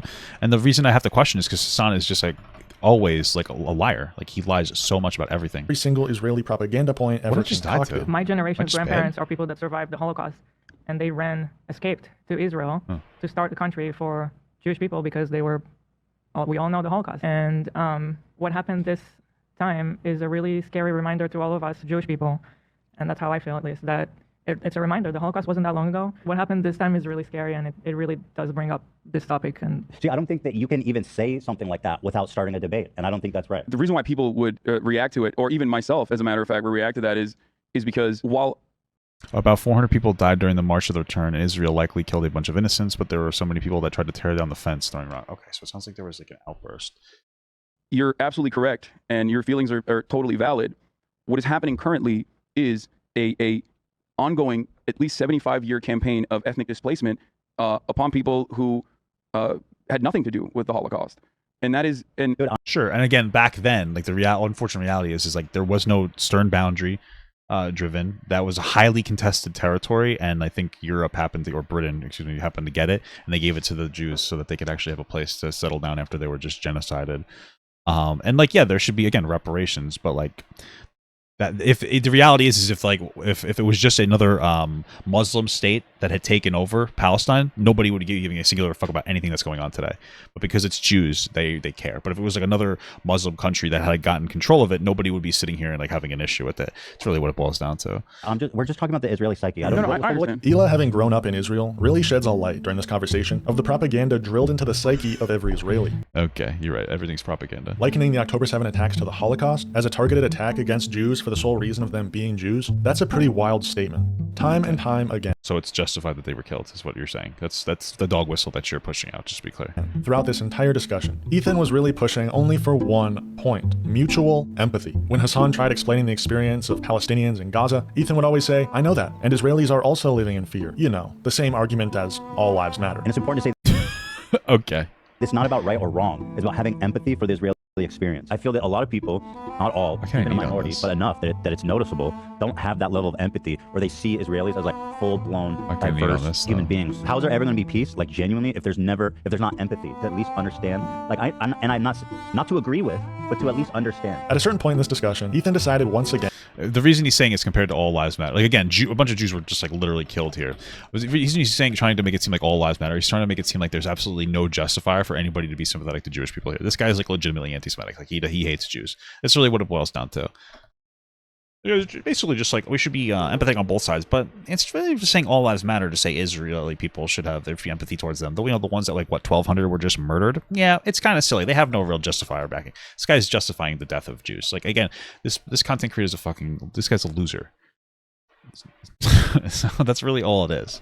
And to bring a friend of Hasan's into the conversation, specifically to call him an evil person. At this time, it's over. This is so boring. I want to turn my attention. This guy's a fucking moron. To some of the very evil takes I've heard some prominent folks making about Israelis. Here is one such example of a dude, and this guy is very popular. He has 1.6 million subscribers. He is a very popular political YouTuber called Second Thought. Sorry, oh yeah, he's my friend. I like JT. All right, well then.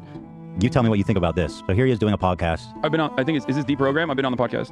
I don't know what it's called, but this is just a clip from, yeah. So here's his take on this. Did the Palestinians actually take civilian hostage, or is that fake news? I don't care. Yeah, the occupiers are not civilian. First of all, just straight off the bat. The person that's talking is Hakim. He is a doctor in Iraq, and of course, just to put this into a decent. I like how loud the music is. It's not distracting from what's being said in the other video at all. I don't care. Yeah. I'll say your much is different. From sorry, dude, folks make some of the. This am I wrong? This is the loudest the music's ever been. At least from who should 1,000 rockets. Israel says at least 3 kind of stuff. This is like the loudest the music's ever been when somebody's talking the entire time. Is this intentional? I think he will probably have a much more. So here's his take. I don't understand. I'll say your much is did the Palestinians actually take civilian hostage, or is that fake news? I don't care. Yeah, the occupier. Okay, so he doesn't care if they're taking hostages. Did the Palestinians actually take civilian hostage, or is that fake news?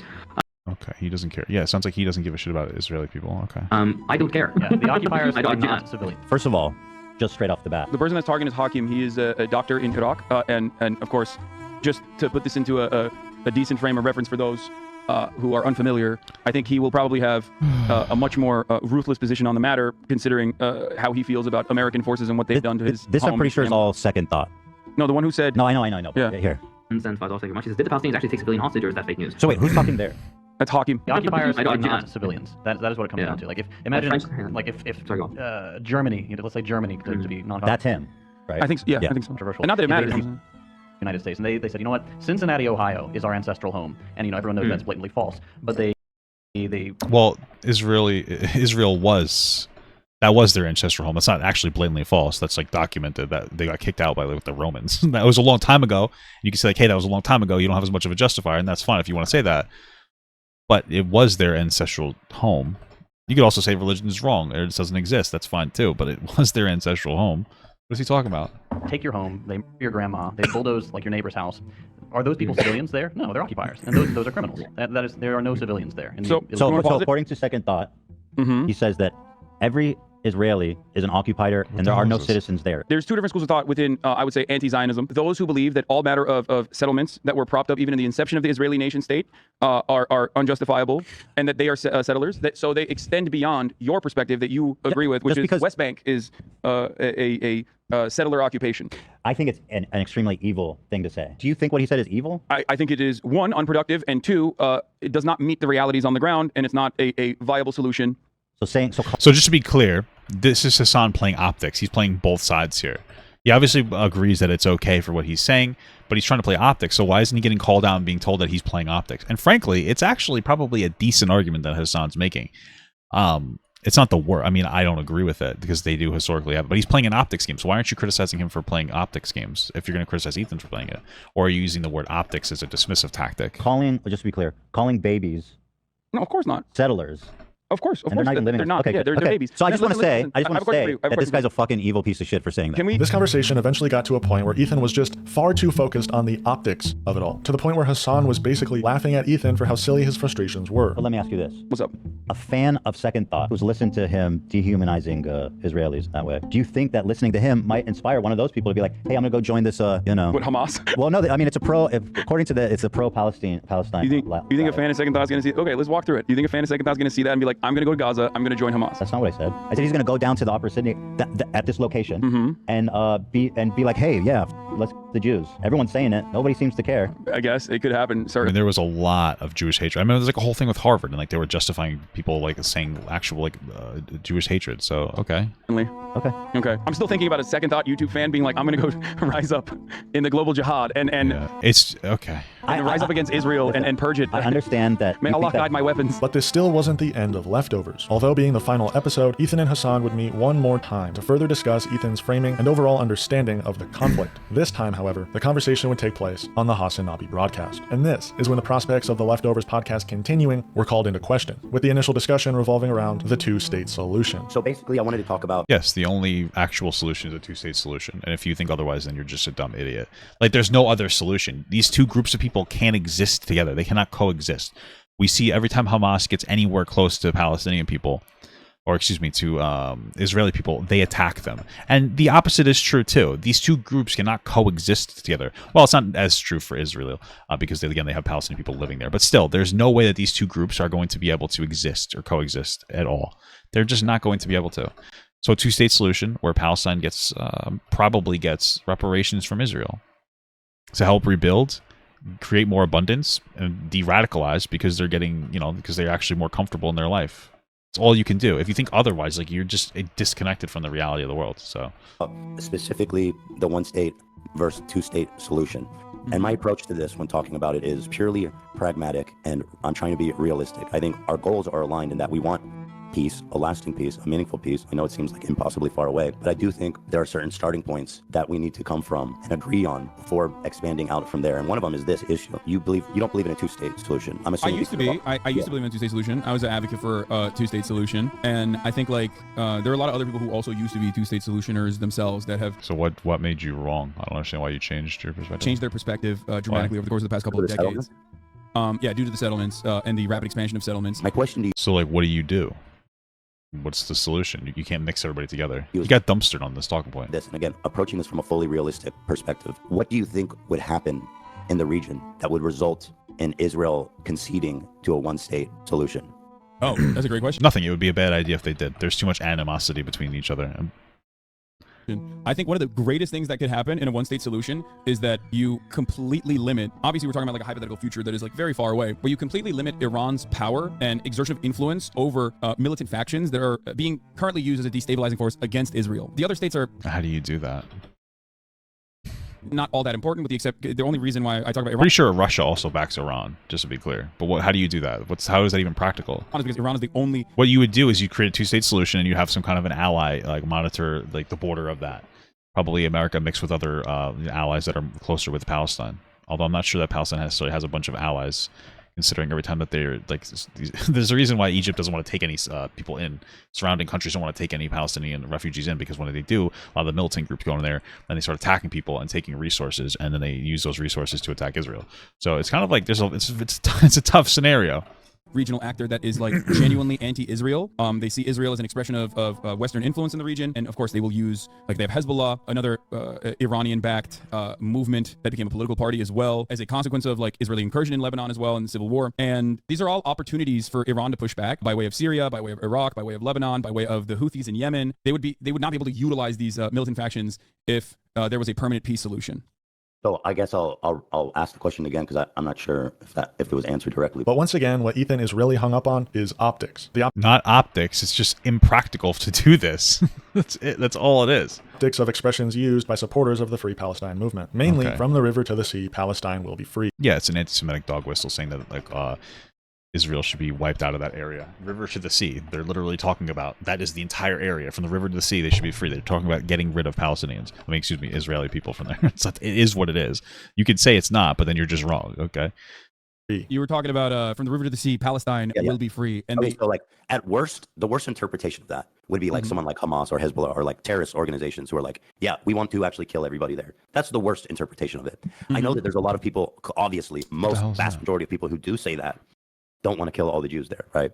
But like, because there's a lot of young people in America saying it. So they don't know what the fuck they're saying. The best interpretation of it, it basically means, as I've said, this one state dissolution of the state of Israel. And a lot of people also see that. I would say the vast majority of people in Israel see that as a genocide. And no matter how many times Hasan tries to explain how unimportant it is to focus on these things, when even why is it unimportant to focus on those things that are true? I don't understand. Many pro-Palestinian Jews use this expression, Ethan doesn't want to listen. Once again, pushing some sort of all lives matter because it's a dog whistle argument. Jewish people themselves say from the river to the sea, Palestine will be free. Jewish people are They don't in any meaningful capacity. American Jews that have no idea what's going on there don't really matter. People in Palestine will admit this, and of course they would. Why wouldn't they hate Jewish people over there? Like, I don't understand. You can understand why they would hate a certain group of people that have been part of the oppressive force against them. But like, you're just pretending that they're not, like, they don't want the Jews out of that entire area. They think they have a claim to the entire area. So, okay. The forefront of the anti-apartheid, anti-Zionist activism, Jewish Voice for Peace, Jews for Economic, and the existence of Jewish people doesn't. I don't. At that point is not very persuasive. I mean, of course there is. What do you? Of course, it's. They actually agreed to a ceasefire deal, and Israel's one that did not accept. Yeah, of course they didn't accept, because they tried to agree to a ceasefire deal right after they were attacked. Right after Hamas attacked them, they were like, "Oh, let's do a ceasefire. Let's do a ceasefire." Why would they ceasefire the second that like 1,200 of them were just fucking murdered? Of course not. You did want to remove that very convenient part of your story out. I think it's very important because there's Israelis that say it. Or minority or Jewish people shouldn't be offended by it because some people say it. I mean, there's an interesting phenomenon going on here where when minorities tell you they're offended by something, usually, especially liberals and leftists, they'll listen because it's not their place, right? They'll say it's not my place. If you say it, then that's what it is. I mean, Jews make up 60% of all crimes in America right now. Mm-hmm. So when Jewish people look at that and they say, listen, it makes me uncomfortable the way that's used. I find it interesting that people see that as an opportunity to argue instead of listen. Especially to me, it's like you can make the same argument about the Confederate flag, where Southerners will be like, "Listen, it's just about our heritage." You know what I mean? That has nothing to do with racism. And maybe and some people do believe that, right? But at the end of the day, if a black person is like, "That Confederate flag is offensive to me," you're not going to argue with them and say, "No, it's just heritage." Like, not everybody who uses it is racist. Ethan even likens the organization. But I am. Jewish Voice. Just kidding. I feel like I had to say something. It's been a while. What's up, baby? Love you. Voice for Peace to Nazi collaborating Jews. I'm not going to talk about this as like Jewish people in general. The reason why I brought up Jews for Jewish Voice for Peace and other groups using this as well, like Jews themselves in America using this anti-Zionist slogan, indicates that this slogan isn't one that is about the evisceration of Jews. If that was the case, then they wouldn't use it. There was Jewish collaborators with fucking Nazis. Ethan, don't do that, please. Don't say that the Jews' Voice for Peace are akin to capos. Like, that's. I'm telling you that the mere existence of Jewish voices is not a leg to stand on. Well, there's black people who also say it's okay to fly the fucking Confederate flag. I don't really understand what the point here is. I don't understand that. Hasan is trying to do all he can to protect Ethan's image in. No, Hasan's doing all that he's not trying to protect Ethan's image. In this moment. He's trying to push a dumb idea of like a non-two-state solution because he's an idiot that has no understanding of anything. Hasan is well aware that by Ethan saying these things, he's putting himself into a group he has no reason to associate himself with. He is begging Ethan to understand this for the benefit of his. It's a forced association to dismiss anybody who thinks that Israel deserves the right to exist, even if they. Even if they're actively and avidly against the Israeli government, being oppressive, that they're wrong. Like, that's what it is. What are you talking about? His own public image. But for whatever reason, Ethan continues to push these dangerous beliefs. It's like you're talking about Israelis. It seems silly. You're like, here, check out my Israeli. He says it. That's not. Then I don't find it a good point. This conversation was really the straw that broke the camel's back, and in a following members-only live stream, Ethan made it quite clear that leftovers will not be returning. As the discourse, there was a lot more in that conversation, like Hasan's audience, like constantly dumpstering Ethan and trying to be like super hateful to him. It was a lot more than just like a silly little disagreement. I watched the entire thing. Saying criticism he's receiving for his coverage is all too much for Ethan Klein. People are saying rip leftovers.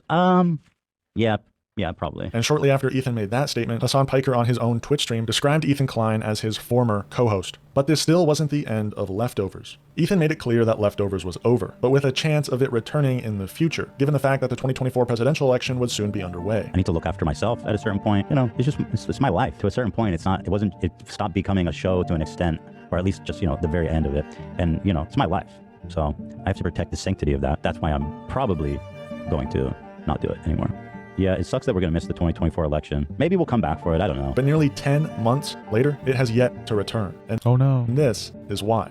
Although the Leftovers podcast ended, mostly because Ethan was done talking about because Hasan's a hateful dick. That's what it really comes down to. About the subject and receiving so much hate because of it, Ethan continued to talk about Israel. And he even continued to talk about Hasan and people Hasan is associated with. But this time, now that they no longer have a show together, Ethan is a lot more critical. And he even continues to be an unproductive voice in the Palestine discussion, continually bringing up his problems with the left and continuing to focus on optics. You mean when they constantly are attacking people? On the left, they're using they're using like what's going on to Palestinian people as an excuse to be hateful. Yeah, you shouldn't criticize that. You shouldn't criticize people virtue signaling and like stealing people's oppression so that they can enact violence and justify it. And not the devastation. It really pisses me off because I never said a damn bad thing about that guy. And that's why I said when you need to explain your reason for calling me a racist, calling me a genocidal Zionist, which by the way, Zionist is just another slur for Jew, being a Jew. You know how many people now calling every Jew a Zionist? Just call me a Jew and get it over with. It's just the truth. I'm pulled myself all the way to, you know, outright saying that it's apartheid, that it's genocide, that the Israeli government is committing. And so, but you still want to call me a racist and a genocide and a Zionist. Why would you call me a Zionist when I have said all the things that you want to hear from me? I want to meet you right in the mail. You still spit in my face. So give me a break. Who's the problem? Scumbag. Scumbag. I'm going to say this because it pisses me off. And being an anti openly and proudly is now like something. It's funny because he's like Ethan's 100% right in everything that he's saying, and this guy's like, Ethan's actually a bad guy, but this guy's showing what Ethan's saying as an explanation. So this guy's not dishonest; he's just fucking stupid. Twitter, Rogan, she tweeted out, she goes, I have a problem with my Zionist therapist. Yeah, Frogan lying about like her fucking therapist being an asshole to her. Just call him a Jew. I'm sorry, but that you can't talk like that about any other minority. I have a problem with my Zionist therapist. Would you talk your Zionist therapist? Did you get those level of details from them? You had an in-depth conversation. Pretty sure, from what I remember, the Frogan was like going on about like Israel Palestine, and I guess the therapist was just like, "Oh, do you feel comfortable with me being your therapist? I'm Jewish." And Frogan decided to change the narrative because she originally tweeted about it, and it was much different, like originally, to what she had framed it as afterwards. The politics of Zionism with your therapist? No, I don't mean Jew. But really, the true reason that Leftovers has not returned, but we're not going to put that in the video, of course, in the past 10 months and will never be seen again, is because Ethan Klein, a man once buddy-buddy with anti-social justice warrior opinions and creators online. Yeah, I like how this guy didn't even contextualize it. It's like Frogan just constantly get a pass for being a fucking annoying bitch. I'm pushing the same. Sorry, I gotta stop saying it like that. But she's a piece of shit, so she keeps getting a pass for being a fucking asshole. Rhetoric himself, but later cleansed of those opinions, becoming a self-described social democrat supportive of progressive social and economic policy. He has recently once again become buddy-buddy with those on the right. The same people he spent. Why? Because he did a fucking because he did a stream where he did some kind of a fucking stream where he did we played poker with somebody's a fucking moron. Day after day mocking, criticizing on his own show are now people he is willing to once again open up to and accept. He's recently become one of my best friends. Your best friend? We're close. Yeah, I think he was being sarcastic there, but you know what? Go off, King. We were supposed to come out here together, but he faded me, so. Like, you guys want to see the real areas of Israel and their conflicts over here. Like, it's safe, but things can also go dangerous. So we're going to be in Palestine right now? Basically, we're in a tunnel. Above us is Palestine. We're heading to one of the most tense areas in the country. We're taking us right into the heat of it, man. Are you fucking kidding me? I mean, I see his content, to be honest. I've seen mostly on TikTok. I see Destiny like debating red pill people and stuff. And in general, I think it's good. I like what I see on TikTok. Yeah, makes sense. I don't know if it would qualify as the crime of apartheid. Just like if Israel were to literally nuke the Gaza Strip and kill 2 million people, I don't know if that would qualify for the crime of genocide. In your eyes, probably not. And that. Well, he's talking about because it's a war specifically, and then also in that conversation they talked about how like the unfortunate reality is that like the death toll in Palestine is actually in line with the death toll of pretty much every other Middle Eastern urban warfare scenario, which is unfortunate reality. But it's funny that nobody seems to care about it when it's like, you know, two Muslim groups attacking each other. When it's Israel-Palestine engaged, all of a sudden there's like a huge problem. It's just, I wish people would care more about, you know, other people getting fucking killed, but they don't, unless there's like a Western force involved, to be honest with you. That is why Leftovers will never return. And that is why the H3 podcast is exponentially collapsing. But that's it. It's exponentially collapsing? What are you talking about?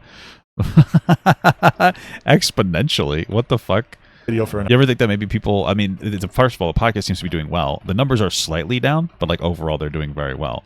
But you ever think that maybe it's just like maybe he's just slowly not what everybody's cup of tea as much anymore? You know, like it's Hasan is losing viewers too. You know what I mean? It's just is what it is. It's kind of like the way it works. No. But dude, I keep fucking falling into these. It sucks playing this mobile fucking class where you have to constantly move around and then there's fucking shit everywhere. Thank you for watching North Star Radio. Peace and love. Free Palestine. Yeah, well, the video's fucking dog shit, and I'm never going to engage with anything like this again. Incredible stuff. Cool. Let's fucking turn this fucking stuff.